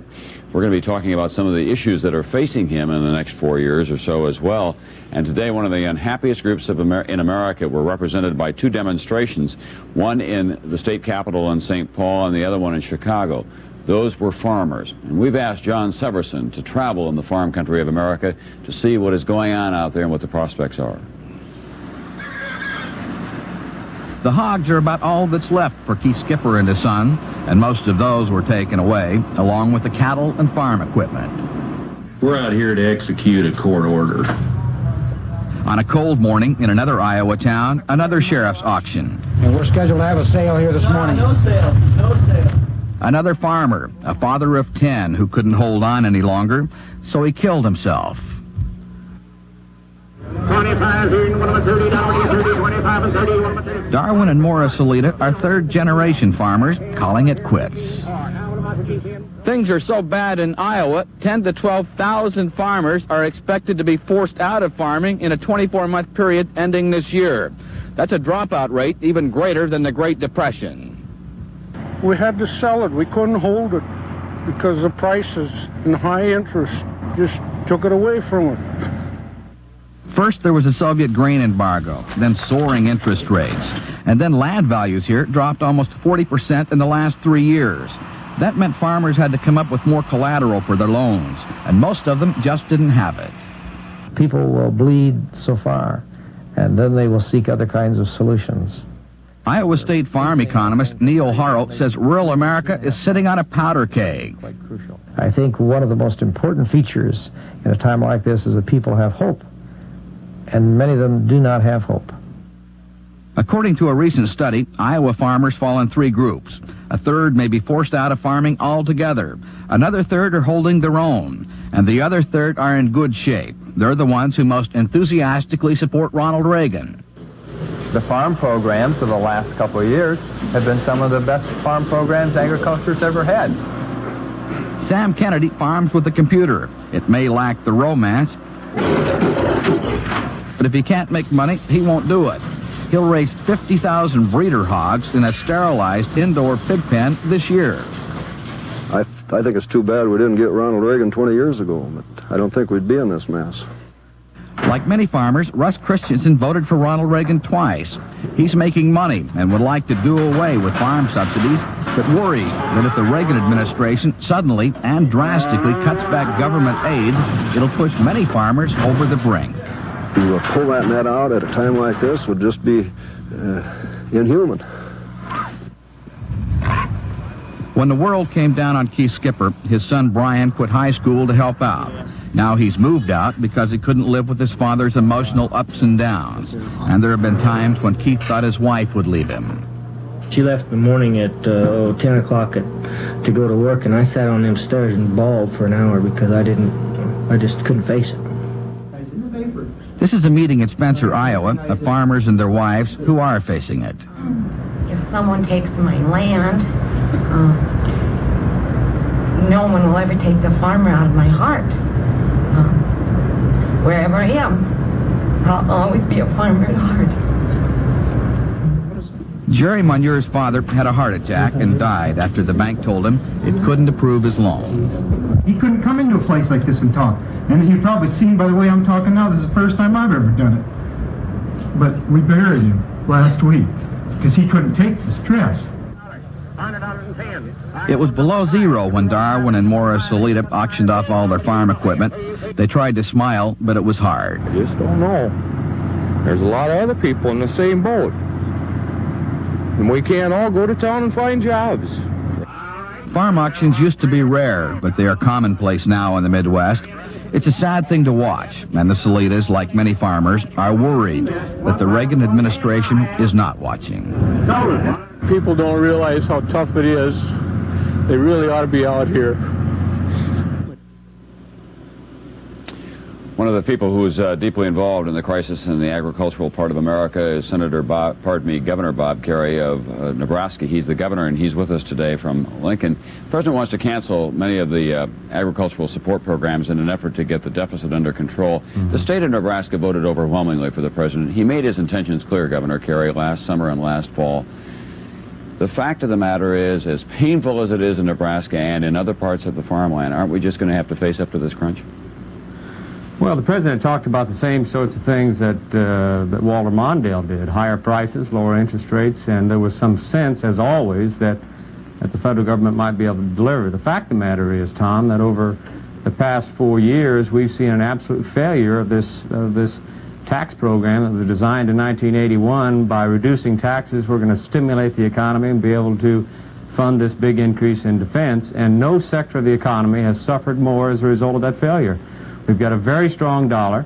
To sell into Germany today a bushel of corn, the Germans have to pay about $4.40. They paid $2.14 4 years ago.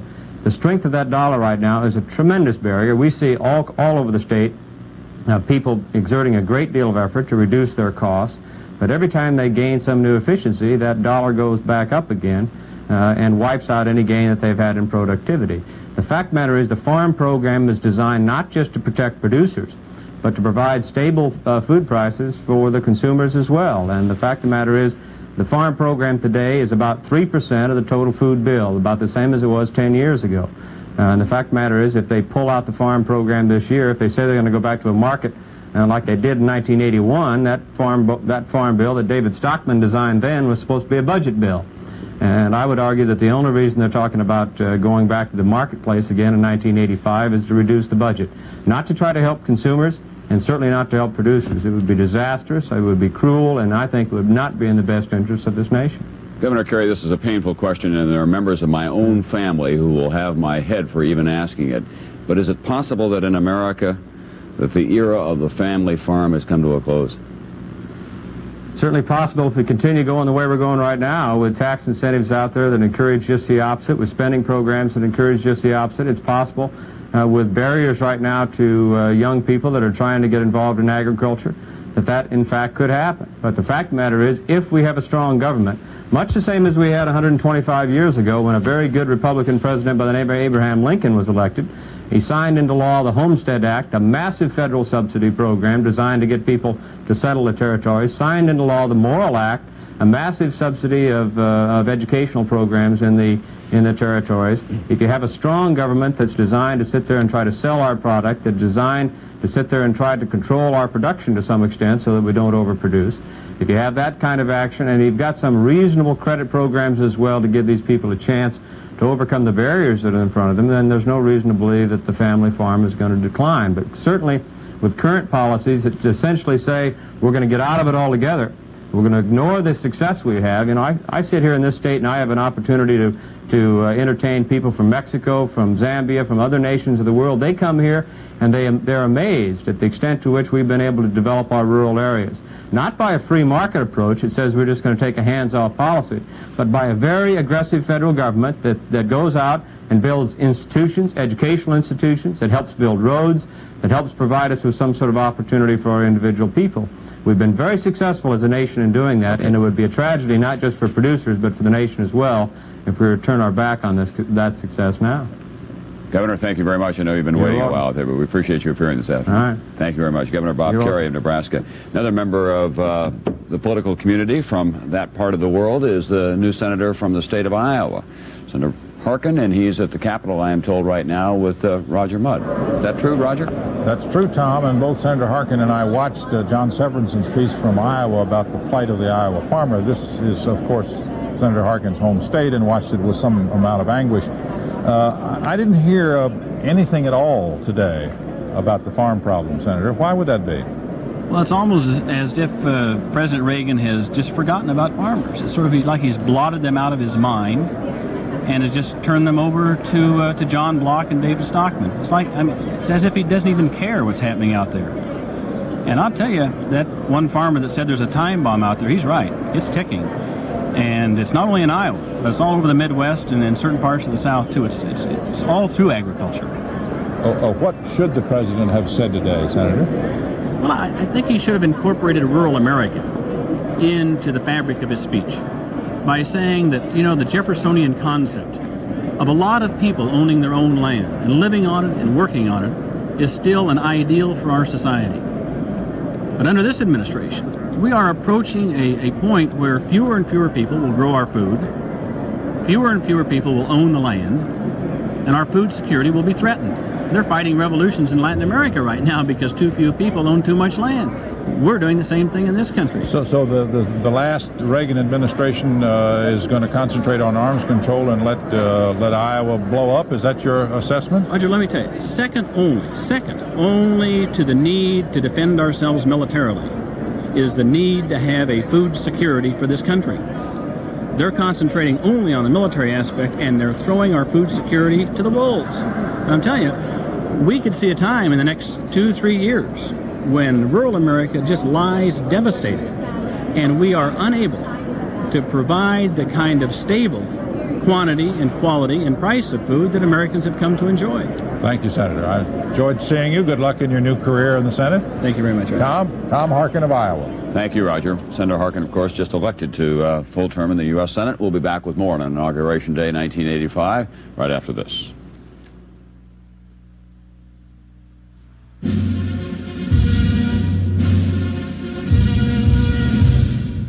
1961. For the first time in history, John F. Kennedy invited a poet to be part of his inaugural. But as Robert Frost tried to read a new dedication to his famed poem, The Gift Outright, the sun, glistening off a new snowfall, blinded him and he could not read. Frost then recited the poem from memory. Deed of gift with many deeds of war to the... The White House, a live picture, the South Lawn, Marine One, the president's helicopter landing there, and it will whisk him there on a 15-minute trip to Capitol Center, where the bands are now assembling. that could not participate in the parade because it was canceled today. And so there will be a special festival of bands and marching units put together in less than 24 hours for the president and for the members of the band themselves and the marching units.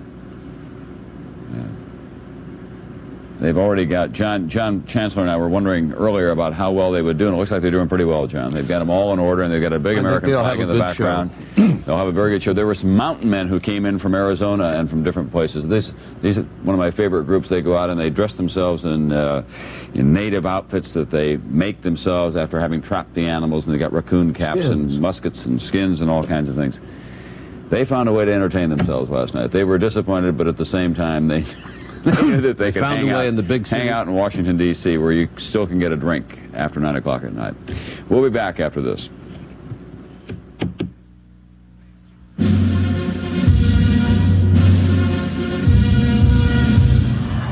(1977).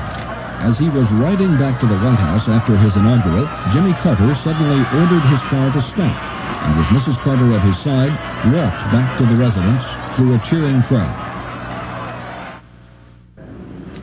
We're back now, and one of the things that we want to talk about is what happened in Washington, D.C. 4 years ago. It was an emotional time, you'll remember, as Jimmy Carter was leaving office and as Ronald Reagan was taking office, because we still have the hostages in Iran, and there was that enormous confluence of events when the hostages were being released and the administration was changing hands. The Today program this morning assembled a word and picture description of what happened 4 years ago, and we'd like to share that with you now.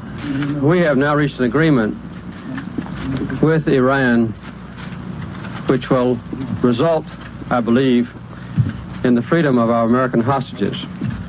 The last documents have now been signed. I think there will be a concern that all of us will feel until we know they're airborne and actually on their way, in view of the history of this whole thing. Do you think that this whole process could possibly unravel and fall apart on this implementation hang-up? When you use the word possible, I can imagine any horror story, but I think that this is doable and manageable, but there are no guarantees, as you know. On this, the final half day of the Jimmy Carter presidency and the start of Ronald Reagan's administration, there is great hope in Washington and in this country that the long ordeal of the American hostages in Iran may finally be over. The latest word we have is that there are no hitches. It looks like it is all just about to happen. It is ironic that the hostage issue, which helped to defeat Jimmy Carter, is haunting him right up until the last moments of his presidency.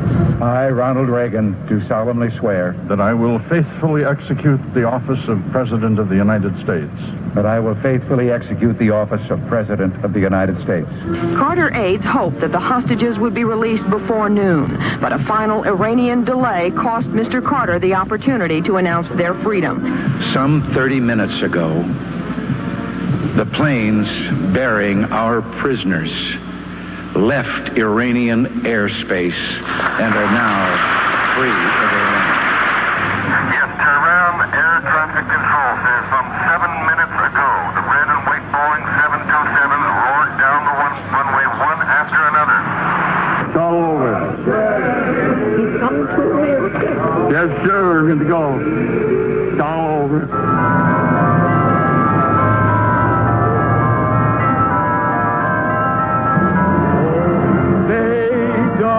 That star-spangled banner yet wave. Oh, the land and oh, the free and the home of the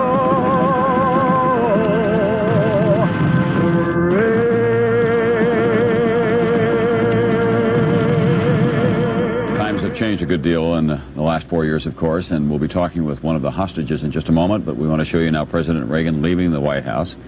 He's leaving in Marine One, his personal helicopter that will take him to Capitol Center, where, as we say, that they have assembled hastily a band and marching unit festival, for lack of a better phrase at this time.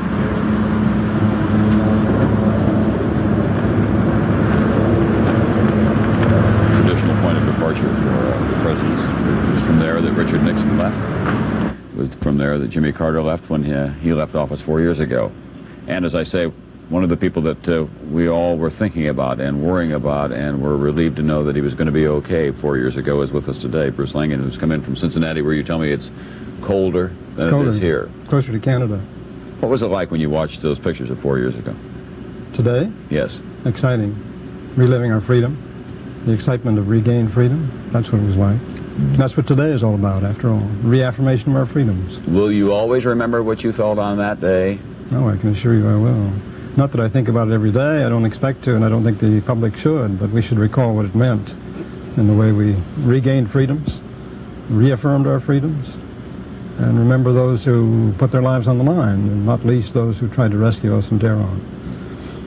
Remembering today as well, Tom, the fact that some people aren't free, including 5 of our colleagues who sit in the unknown and difficulty of terrorism in Beirut.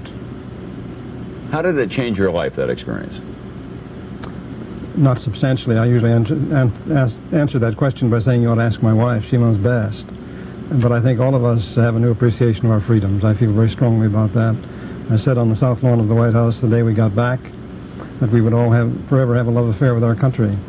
And I think that love affair deepens every day for each and every one of us. Mr. Langan, is the United States doing enough now to deal with what we might call the causes of terrorism? Not their effects, but what makes terrorism? John, that's a big question, a very difficult question to answer.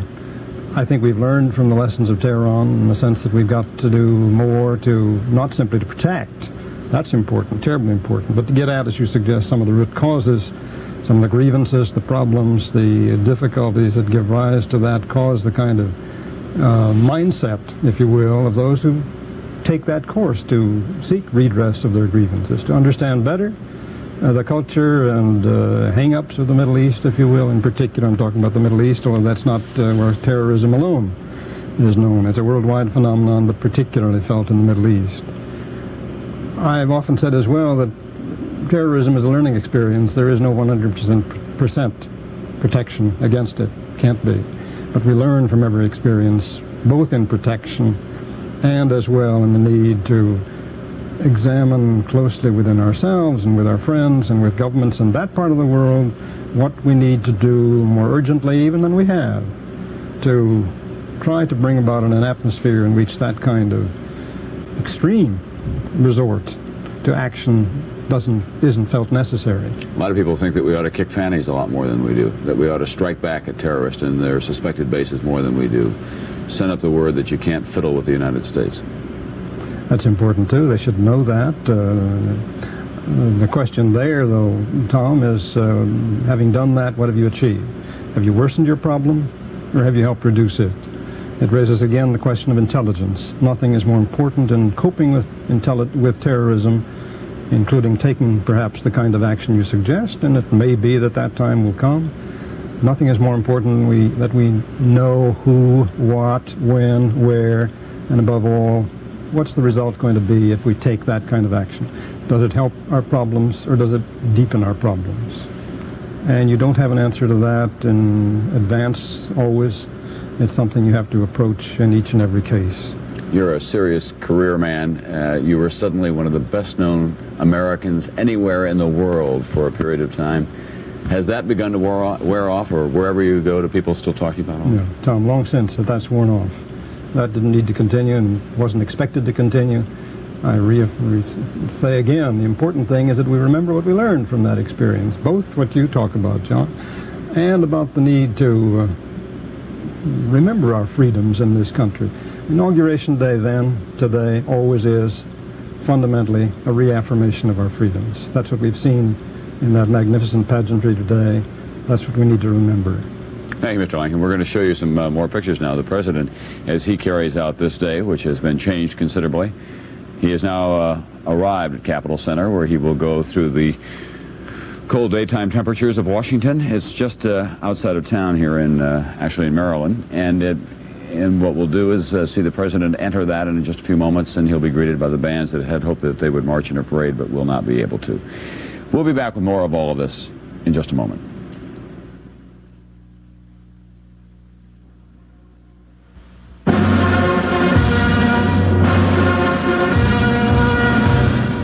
1941, Franklin D. Roosevelt was sworn in for a third time, the only American to be elected president more than twice.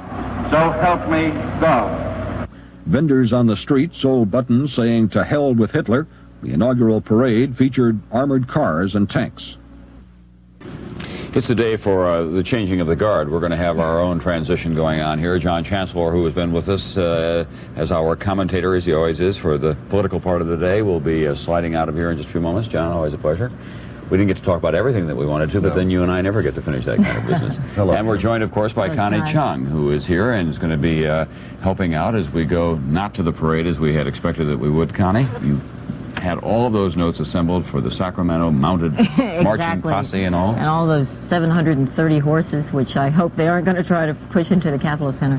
You know, the Capitol Center was going to have an ice hockey game, and so they had to cover it with wooden planks very quickly so that the bands wouldn't get frostbite in the Capitol Center, at least. And there's going to be a Bullets game tonight, a Washington Bullets game tonight after all. It's a very active day in Washington. What about, they're going to have any kind of a public audience at the Capitol Center? I gather No, not. in fact, I was listening to the radio earlier, and the Washington area was warning people not to go to the Capitol Center because no spectators would be allowed at all.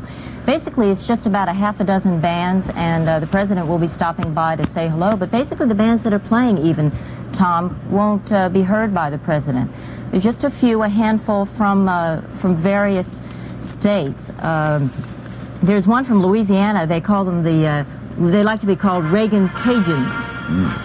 Well, speaking of Reagan's Cajuns, that's a familiar note for the president. Ruffles and flourishes getting ready for Hail to the Chief. That means that the president is arriving at Capitol Center. Here he comes now off Marine One. That's Vice President Mrs. Bush arriving inside. The President and Mrs. Reagan going into their motorcade, which has been assembled. There's one group there, Tom, a band from California. You would think that the band from California would be playing there. They play often. They're called the Wildcat Glenn Wilson High School Band. And they perform at Disneyland and they perform at the Rose Bowl. Glenn Wilson was a congressman from there, and that's in Hacienda Heights. Here's the Vice President. My role is kind of a basic substitute MC, I think, here today. But I really just came to be with the President, and he will express our appreciation, but our regret that you all didn't get to perform. We'll move Connie now. Is only superseded by the fact that it has been a spectacular day, a historic day, and I think a wonderful day in every way. But we are grateful to each and every one of you for participating, for being with us, and for really representing what this inauguration of one country together is all about. It transcends politics, it transcends party, and indeed it represents, with the representation from all over this country, the unity of the United States. We're grateful to each and every one of you. I, being a little bit of a chauvinistic Texan, would like to thank the Lee High School Band from Midland, Texas,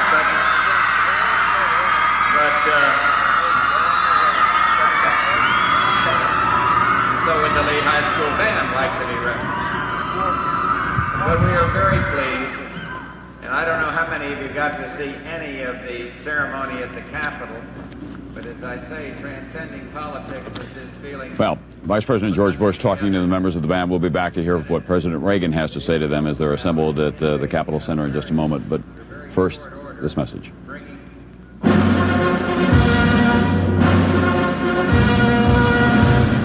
1861, Abraham Lincoln became president of a divided nation, with work continuing on the unfinished Capitol behind him. He ordered work to continue as a symbol that the Union would survive. Tom Brokaw back now with Connie Chung, and Connie, we're going to go instantly to the Capitol Center where the bands are assembled. Also the Vice President of the United States and the President, who has arrived there to greet the bands, who are disappointed because they couldn't march in the inaugural parade. And Mrs. Ronald H. Walker. They're introducing the various members of the inaugural committee now who are coming in. Ron Walker, who had to give the band directors last night the bad news. He said he thought he'd anticipated everything, but he couldn't deal with Mother Nature. And as he put it, it's just the Lord's way of letting us know who's in control here. He had taken great pains to try to include the bands that he thought should be included from each of the 50 states, but now he even had a more difficult time of selecting these few bands for this event. Now we're about to see the president. Ladies and gentlemen, the President of the United States and Mrs. Reagan.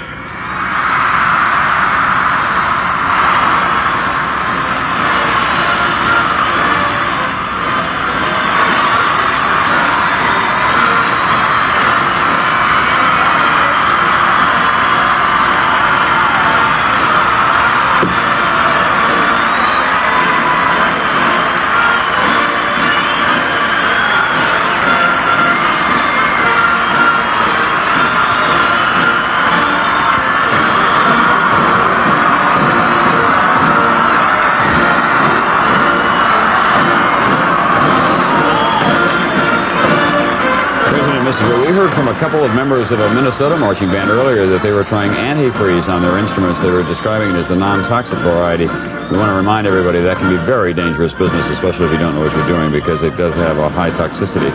Most antifreeze does. The kids from Minnesota are familiar with antifreeze, however.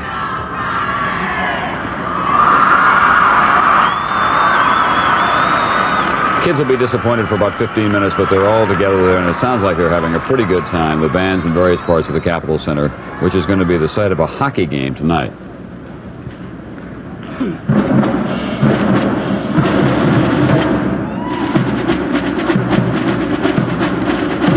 Ladies and gentlemen, the All-American College Marching Band. That's the same band, Tom, that performed at the presidential gala on Saturday. I don't know if many of you may have seen it. Mac Davis was singing God Bless the USA, the one that goes, Proud to be an American.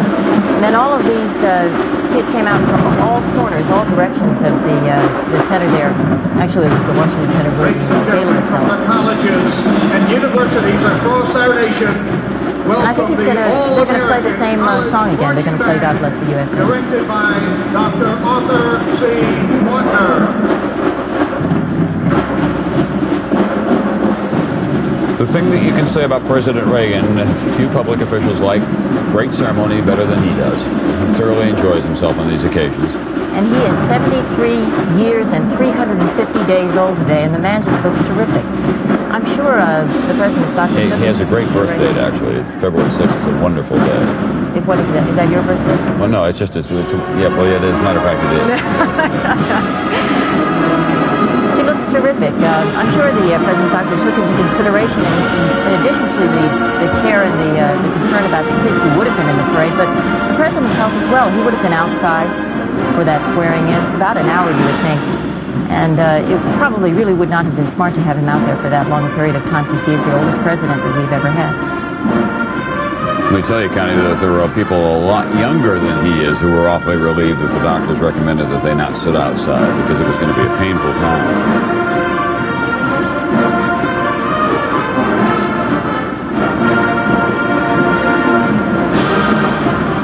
Tom, you had mentioned earlier President Harrison, who had, that's one of your favorite stories. He had been out there braving the cold and had died a month later. But Benjamin Harrison, his grandson, was inaugurated in a rainy, terribly rainy day. It was raining so hard that while he was giving his inaugural address, even his wife left before it was over.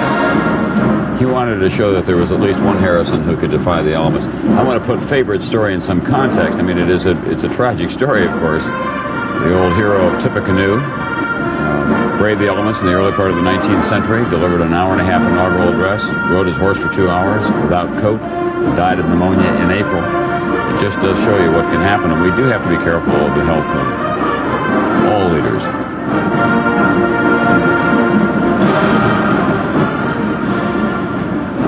The previous inaugural that had been the coldest on record was Ulysses S. Grant. It had been sleeting and the food had frozen. Even canaries in cages had frozen to death. Cadets had fainted from that terrible cold, and of course the musical instruments didn't work as well.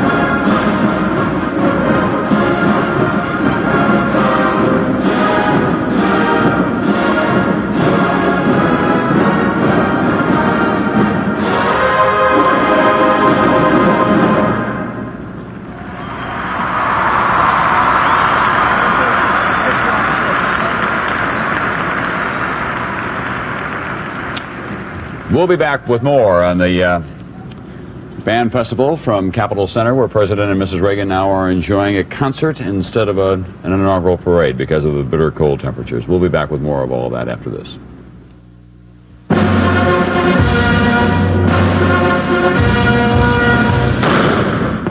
1973, Richard Nixon was inaugurated for a second term. His was the most expensive inaugural ceremony in history until the inauguration of Ronald Reagan in 1981. We're back now, continuing our coverage of Inauguration 85. Connie Chung, I'm Tom Brokaw, and this is Ed Ronald, who's one of the generals in President Reagan's political organization, the line officer during the campaign, of course. It is a shame, but things have gone awfully well today, Ed. I know that there's a lot of disappointment about the collapsed schedule and all. Just too bad for all the young people that came from all over the country to participate in the parade, but it's still a great day for America. Were you surprised by the president's speech being as low-key as it was? I think I wasn't surprised. I think the president realizes that as we start a second term, there's a lot of problems facing this country, and certainly he anticipates that, and he's ready to go try and tackle some of them. And I think that it's a little more serious. It's not quite the excitement as there was the first time, because you certainly can anticipate the problems a little bit more, having lived with them over the last 4 years. I don't know whether you heard Senator Simpson of Wyoming, a member of your own party, up there talking about the president being a toothless tiger at this point because the budget process moves to the Hill. Well, I don't think anybody can underestimate this president. Many people have over the 20-year career that he's been in politics, and I think that's a serious mistake, and that goes for Senator Simpson or the rest of our Republicans. This president has tremendous support from the American public, and I don't think you can measure him by any other political standards. Mr. Rollins, the president has said that he has little interest in his place in history. How do you interpret that? You know him very well. I think that's a very sincere statement, Connie. He is a man who very, very definitely isn't driven by ego needs that many politicians are, and I think he really does want to do what's in the best interest of the country. Ed, we're going to ask you to just stay with us for a few more moments, and then we'll take you back to the Capitol Center here. You can look in with us. The president so obviously enjoys ceremonies like this. Do you expect...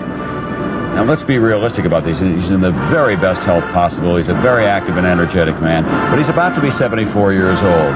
Will we, in the next 4 years, see less of the president at public ceremonies, less of him getting out and around the country? Because after all, he doesn't have to run for re-election. I think, Tom, in all honesty, he likes to get out among the American public. It stimulates him.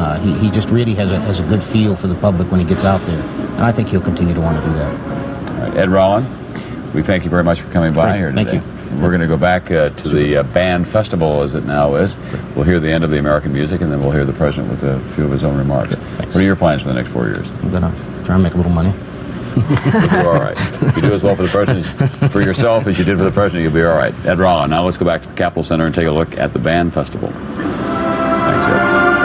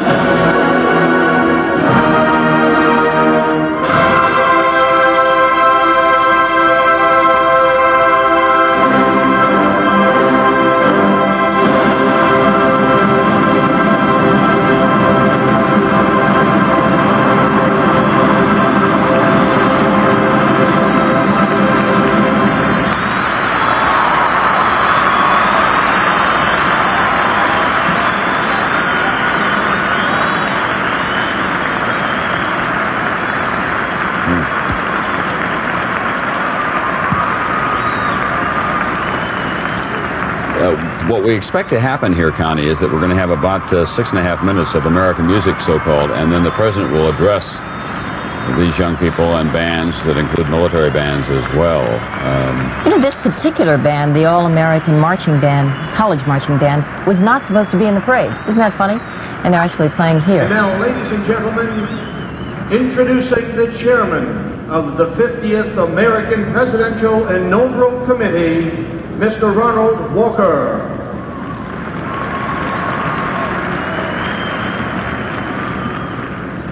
Oh my goodness, what a wonderful parade it would have been, wouldn't it? Okay, Ron Walker will introduce the president. We'll hear from the president momentarily, but first this word.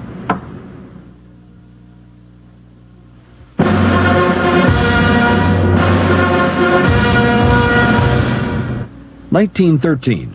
Woodrow Wilson was sworn in, as were a dozen presidents before him, at the feet of two statues depicting Columbus and Pocahontas. When the east front of the Capitol was extended in 1959, the statues were removed at the order of House Speaker Sam Rayburn, who thought their depiction of Indians was distasteful. They are now stored in a Smithsonian warehouse.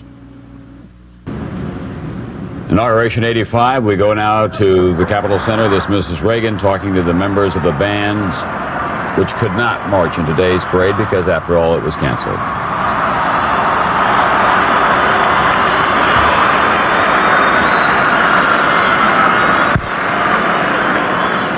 happens to be my husband, who happens to be the President of the United States. An introduction from Mrs. Reagan to the President. She knows him well.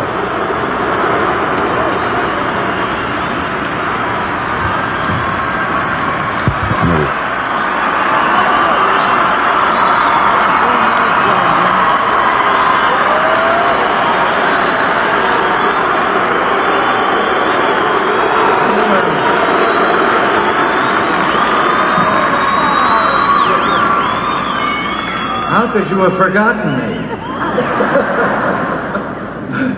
Well, good afternoon. I'm told that this is the coldest day in inauguration history. But looking out at all of you, I somehow feel there's a lot of warmth inside this building.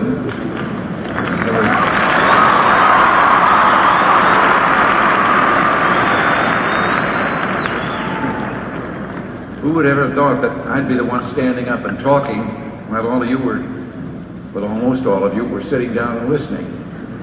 It just goes to show here in Washington things have a way of turning out the opposite of how we intend. I know you didn't get your chance to salute all of us, but I just want you to know how happy and how important it was for Nancy, myself, and the Vice President, and Mrs. Bush to come here to salute all of you.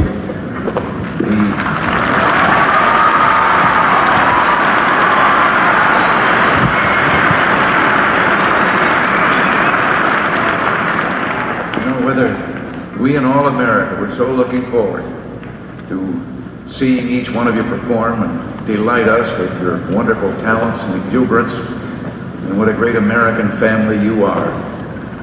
Because whether you come from as far away as Hawaii, California, Texas, Florida,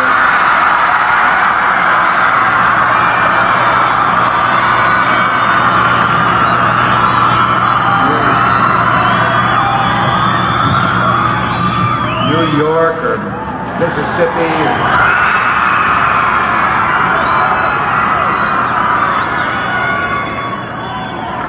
Washington or Alaska.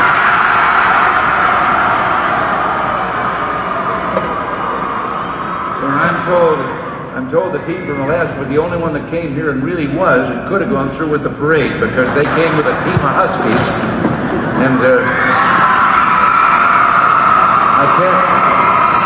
I can't go on naming all your states because I know all 50 are represented here and the territories, and you represent America at its best, and you would have given America the greatest show on earth. And he finishes.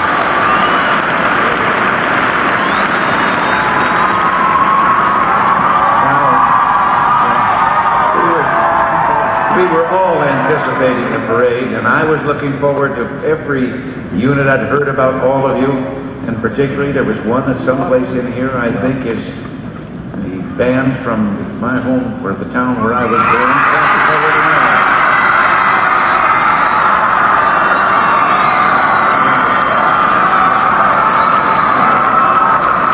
And with that band was going to be the pom-pom girls from the high school, Dixon, Illinois, where I graduated.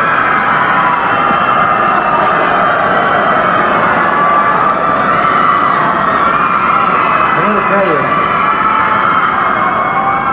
I have a little knowledge and understanding of some of your problems. I was the drum major of the Dixon YMCA Boys Band. And I had a brief career because we were asked to head up the parade in a nearby town on Decoration Day. And I know that everyone was briefed about the parade course and everything, but I had also been told that a fellow on a white horse was going to be out in front, and I figured I'll just follow the man on the white horse. And who can go wrong doing that? And I was going down the street making with the baton, and pretty soon I thought the music was beginning to sound a little faint. I looked over my shoulder. Everybody turned a corner. I was going down the wrong street all by myself.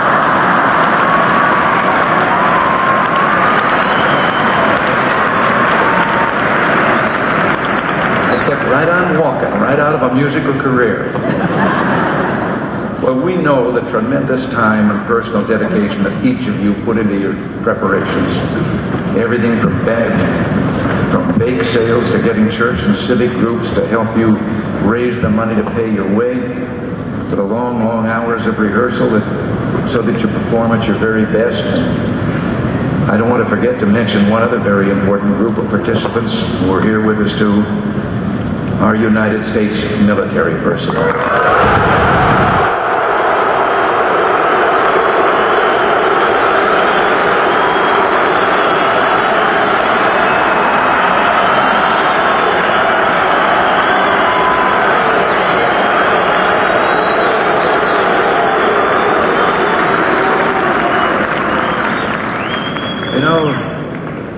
Them and most of you are about pretty much the same age group. I just want to say something. Back in World War II, General George Marshall was asked by someone what he thought was our secret weapon. And General Marshall said, the best damn kids in the world.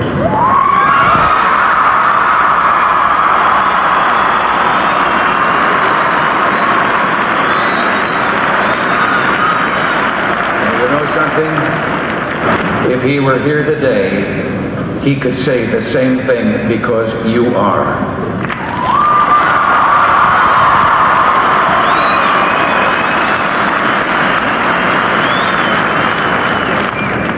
Led by our military, led by Paul Miller, the Director of Ceremonies and Special Events for the Military District of Washington, Deputy Parade Chairman, Marine Lieutenant Colonel Frank Turner.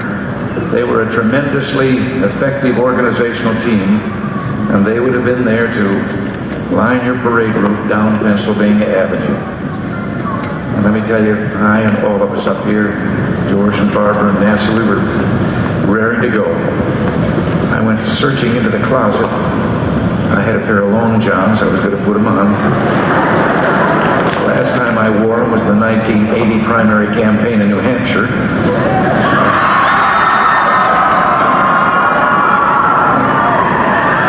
But it would have been a magical moment to tuck away and cherish with your loved ones during all your later years. But it was not to be.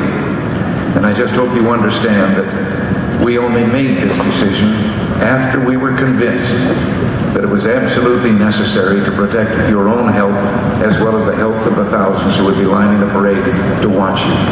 Believe me, we had professional medical advice in making that decision.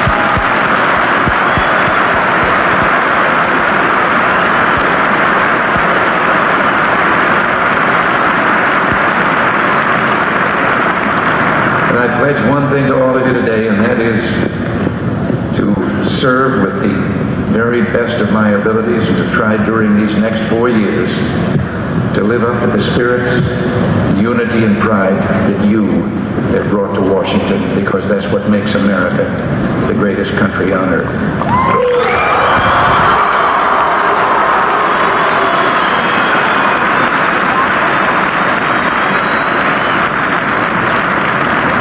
There's another thought that I'd like to leave with you, and that is that your trip here, despite the cancellation of the parade, is still very worthwhile and important. Because all of us together have been participants in a great miracle of modern history, a simple, peaceful continuation of power, ratifying the sovereignty of we the people. There has never been a transfer of power by bayonet in America, and God willing, there never will be.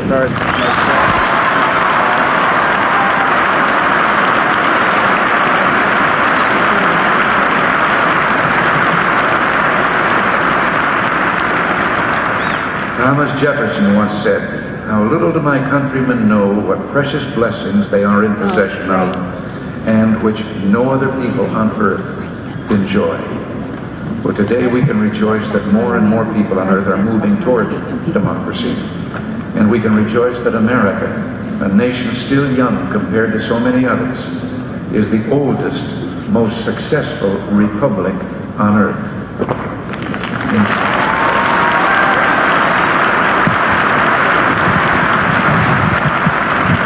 In 2 years, we will celebrate together the 200th anniversary of our Constitution.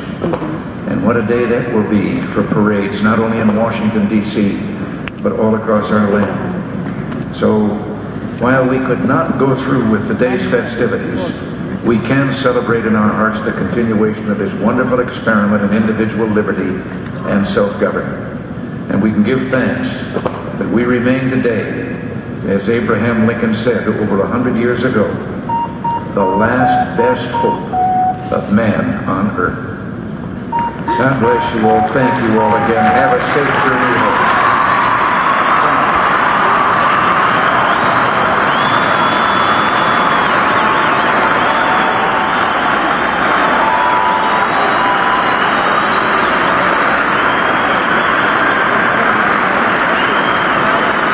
Mr. President and Mr. Vice President, we now present the finale to your...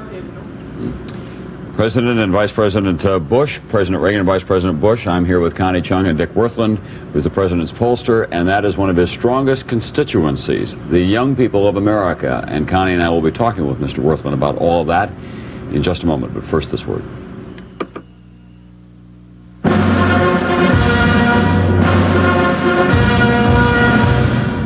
(1953). Dwight Eisenhower decreed club coats and Homburgs for the men in his inaugural party instead of cutaways and top hats.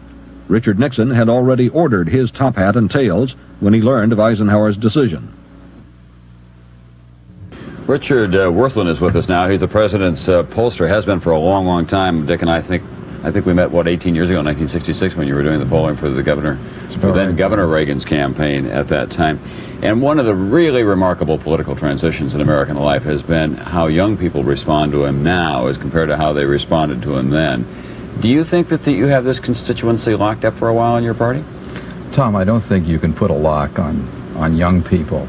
They are the most fluid block of voters there is. However, the magnitude with which they supported this president, I think, bodes very well for the Republican Party over the next 5 or 6 years. We're going to, as you talk, we're going to show you some pictures as well of the president out at the Capitol Center today and how he is able to really communicate with him in a very special way, and the whole symbolism of the patriotism as we see on the monitor there. What can he do in the next 4 years, do you think, that will help you secure that base, the younger voters?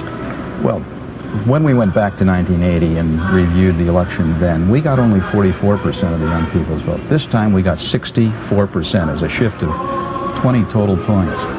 And I think the main reason for that shift is they felt they had a leader who was effective in getting things done. A lot of the young people reject authoritarianism, but the strong leadership that Reagan represented was of great appeal. to young voters in this country. And I understand what you just completed a poll about a week ago. There was a second post-election poll. Tell me, the president's most pressing domestic problem, of course, is the federal deficit. Did you find that in your polling that the people place the blame or the worry on the president or on Congress? Connie, in work that we've done not only recently but for some time, the burden of proof, I believe, is on the Congress much more than a lot of people realize, in the sense that they do know that the Congress ultimately determines how much the government spends and how much the government taxes. And while clearly getting the deficit under control is a major challenge to the president, as far as the public's concerned, it is a shared responsibility. Do you find that the president takes your numbers? I know you talk directly to him and you keep them close to the breast until you talk to him. Does he take that information and actually use it regarding his issues, or just does he proceed with instinct? Well, it's always a combination, and how the public feels about an issue is considered among many other things in determining policy. The president has excellent instincts, and I think he uses survey research also very effectively. That is, he uses it only in part.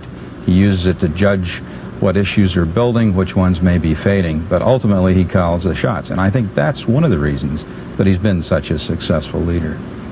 All right, Richard Worthman, we appreciate you waiting here for a time this afternoon and coming by and sharing with us your thoughts. And I know that we'll be talking with you a good deal more, and we're awfully happy to have your sisters with you as well today. Well, thank you very much, Tom. Okay, we're going to go back now to Capitol Center and hear some more of the music and watch the president there with Vice President Bush and Mrs. Reagan and Mrs. Bush.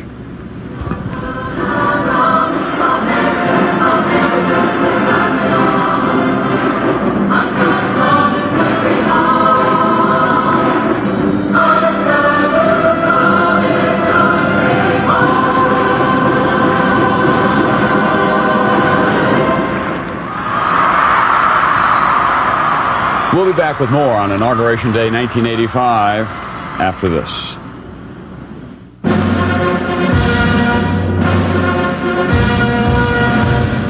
(1881).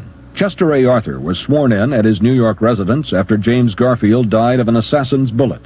It took Arthur's friends several hours to search out a judge who was at home and available to administer the oath of office.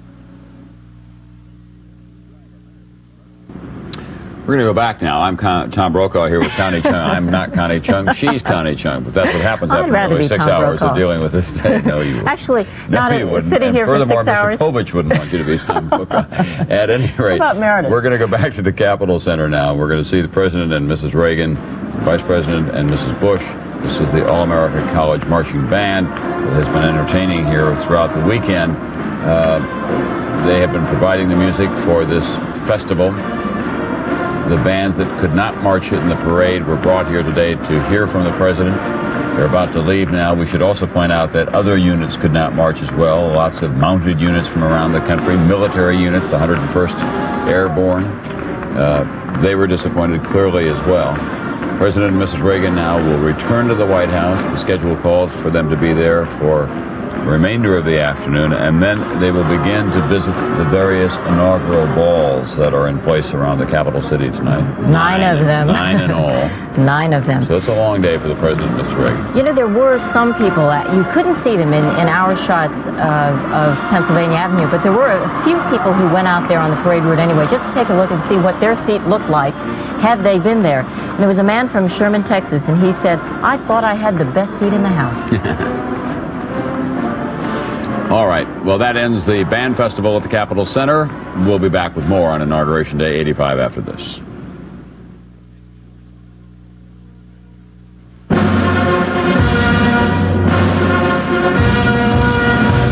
(1825). John Quincy Adams was inaugurated with his father, former President John Adams, looking on. He did not use a Bible, but swore his oath on a law book.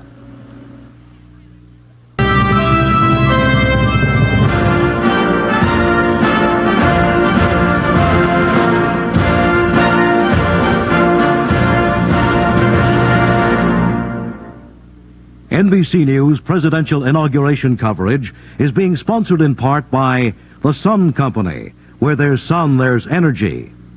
By Ford and your local Ford dealer. Have you driven a Ford lately? and by AT&T. We're reaching out in new directions. We're back. I'm Tom Brokaw with Connie Chung, and what you see behind us was the toughest ticket in town until about 6 o'clock yesterday evening when they canceled the inaugural parade. That is the official presidential reviewing stand just in front of the White House, where President and Mrs. Reagan, Vice President and Mrs. Bush, and assorted other dignitaries, all invited, not very many of them all together, would have watched a parade that was expected to go on for a couple of hours. But of course, it didn't rain on the parade, it just froze it out. That's right, and it took 2 months to build that reviewing stand and all of the stands. We're back here at the Capitol Center now. Tom, I was going to mention to you that, one of the previous builders who built the reviewing stand had said that he couldn't sell them either, even though those materials were actually used. People actually sat in the stands, and so he used it to add an addition to his own home. That's not a bad idea. Not a bad idea. Probably wrote it off. Contribution to history. This is the All-American High School College Marching Band. The other bands that were invited there, as we indicated to you, were participants more than they wanted to be. Rather, they sat on the sidelines rather than getting into the parade. And all the other units that have been raising money for some of them 2 or 3 years, anticipating this moment, could not march today. They did the best they could under very trying circumstances. The inaugural committee, they sought medical advice. They were told that the weather conditions in Washington were just too dangerous. It is now moving up some, but the wind chill factor still drops the temperature below zero. And of course, that's dangerous, especially when you're exposed to it as they are in rather flimsy band uniforms and trying to make the instruments work in those conditions. Ladies and gentlemen, one final reminder. Washington has warm weather, too. And the cherry blossoms are gorgeous in the springtime, so pay us a visit very soon. They'll have a hard time convincing that crowd that they have warm weather. They've been shut out here of the big day in their lives by the very cold weather. That's the final scene from Capitol Center. President and Mrs. Reagan now en route back to the White House and the 9 inaugural balls that they'll be expected to attend tonight. We'll be back with more after this.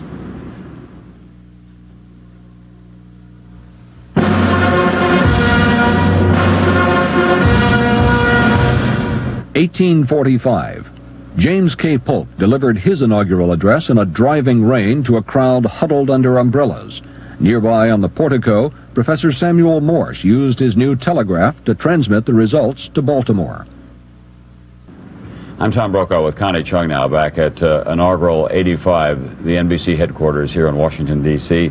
We're told, in fact, there it is, lifting off, Marine One, the helicopter that carries the President and Mrs. Reagan back to the White House, where they will prepare for tonight's festivities at the end of a day that has been improvised in an historic fashion, as a matter of fact.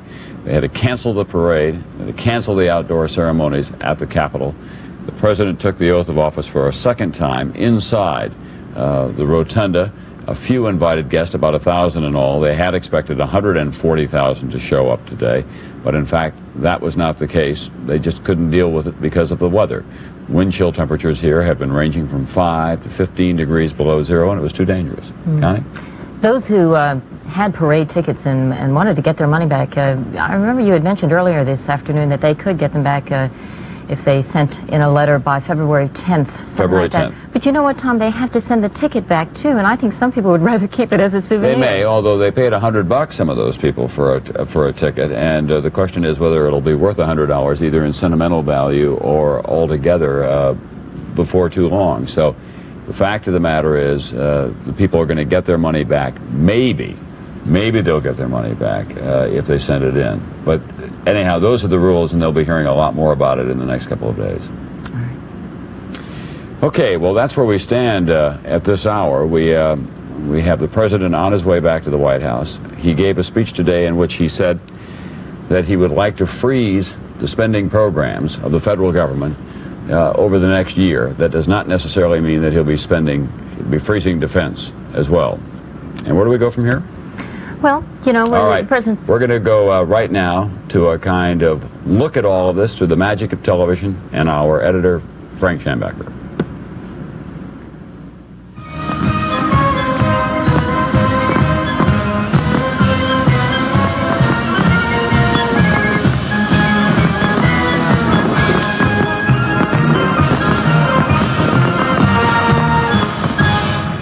you won the election, Mr. President. I'll gladly stand next to you and defend us still today. 'Cause there ain't no doubt I love this land. God bless the USA. We're in danger if we overlook the spiritual dimensions of national leadership.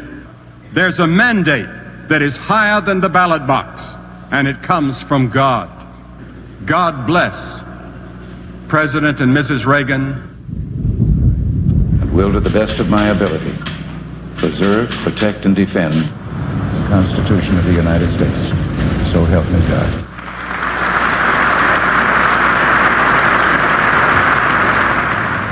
With heart and hand, let us stand as one today. One people under God, determined that our future shall be worthy of our past.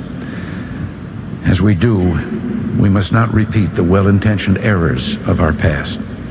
We must never again abuse the trust of working men and women by sending their earnings on a futile chase after the spiraling demands of a bloated federal establishment.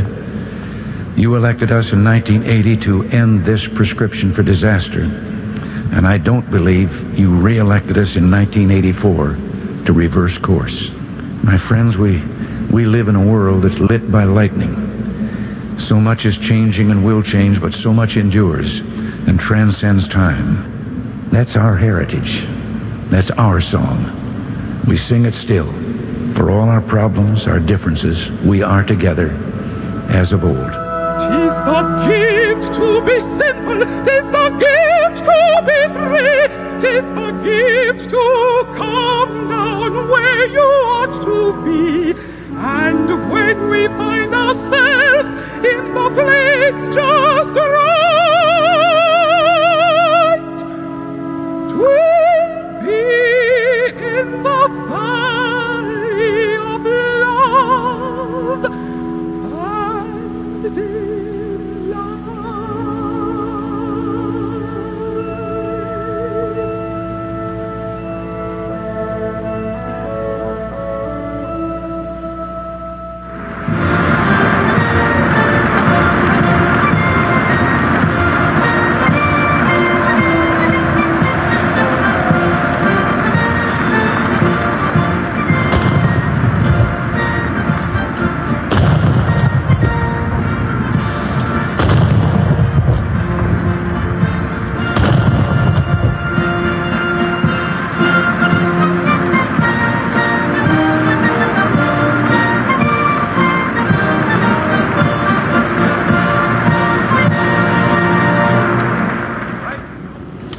President Reagan, Vice President George Bush, now officially signed and sealed and delivered for a second term on this an historically cold day in Washington, D.C.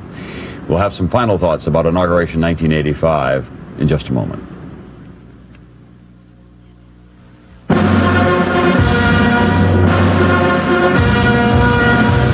So help me God. Congratulations. 1974. Gerald Ford became the only president to hold office without being elected. Ford had been appointed vice president and became president after Richard Nixon resigned over the Watergate scandal. Americans, our long national nightmare is over. Our Constitution works. We're back for the closing moments for NBC News, at least, of Inauguration 1985. Connie Chung, it's been very nice to have you with us. There's the president, just on cue, returning to the House, on which the lease is still good for another 4 years now. That's right. At this time, 4 years ago, the president went back and officially named his cabinet members. Of course, this year, that's entirely different. They're in place, although shuffled a bit. And he'll have to go back and deal with the domestic problems, the budget deficit, and the arms talks on the international front. The president said that we are lit by lightning. There is so much change in the world, and indeed there is. But this much is true, and it remains so about the American system. We've just had, once again, a transition of power of sorts, a second term. No troops in the street. No seizing of the radio and television facilities in America. The press was able to praise and make fun of this administration. Even before the president finished speaking, other politicians were able to critique his program. The system works, and it goes on, and so will we. For all of us at NBC News, and I mean all of us, out there and inside, thank you very much, and good afternoon.